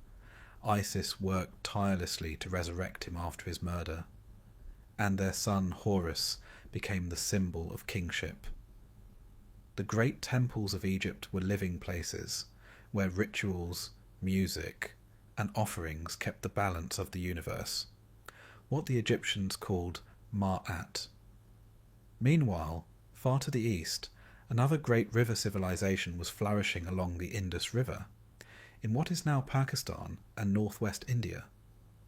The Indus Valley cities of Harappa and Mohenjo-Daro were marvels of urban planning, with straight streets laid out on grids, sophisticated drainage systems, and houses with indoor bathing areas. These people loved order, cleanliness, and, as far as we can tell, baked bricks. We still do not know what language they spoke, because their writing system remains undeciphered, but we know they traded widely, even reaching Mesopotamia. And then there was China, where the Yellow River nurtured one of the world's oldest continuous civilizations. The Shang dynasty, one of the earliest known, left behind beautiful bronze vessels, oracle bones inscribed with the earliest form of Chinese writing, and a tradition of ancestor worship that would continue for millennia. Chinese mythology told of the Yellow Emperor, Huangdi, a sage king who invented writing, medicine, and governance, a mythic founding father of Chinese civilization. If you look closely at all these early civilizations, you see common threads. They built cities near rivers. They invented writing to keep track of goods, taxes, and temple offerings. They organized labor to build monumental structures, whether pyramids, ziggurats, or city walls. and they created elaborate mythologies to explain their place in the world, placing gods in the sky, the earth, and the waters. But life in these early cities was not all solemn rituals and architectural wonders. Imagine the soundscape of a Mesopotamian city. The bleating of goats, the clatter of potters' wheels, merchants calling out their wares, children running through dusty alleys. There were markets where one could buy dates, fish, copper tools, and beer. Because yes, beer was already being brewed, and judging by some surviving recipes, it was a thick, porridge-like drink you might have needed a straw for. There were also festivals, grand processions in which statues of the gods were carried through the streets, accompanied by music and dancing. The people of these cities knew how to celebrate as well as work, and feasts must have been occasions of great excitement. Still, city life came with its challenges. Crowds meant noise, smells, and the occasional outbreak of disease. Walls had to be built to keep out raiders, and armies organised to defend fields and water supplies. War, alas, is as old as civilization itself, and the first recorded battles come from this era. Yet even warfare helped shape human culture, driving the development of metallurgy, chariots, and strategy. And so, by the time we reach around 3000 BCE, the world is dotted with thriving cities, each a small but dazzling centre of human ingenuity. Writing is being used not only for accounting, but also for literature and hymns. Rulers are commissioning monuments to their own glory, priests are performing elaborate rites, and merchants are carrying goods across great distances. This was the dawn of history in the truest sense, for history requires writing, and writing had finally been invented, first as simple marks on clay tablets, later evolving into cuneiform, hieroglyphs, and scripts that would become the alphabets we still use today. Let us end this chapter here, in one of these ancient cities, perhaps on a warm evening. The marketplace is quieting down, the ziggurat looms dark against the sky, and somewhere a scribe is pressing neat little wedges into a clay tablet by lamplight. The river flows steadily past, carrying water, fish, and the promise of tomorrow's sunrise. Humanity, at last, has entered the age of cities, and the story is only beginning. The dawn of cities had been a triumph, but humanity was not done yet. No, we were just getting started. With the invention of writing and organised religion, humanity had established the foundations of culture. But now we were about to build something even bigger. Empires. Yes, cities were fine, but why stop there when you could have dozens of cities under your control, all paying you tribute and sending you grain? This was the age of bronze, and bronze meant power. Bronze, in case you've not handled it lately, is a marvellous alloy of copper and tin. Softer than iron, but stronger than stone, bronze revolutionised everything from farming to fighting. Tools could now be sharper, more durable, and more effective. Axes chopped trees faster, ploughs dug deeper into the soil, and spears could be relied upon not to shatter during a heated skirmish, which is always a plus. As a result, food surpluses grew, populations expanded, and rulers could draft ever larger armies. And with armies came conquest. Mesopotamia was first out of the gate with this empire-building business. Sargon of Akkad, around 2330 BCE, is widely considered the world's first true emperor. He united the city-states of Mesopotamia under his rule, creating the Akkadian Empire. He even boasted that he washed his weapons in the sea, suggesting that his dominion stretched from the Persian Gulf to the Mediterranean, which, for the time, was practically the known universe. Empires were not just about brute force, though. They also required administration.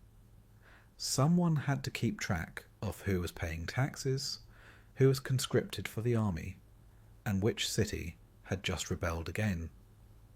Bureaucracy was born. Clay tablets recorded shipments of grain, lists of workers, temple inventories, and yes, the occasional complaint from a farmer that someone had stolen his goat. Some of these complaints survive to this day, which means we have the world's oldest customer service records. While Mesopotamia was busy with its kings and conquests, Egypt entered what historians call the Middle and New Kingdom periods, when pharaohs became even more ambitious.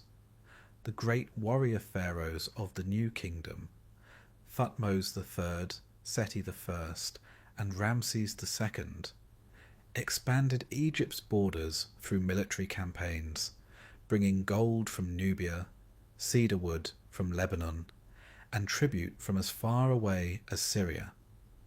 Ramses II, in particular, loved to carve his name on just about everything, leaving colossal statues of himself scattered across the land. Modesty, it seems, was not his strong suit. And then there were the Hittites, a people from Anatolia who mastered the art of ironworking slightly earlier than their neighbours, giving them a temporary but powerful advantage.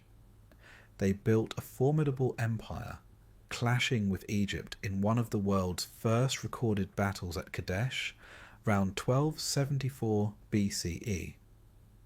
The battle ended in what may have been a draw, but the two sides signed what is also considered the first known peace treaty, a surprisingly civilized end to a clash involving thousands of chariots.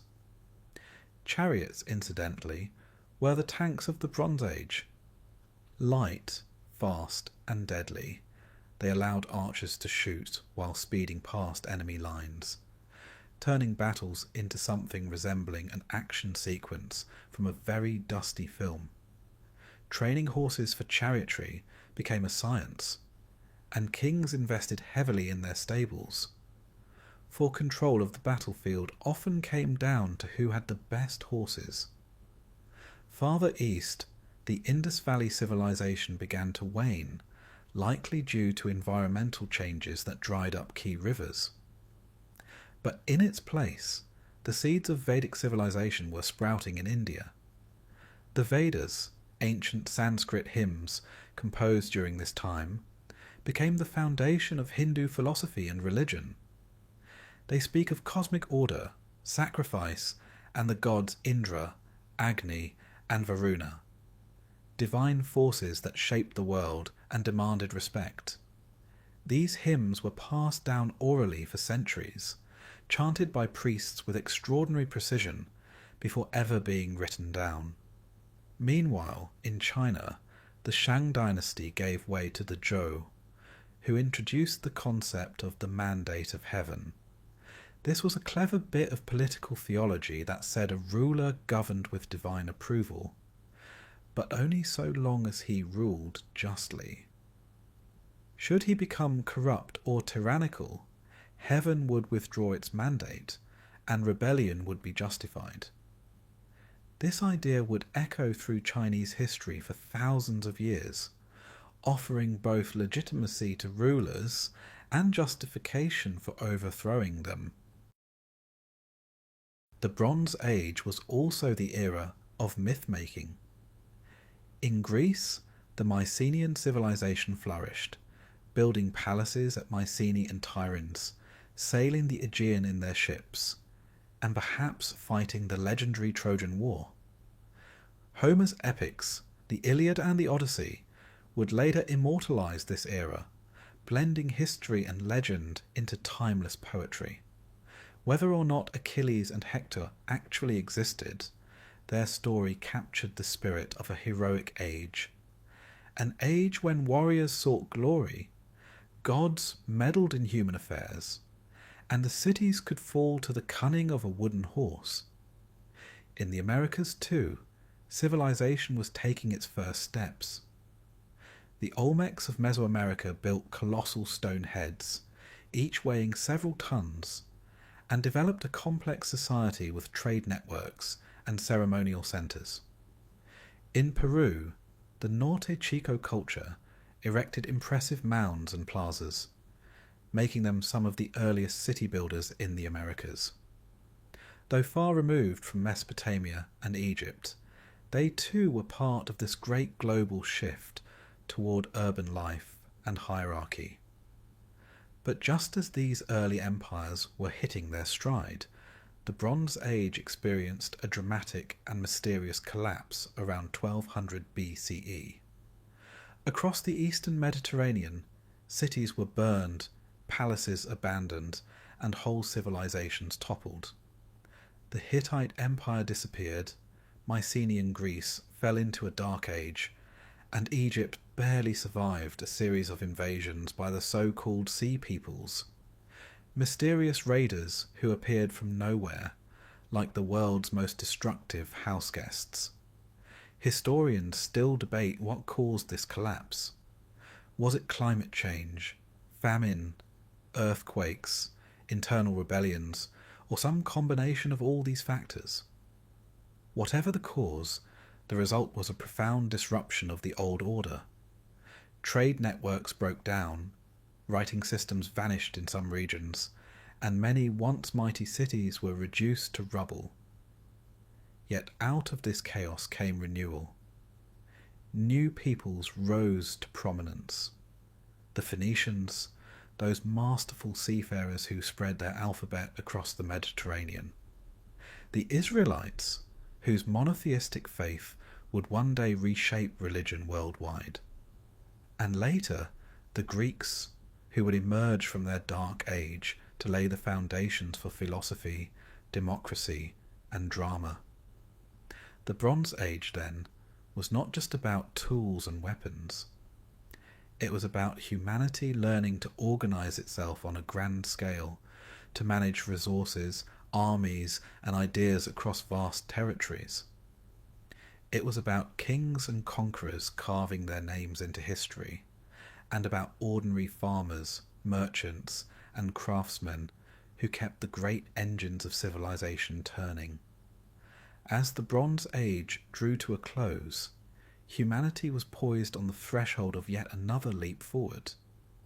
Iron was waiting in the wings, stronger and more abundant than bronze, ready to reshape warfare, agriculture, and society once again.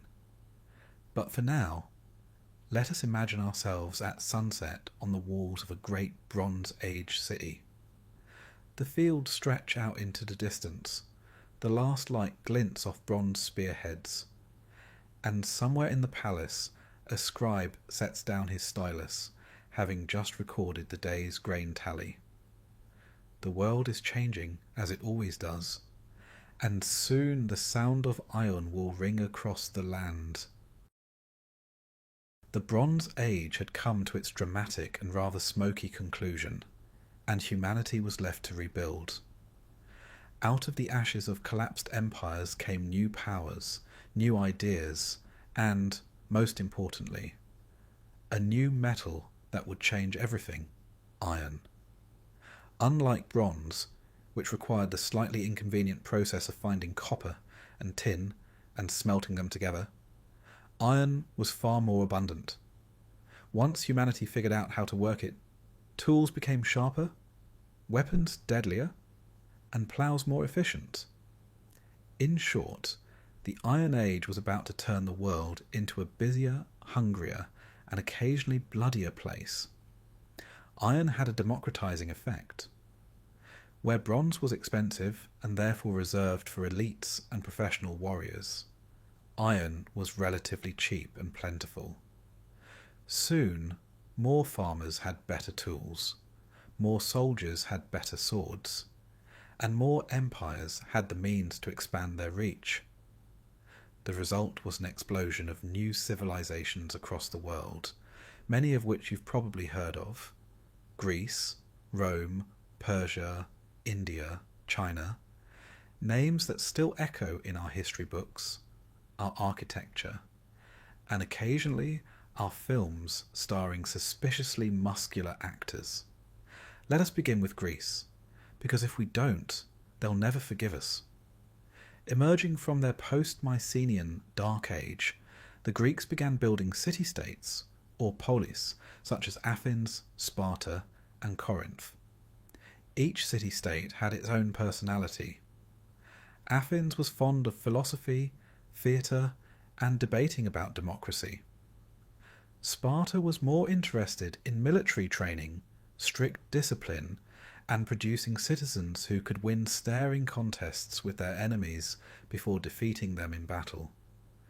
Greek mythology flourished during this time, giving the world the Olympian gods in all their dramatic, occasionally soap-operatic glory. Zeus ruled the sky, Hera ruled marriage, and occasionally plotted revenge on Zeus.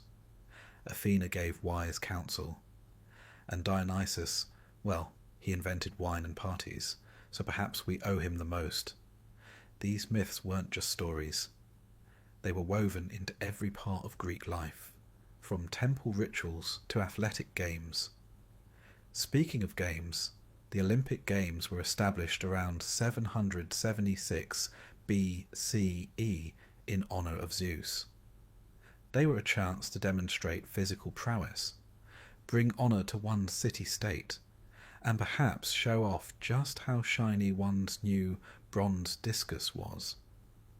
While the Greeks were philosophizing and racing naked around stadiums, the Near East saw the rise of the mighty Assyrian Empire. The Assyrians perfected the art of empire building with a certain efficiency, and, it must be said, a certain enthusiasm for intimidation. Their armies were terrifyingly organized, featuring iron weapons, battering rams, siege engines, and cavalry. The Assyrian kings left behind inscriptions boasting of their conquests, often in gory detail, which makes for fascinating reading if you're into ancient war propaganda. Then came the Persians, under the leadership of Cyrus the Great, who built an empire stretching from Anatolia to India. Unlike the Assyrians, the Persians were known for a more benevolent approach to ruling conquered peoples, allowing them to keep their customs, religions, and languages as long as they paid their taxes. This policy created one of the most stable and multicultural empires of the ancient world. Cyrus and his successors built the Royal Road, a vast highway system that allowed messages to travel from one end of the empire to the other in record time. Ancient FedEx, if you will. Meanwhile, in India, the Vedic period gave way to the rise of kingdoms called Mahajanapadas. This was the era when the great epics, the Mahabharata and the Ramayana, were composed, sweeping tales of duty, honour, war, and divine intervention that still shape Indian culture today. Philosophical traditions also took root. Buddhism, founded by Siddhartha Gautama, offered a path to enlightenment through meditation and compassion, while Jainism taught non-violence to an extraordinary degree. Some monks even swept the ground before them to avoid stepping on insects. China, too, entered its own Iron Age, with the Zhou dynasty giving way to the Warring States period. This was a time of constant conflict, but also a time of remarkable intellectual flowering. Confucius wandered from state to state, teaching about morality, duty, and the importance of proper ritual, advice that would later become the bedrock of Chinese civilization. Laozi, the semi-legendary founder of Taoism, taught about living in harmony with the Tao, the natural way of the universe, offering a counterbalance to the more rigid Confucian order. It was a time of chaos and creativity, when warlords fought for dominance, but poets, scholars, and strategists shaped the philosophies that would endure for centuries. And then there was Rome. In its early days, Rome was just a small city on the banks of the Tiber River, ruled by kings, or so the legends say. The Romans loved a good origin story, and theirs was dramatic. Twins Romulus and Remus, abandoned as infants, were raised by a she-wolf before Romulus eventually killed his brother and founded the city. Nothing like a bit of sibling rivalry to start a civilization. Rome would soon cast off its kings and become a republic, governed by senators, assemblies, and a complex system of checks and balances. Though, if we're honest, it was still dominated by aristocrats in togas. The Romans were practical people, brilliant engineers who built roads, aqueducts, and sewers that still survive today. They also had a knack for absorbing the gods and cultures of others. So much so that many of their deities were simply renamed Greek gods with slightly different fashion choices. Trade and connectivity flourished during this age. Iron tools made farming more productive, leading to surpluses that allowed for artisans, philosophers, and soldiers to pursue their crafts. The Mediterranean became a giant cultural exchange, with Phoenician traders spreading their alphabet far and wide, making writing simpler and more accessible than ever before. This alphabet would eventually inspire Greek letters, Latin script, and ultimately the very words you are reading right now. But let's not forget the common folk in all of this. Most people in the Iron Age were farmers, waking at dawn to tend fields, harvest grain, and hope that the weather, or the tax collector, wouldn't ruin their year. Life could be hard, but there were moments of joy. Festivals to celebrate the harvest, religious rituals to honour the gods, and markets where gossip flowed as freely as olive oil. And of course, there were wars. The Iron Age was noisy with the clash of swords, the thunder of chariots, and the shouts of soldiers. Yet these conflicts drove innovation, better armour, new tactics, and eventually the rise of professional standing armies that could campaign for years at a time. Perhaps the most fascinating thing about the Iron Age, however, was the birth of philosophy and science as we know them. In Greece, thinkers like Socrates, Plato, and Aristotle asked questions about justice, existence, and the nature of reality. In India, scholars explored mathematics and astronomy, giving the world the concept of zero, a number that may not sound exciting but is rather essential for modern life. In China, Sun Tzu wrote The Art of War, a treatise that is still studied today, not just by generals but by business executives who like to imagine their quarterly reports as epic battles. By the end of the Iron Age, the world was more connected, more literate, and more intellectually alive than ever before. Civilizations were trading goods, exchanging ideas, and building networks that stretched across continents. Yet tensions simmered. Athens and Sparta would clash in the Peloponnesian War. Rome would fight for dominance in Italy. And China would not be united until the Qin dynasty finally brought the warring states to heel. So picture, if you will, the world at the close of this age. Iron ploughs cut into the soil. Philosophers debate under olive trees. Roman senators argue in the forum. Persian messengers gallop down the royal road. And somewhere in China, a farmer looks up at the night sky and wonders what it all means. Humanity had entered an era not just of metal, but of ideas. And those ideas would shape the centuries to come. By the time we reached the height of the classical age, humanity had become very good at building, and not just with stone and mortar. This was an age of building philosophies, political systems, economies, armies, and entire worldviews. The Mediterranean, India, China, and beyond were buzzing with activity. Empires were growing larger, ideas were flowing faster, and the world was, for the first time, starting to feel connected in a way that went beyond a single river valley or a single kingdom. Let us begin in Greece, where the city-states had finally hit their stride. Athens, that shimmering jewel of philosophy and theatre, was enjoying its golden age.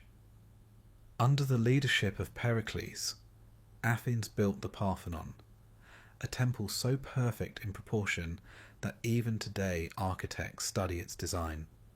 It was a time of Socrates wandering the streets, stopping unsuspecting citizens to ask them deep and slightly unsettling questions like, "What is virtue?" or "Are you sure you know what you think you know?" His method was brilliant, if occasionally annoying. Drama, too, was flourishing. Playwrights like Sophocles, Euripides, and Aristophanes were packing the theatres with tragedies and comedies. The Athenians loved a good story, especially one involving hubris, fate, and the occasional vengeful god. Imagine sitting under the open sky at the theatre of Dionysus, watching Oedipus Rex for the first time, and realizing, along with poor Oedipus, that things have gone terribly, terribly wrong. But Athens' glory days were not to last forever. Across the Peloponnesus, Sparta watched Athens' growing power with suspicion, as only Sparta could, through narrowed eyes and clenched jaws. Tensions between the two city-states eventually erupted into the Peloponnesian War, a long, grinding conflict that saw Athens brought to its knees. Sparta might have won the war, but its victory was short-lived, and soon both cities were exhausted, leaving Greece vulnerable.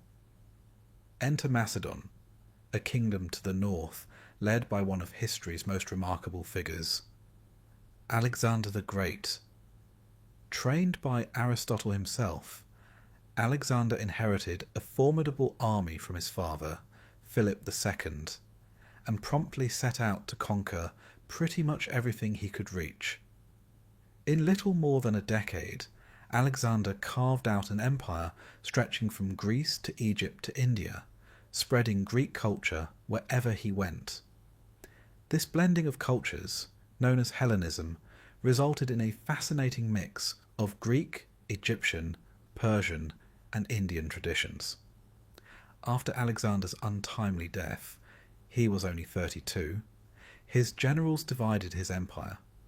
But the Hellenistic age continued, leaving a legacy of art, architecture, and science that would inspire generations. Meanwhile, to the west, Rome was slowly transforming from a regional power into something much more formidable. The Roman Republic had perfected a system of governance that balanced the interests of the aristocracy with those of the common people, at least in theory.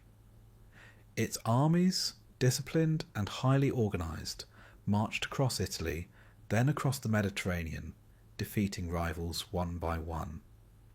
Rome's clash with Carthage in the Punic Wars was legendary, especially the part where Hannibal marched elephants over the Alps, an achievement so daring it still boggles the mind. Rome eventually triumphed, turning the Mediterranean into what they proudly called Mare Nostrum, our sea. Rome's power was not just military. Its legal system, engineering feats, and roads created a network that tied its territories together. All roads lead to Rome was not just a saying, it was practically a fact. The Roman aqueducts brought fresh water into cities, public baths kept citizens relatively clean, and amphitheatres like the Colosseum provided entertainment on an epic scale. Whether it was gladiatorial combat or dramatic plays, Romans knew how to put on a show. But the classical age was not just about Roman Greece. Farther east, India was experiencing its own golden age under the Maurya and later Gupta empires. Chandragupta Maurya founded the first large empire in Indian history, while his grandson, Ashoka the Great, after a particularly bloody battle, converted to Buddhism and began spreading messages of peace and tolerance. Under the Guptas, mathematics, astronomy, and medicine flourished. It was here that the concept of zero was fully developed, paving the way for modern mathematics. China, too, was entering one of its most pivotal periods. The warring states were finally united under Qin Shi Huang, who declared himself the first emperor of China. His reign was short but transformative. He standardized weights, measures, coinage, and even the writing system, ensuring that China could function as a single, unified state. He also began work on what would eventually become the Great Wall, employing hundreds of thousands of labourers to keep out northern invaders. The Han dynasty followed, ushering in a golden age of stability and innovation. Paper was invented, Confucianism became the official philosophy of the state, and China's influence stretched far along the Silk Road, a vast trade network that connected East and West. Silk, spices, glass, and ideas travelled thousands of miles, linking civilizations that had previously known little about each other. It was a kind of ancient globalization, slower than ours but no less significant. Far across the ocean, the Maya were building great cities in Mesoamerica, filled with step pyramids, astronomical observatories, and intricate calendars.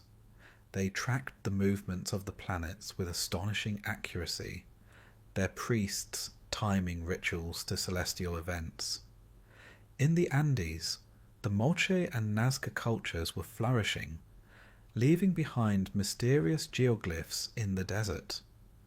Those vast drawings you can only truly see from the air, as though they were meant for the gods' eyes rather than human ones.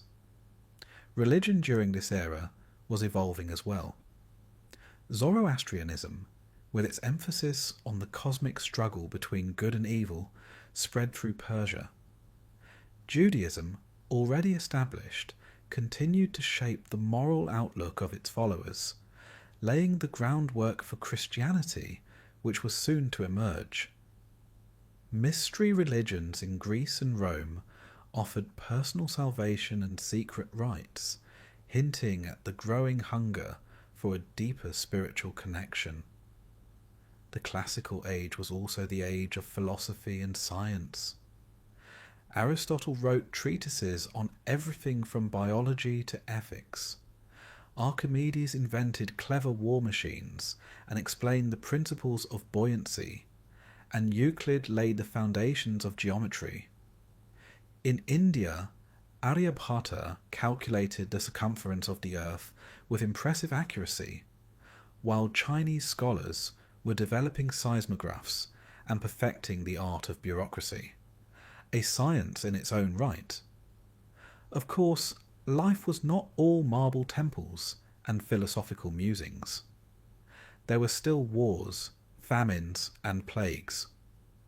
Ordinary people still worked hard in the fields, paid their taxes, and worried about whether the next harvest would feed their families. Yet there was a growing sense that humanity was capable of great things, that the world could be understood through reason, improved through law, and perhaps even governed justly. As this era drew toward its close, storm clouds gathered on the horizon. The Roman Republic was straining under the weight of its conquests, sliding towards civil war and the rise of emperors. In China, the Han dynasty would eventually collapse, plunging the country into centuries of division.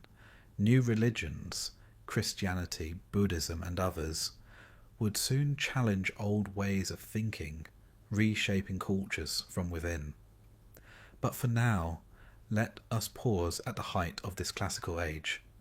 Picture yourself in Athens, listening to Aristotle lecture in the Lyceum, or in Rome, watching the forum bustle with senators, merchants, and gossip. Imagine standing along the Silk Road as a caravan arrives, laden with exotic goods from lands you've only heard about in travellers' tales. The world had never been so interconnected. Ideas had never flowed so freely. And humanity was standing at the threshold of another great transformation. The world after the classical age was one of transition, a time when the old marble pillars of antiquity were crumbling, but something entirely new was quietly taking shape. If you were to stand on a hilltop somewhere in the 5th century and gaze out across the known world, you would have seen a landscape shifting like sand dunes in the wind. The Roman Empire, that grand colossus that had once claimed to bring order from Britain to Egypt, was now struggling to keep its borders intact. And yet, while one empire stumbled, new forces, spiritual, intellectual, and political, were gathering momentum. Rome, as you may recall, had once seemed eternal. The Pax Romana, that fabled peace, had allowed roads to stretch like veins across the empire, cities to flourish, and culture to thrive. But by the late 4th century, Rome was weighed down by internal decay. Taxes grew heavier, the army relied more and more on foreign mercenaries, and politics became a revolving door of short-lived emperors and ambitious generals. Imagine running the largest empire in the ancient world and still not being able to agree on who should be in charge. It was like watching an endless boardroom meeting, but with more swords. As Rome struggled, the tribes at its borders were on the move. The Goths, Vandals, and Huns swept across Europe seeking new lands. The Huns, under their formidable leader Attila, were said to leave a trail of devastation so complete that, according to one historian, the grass never grew where they had passed. A touch dramatic, perhaps, but you get the idea. In 410 CE, the Visigoths under Alaric sacked Rome itself, the first time the city had fallen to a foreign army in 800 years. To the people of the time, it must have felt like the end of the world. Saint Jerome, writing from Bethlehem, famously lamented, "The city which had taken the whole world was itself taken." But while the Western Roman Empire was collapsing like a badly built sandcastle, the Eastern Roman Empire, which we now call the Byzantine Empire, endured.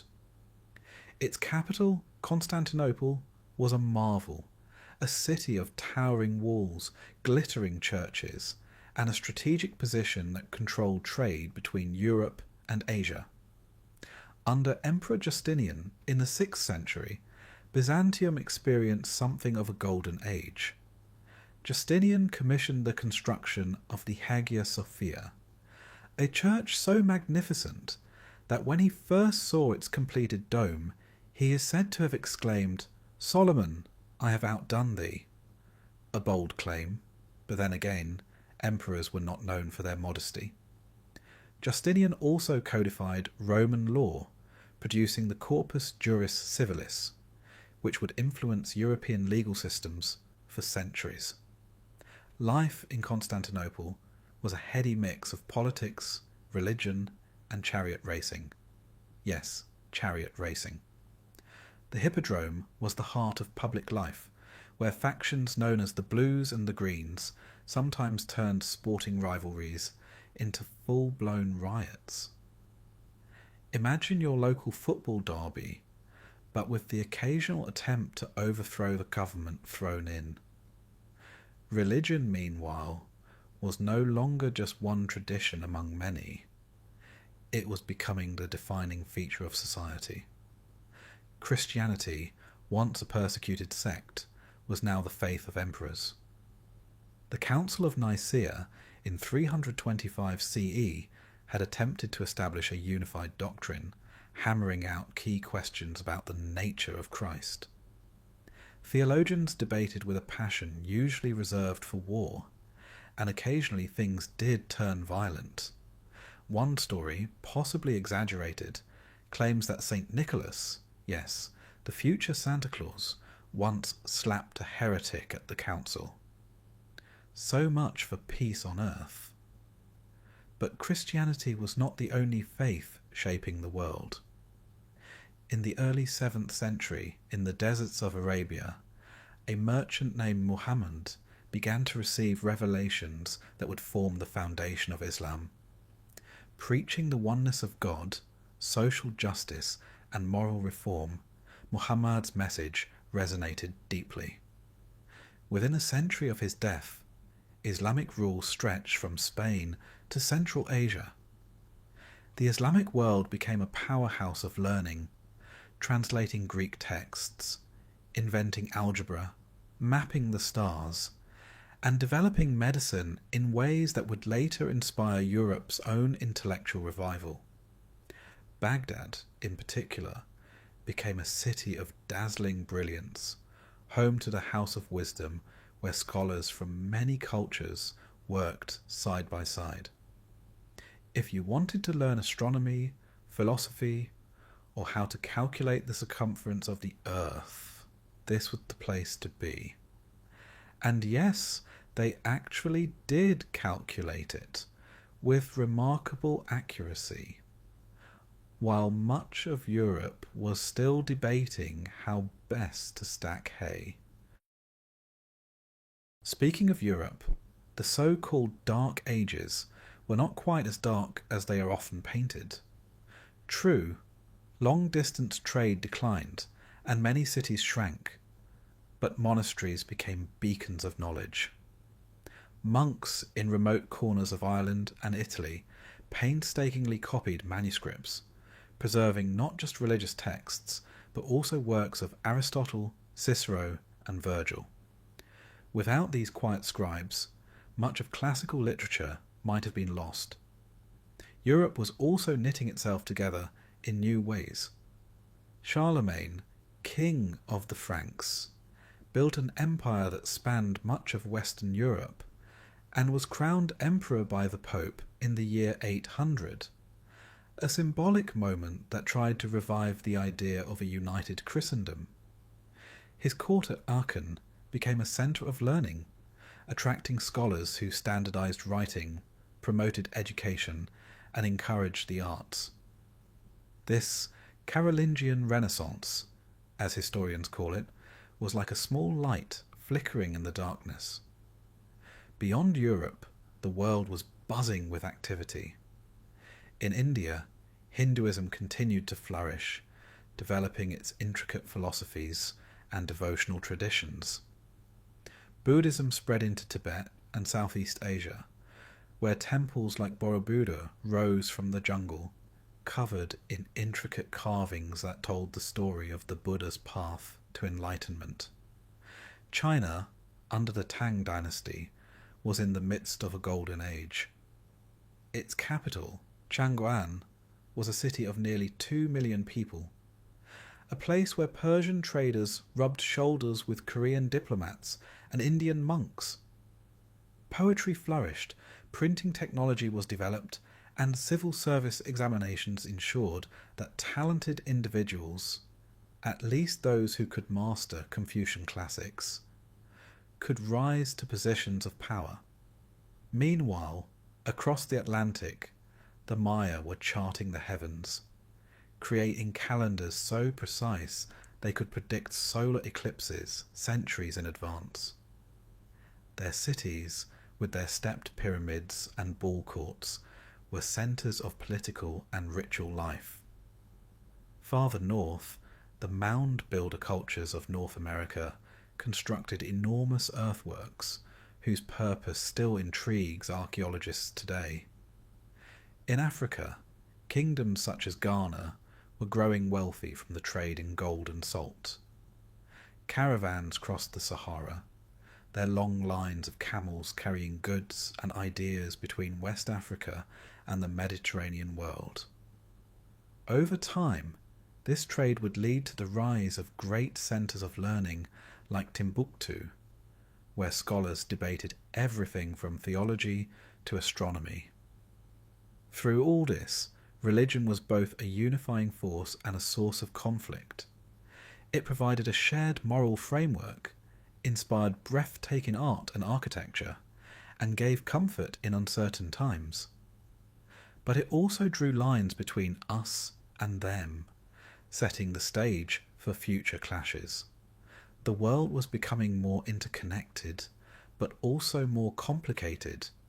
By the end of this era, the stage was set for the great dramas of the High Middle Ages, the Crusades, the building of Gothic cathedrals, the rise of powerful kings and queens, and the stirrings of intellectual revival that would eventually blossom into the Renaissance.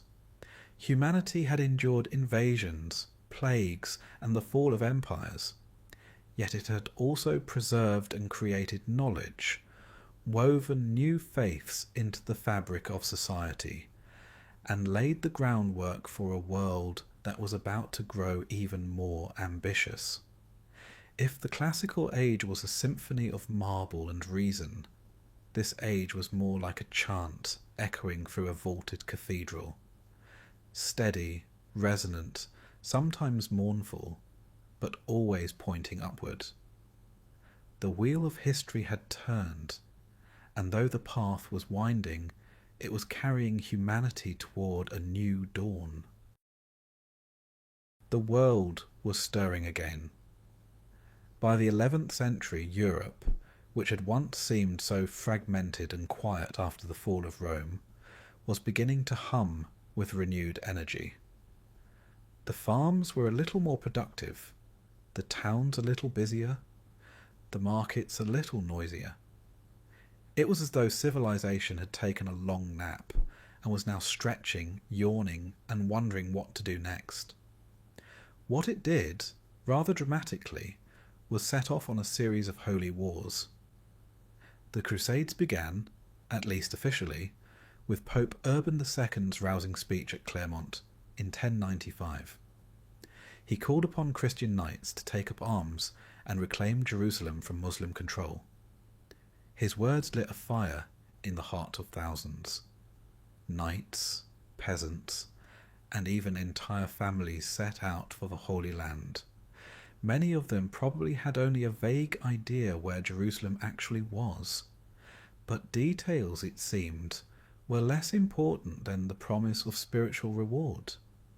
The First Crusade was astonishingly successful, capturing Jerusalem in 1099 after a brutal siege.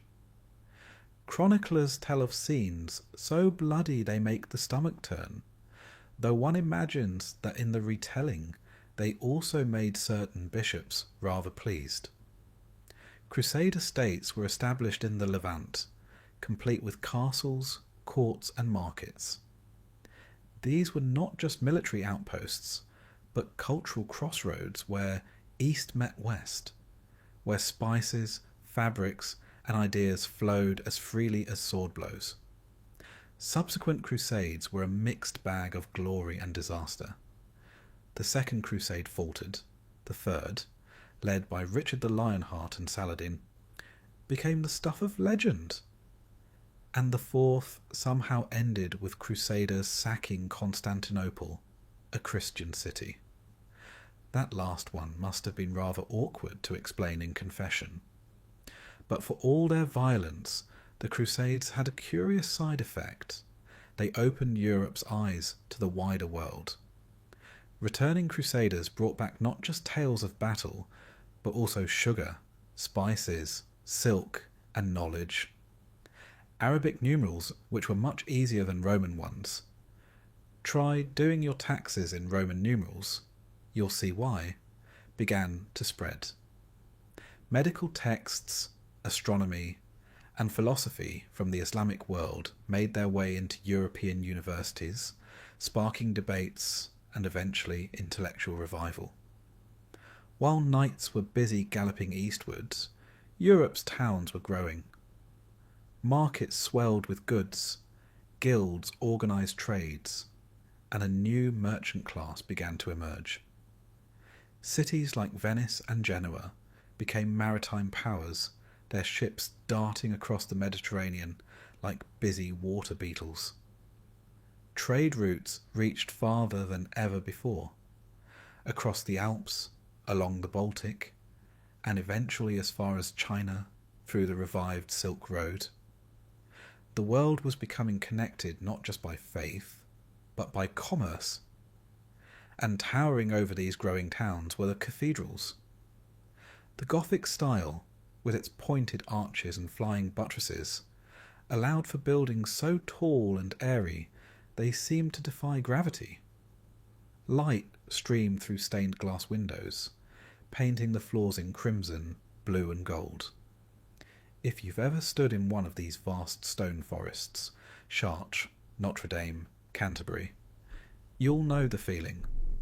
Awe, humility, and perhaps a slight crick in the neck from staring upwards too long.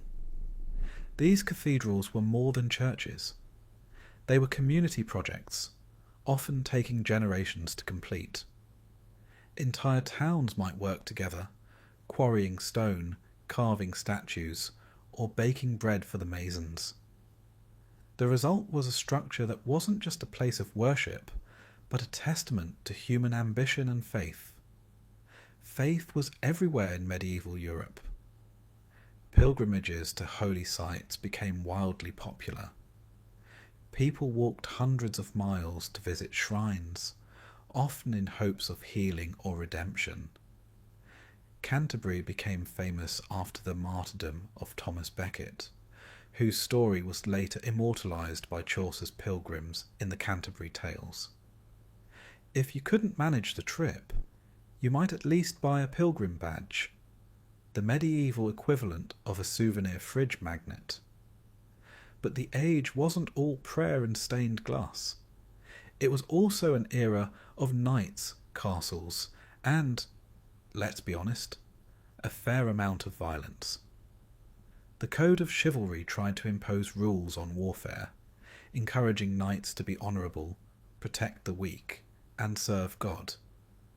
The reality, however, was often rather messier. Still, the idea of the noble knight became one of the enduring myths of the age, inspiring romances about Arthur and his Round Table, Roland at Roncevaux, and countless other heroes whose exploits were recited in firelit halls.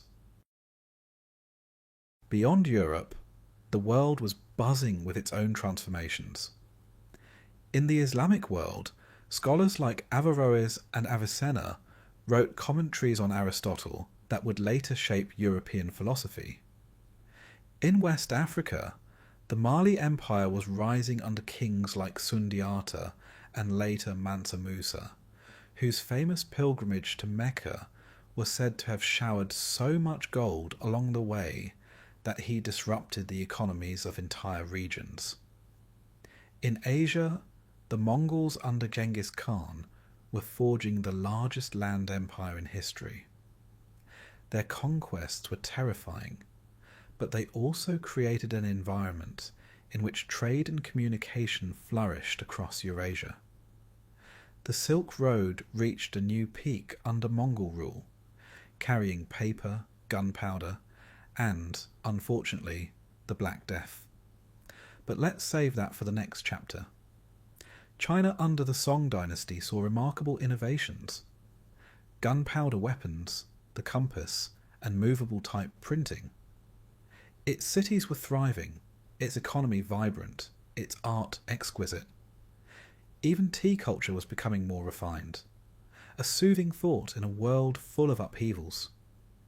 Back in Europe, universities began to appear: Bologna, Paris, Oxford, where scholars debated theology, law, and the natural world. The dominant method of learning, scholasticism, involved carefully reconciling reason and faith, Aristotle and Augustine, logic and revelation. To the outsider, these debates might have seemed overly precise. Could angels really dance on the head of a pin? But they represented a serious attempt to understand the universe in a coherent way. The late Middle Ages also saw the first stirrings of national identity.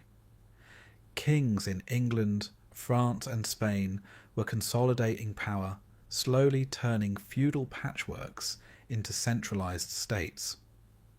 This sometimes led to spectacularly long wars, the 100 Years' War between England and France being a prime example. But out of these struggles emerged stronger monarchies, new military tactics, and even national literatures, as writers began composing not just in Latin, but in their own vernacular languages. Meanwhile, ordinary life was slowly improving. Better ploughs, crop rotation, and new trade networks meant more food, which meant more people, which meant, you guessed it, even bigger towns.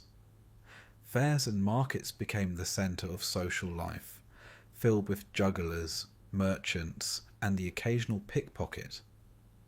For a peasant who spent most days toiling in the fields, the annual fair must have felt like a small taste of paradise, or at least a chance to buy a new cooking pot and hear the latest gossip. By the close of the 13th century, Europe was no longer the quiet, fragmented place it had been after Rome's fall. It was vibrant, interconnected, and increasingly ambitious. Its knights had marched to Jerusalem, its merchants had sailed to the edges of the known world, its masons had built stone dreams that still touch the clouds today. The stage was now set for an age of both calamity and creativity, plagues, wars, and schisms on the one hand, and on the other, an intellectual flowering that would lead directly to the Renaissance. History, as it often does, was about to turn the page again. And as we prepare to follow it, one can't help but marvel at how humanity, despite its wars, rivalries, and occasional tendency to burn things down, kept building castles, cathedrals, ships, and ideas, as though somehow deep down we always believed that tomorrow might just be better than today. History, if we are honest, has a rather mischievous sense of timing. Just as Europe was beginning to recover from centuries of raids, invasions, and the occasional Viking surprise visit, life took a dramatic and rather sinister turn. Sometime in the mid-14th century, a quiet killer slipped into the world's busiest trade routes. It crept aboard merchant ships, leaving the ports of the Black Sea, nestled itself in the fur of rats, and set sail for Europe. When it arrived, it changed everything. The Black Death, as we now call it, struck with terrifying swiftness. Bubonic plague killed with such efficiency that whole families disappeared in a matter of days. Chroniclers wrote of towns where there were hardly enough living to bury the dead. People tried everything to stop it, praying, burning incense, even blaming strangers. Flagellant groups marched from village to village, whipping themselves, believing that if they punished their own flesh enough, God might spare the rest of them. In truth, the plague neither cared for their piety nor their penance. It simply did what microbes do. And yet, out of this unimaginable tragedy came profound change. Fields lay fallow, castles stood empty, and wages for peasants, those who had survived, suddenly went up. After all, when there are fewer farm hands around, the ones who remain find themselves rather in demand. The rigid bonds of medieval feudalism began to loosen. Peasants negotiated, sometimes rebelled, and landlords, perhaps reluctantly, discovered they had to treat their tenants a little better. Psychologically, Europe was never quite the same. People had seen death on a scale they could hardly comprehend. Some turned inward, becoming deeply religious, convinced the end of days was near.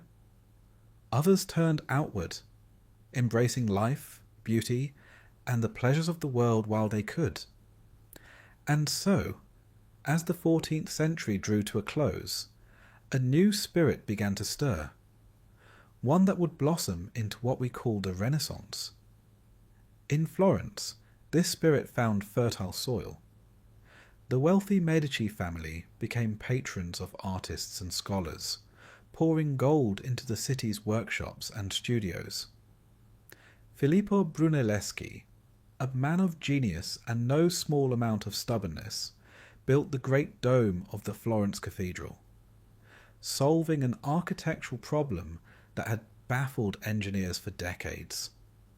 It rose above the skyline like a declaration that humanity, despite its fragility, could still achieve greatness.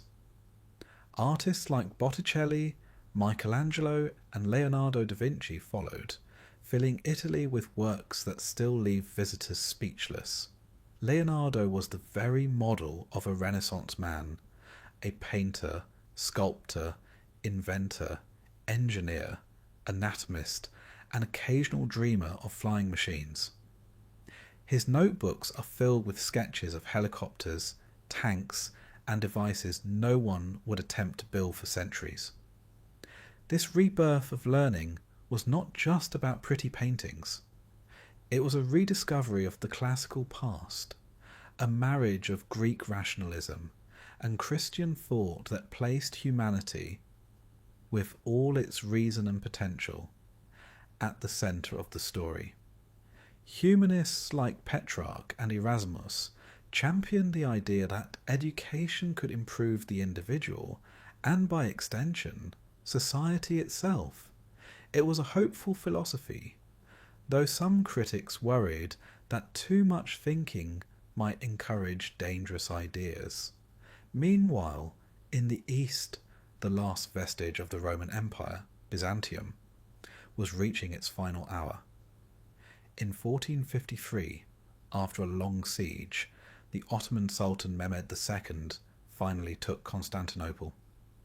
The city that had withstood centuries of attacks fell, and with it the great Christian bulwark of the East. Hagia Sophia, once the greatest church in Christendom, became a mosque. For Europe, this was a shock, but it was also a spur.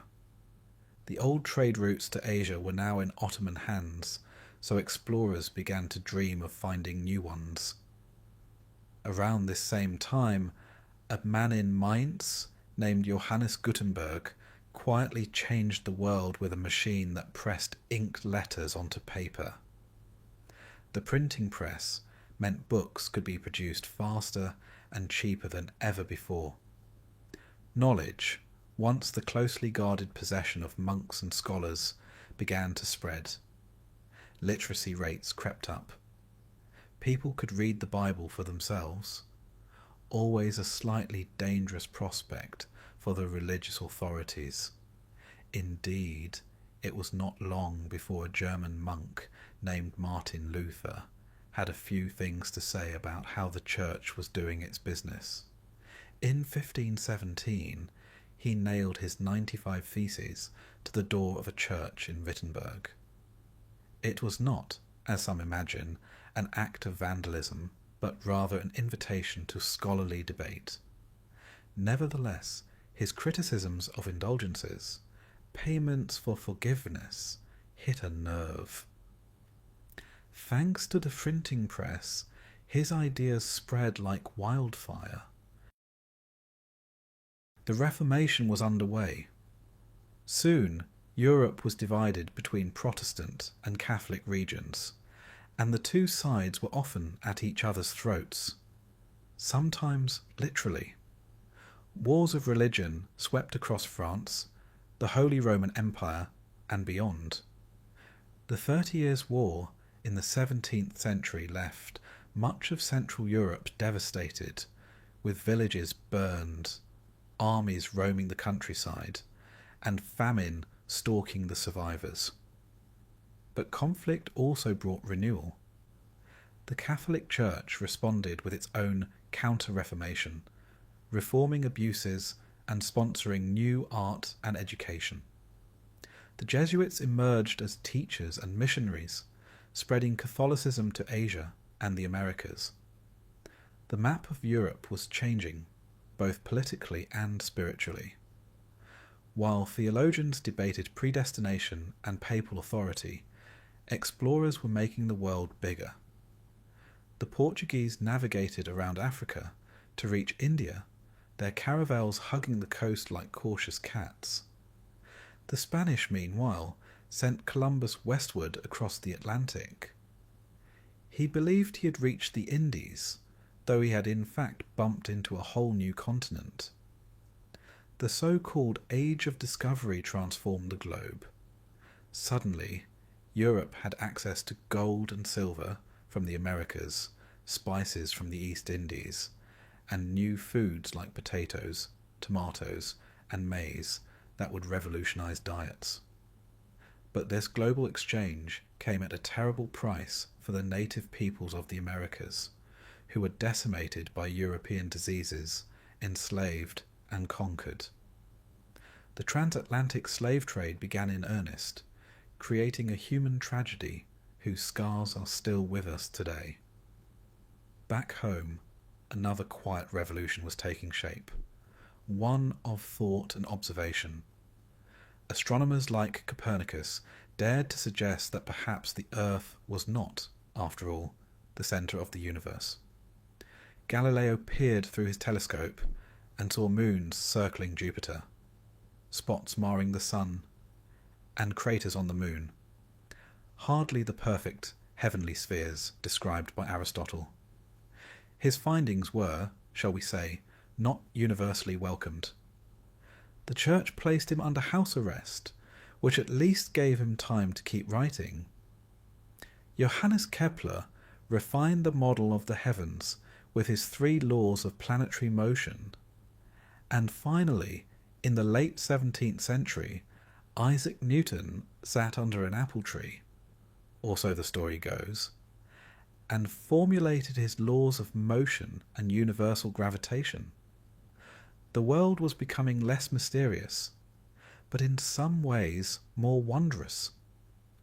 People were beginning to believe that the universe operated according to discoverable laws, that reason could unlock nature's secrets. This was the seed of the Enlightenment, that intellectual movement that would soon call for liberty, democracy, and an end to tyranny. The late Middle Ages and early modern era, then, were not just a bridge between the medieval and modern worlds. They were the crucible in which our modernity was forged. Out of plague and death came new life. Out of religious conflict came new freedoms. Out of voyages of conquest came a truly global economy. Out of stargazing came a new vision of the universe itself. By the end of the 17th century, Europe was no longer the same place it had been 300 years earlier. It was richer, more literate, more connected, and more restless. The stage was set for revolutions, political, industrial, and intellectual, that would shake the world in the centuries to come. And so, with a deep breath and perhaps a little trepidation, humanity prepared to step into the modern age. The dawn of the modern era arrived not with a single trumpet blast, but with a series of small, insistent knocks, revolutions of thought, of politics, of industry. Humanity having survived plagues, wars, and the collapse of empires, seemed suddenly restless. It was as though we had decided that simply surviving was no longer enough. We wanted to reinvent the world itself. The 18th century brought the Enlightenment, sometimes called the Age of Reason, a time when philosophers gathered in salons to discuss liberty, progress, and the curious notion that perhaps kings were not divinely appointed after all. Voltaire, with his razor-sharp wit, poked fun at superstition and tyranny. Montesquieu pondered the separation of powers, an idea that would inspire constitutions. Rousseau waxed lyrical about the social contract, suggesting that government should actually serve the people. This was a bit of a shock to monarchs, who had been under the impression that things worked the other way around. Then came the political revolutions. Across the Atlantic, 13 colonies decided they had had quite enough of being taxed by Britain without representation. In 1776, they declared independence and, after a rather spirited war, founded the United States of America. A few years later, France had a revolution of its own, though theirs was rather messier, involving the storming of the Bastille, the guillotine, and a general sense that heads were literally rolling. These revolutions were more than just dramatic events. They signalled a shift in the way humanity saw itself. Power was no longer assumed to be the birthright of kings. Rights, liberty, equality, these were becoming the watchwords of a new age. Not everyone enjoyed equal rights, of course. Women, peasants, and enslaved people had to wait rather longer to be heard. But the seed had been planted. Even as thrones trembled, another revolution was taking place. This one made of iron, steam, and soot. The Industrial Revolution began quietly in Britain, where inventors tinkered with spinning machines and steam engines. Soon, textile mills were whirring, coal mines were rumbling, and factories were sprouting like mushrooms. Cities swelled with workers seeking employment, their streets choked with smoke, and the occasional horse-drawn cart stuck in early morning traffic. Industry transformed everything. Goods that once took days to produce could now be made in hours. Railways stitched landscapes together with ribbons of iron. Steamships shrank oceans. Telegraph lines carried messages faster than any rider could gallop. The world felt as though it was speeding up, and indeed it was. But industrialization came at a price. The new cities were often crowded and unsanitary, with children working long hours in factories. Poets like William Blake spoke of dark, satanic mills, while Charles Dickens introduced readers to grimy streets and orphaned waifs. And yet, alongside the soot and suffering came new opportunities.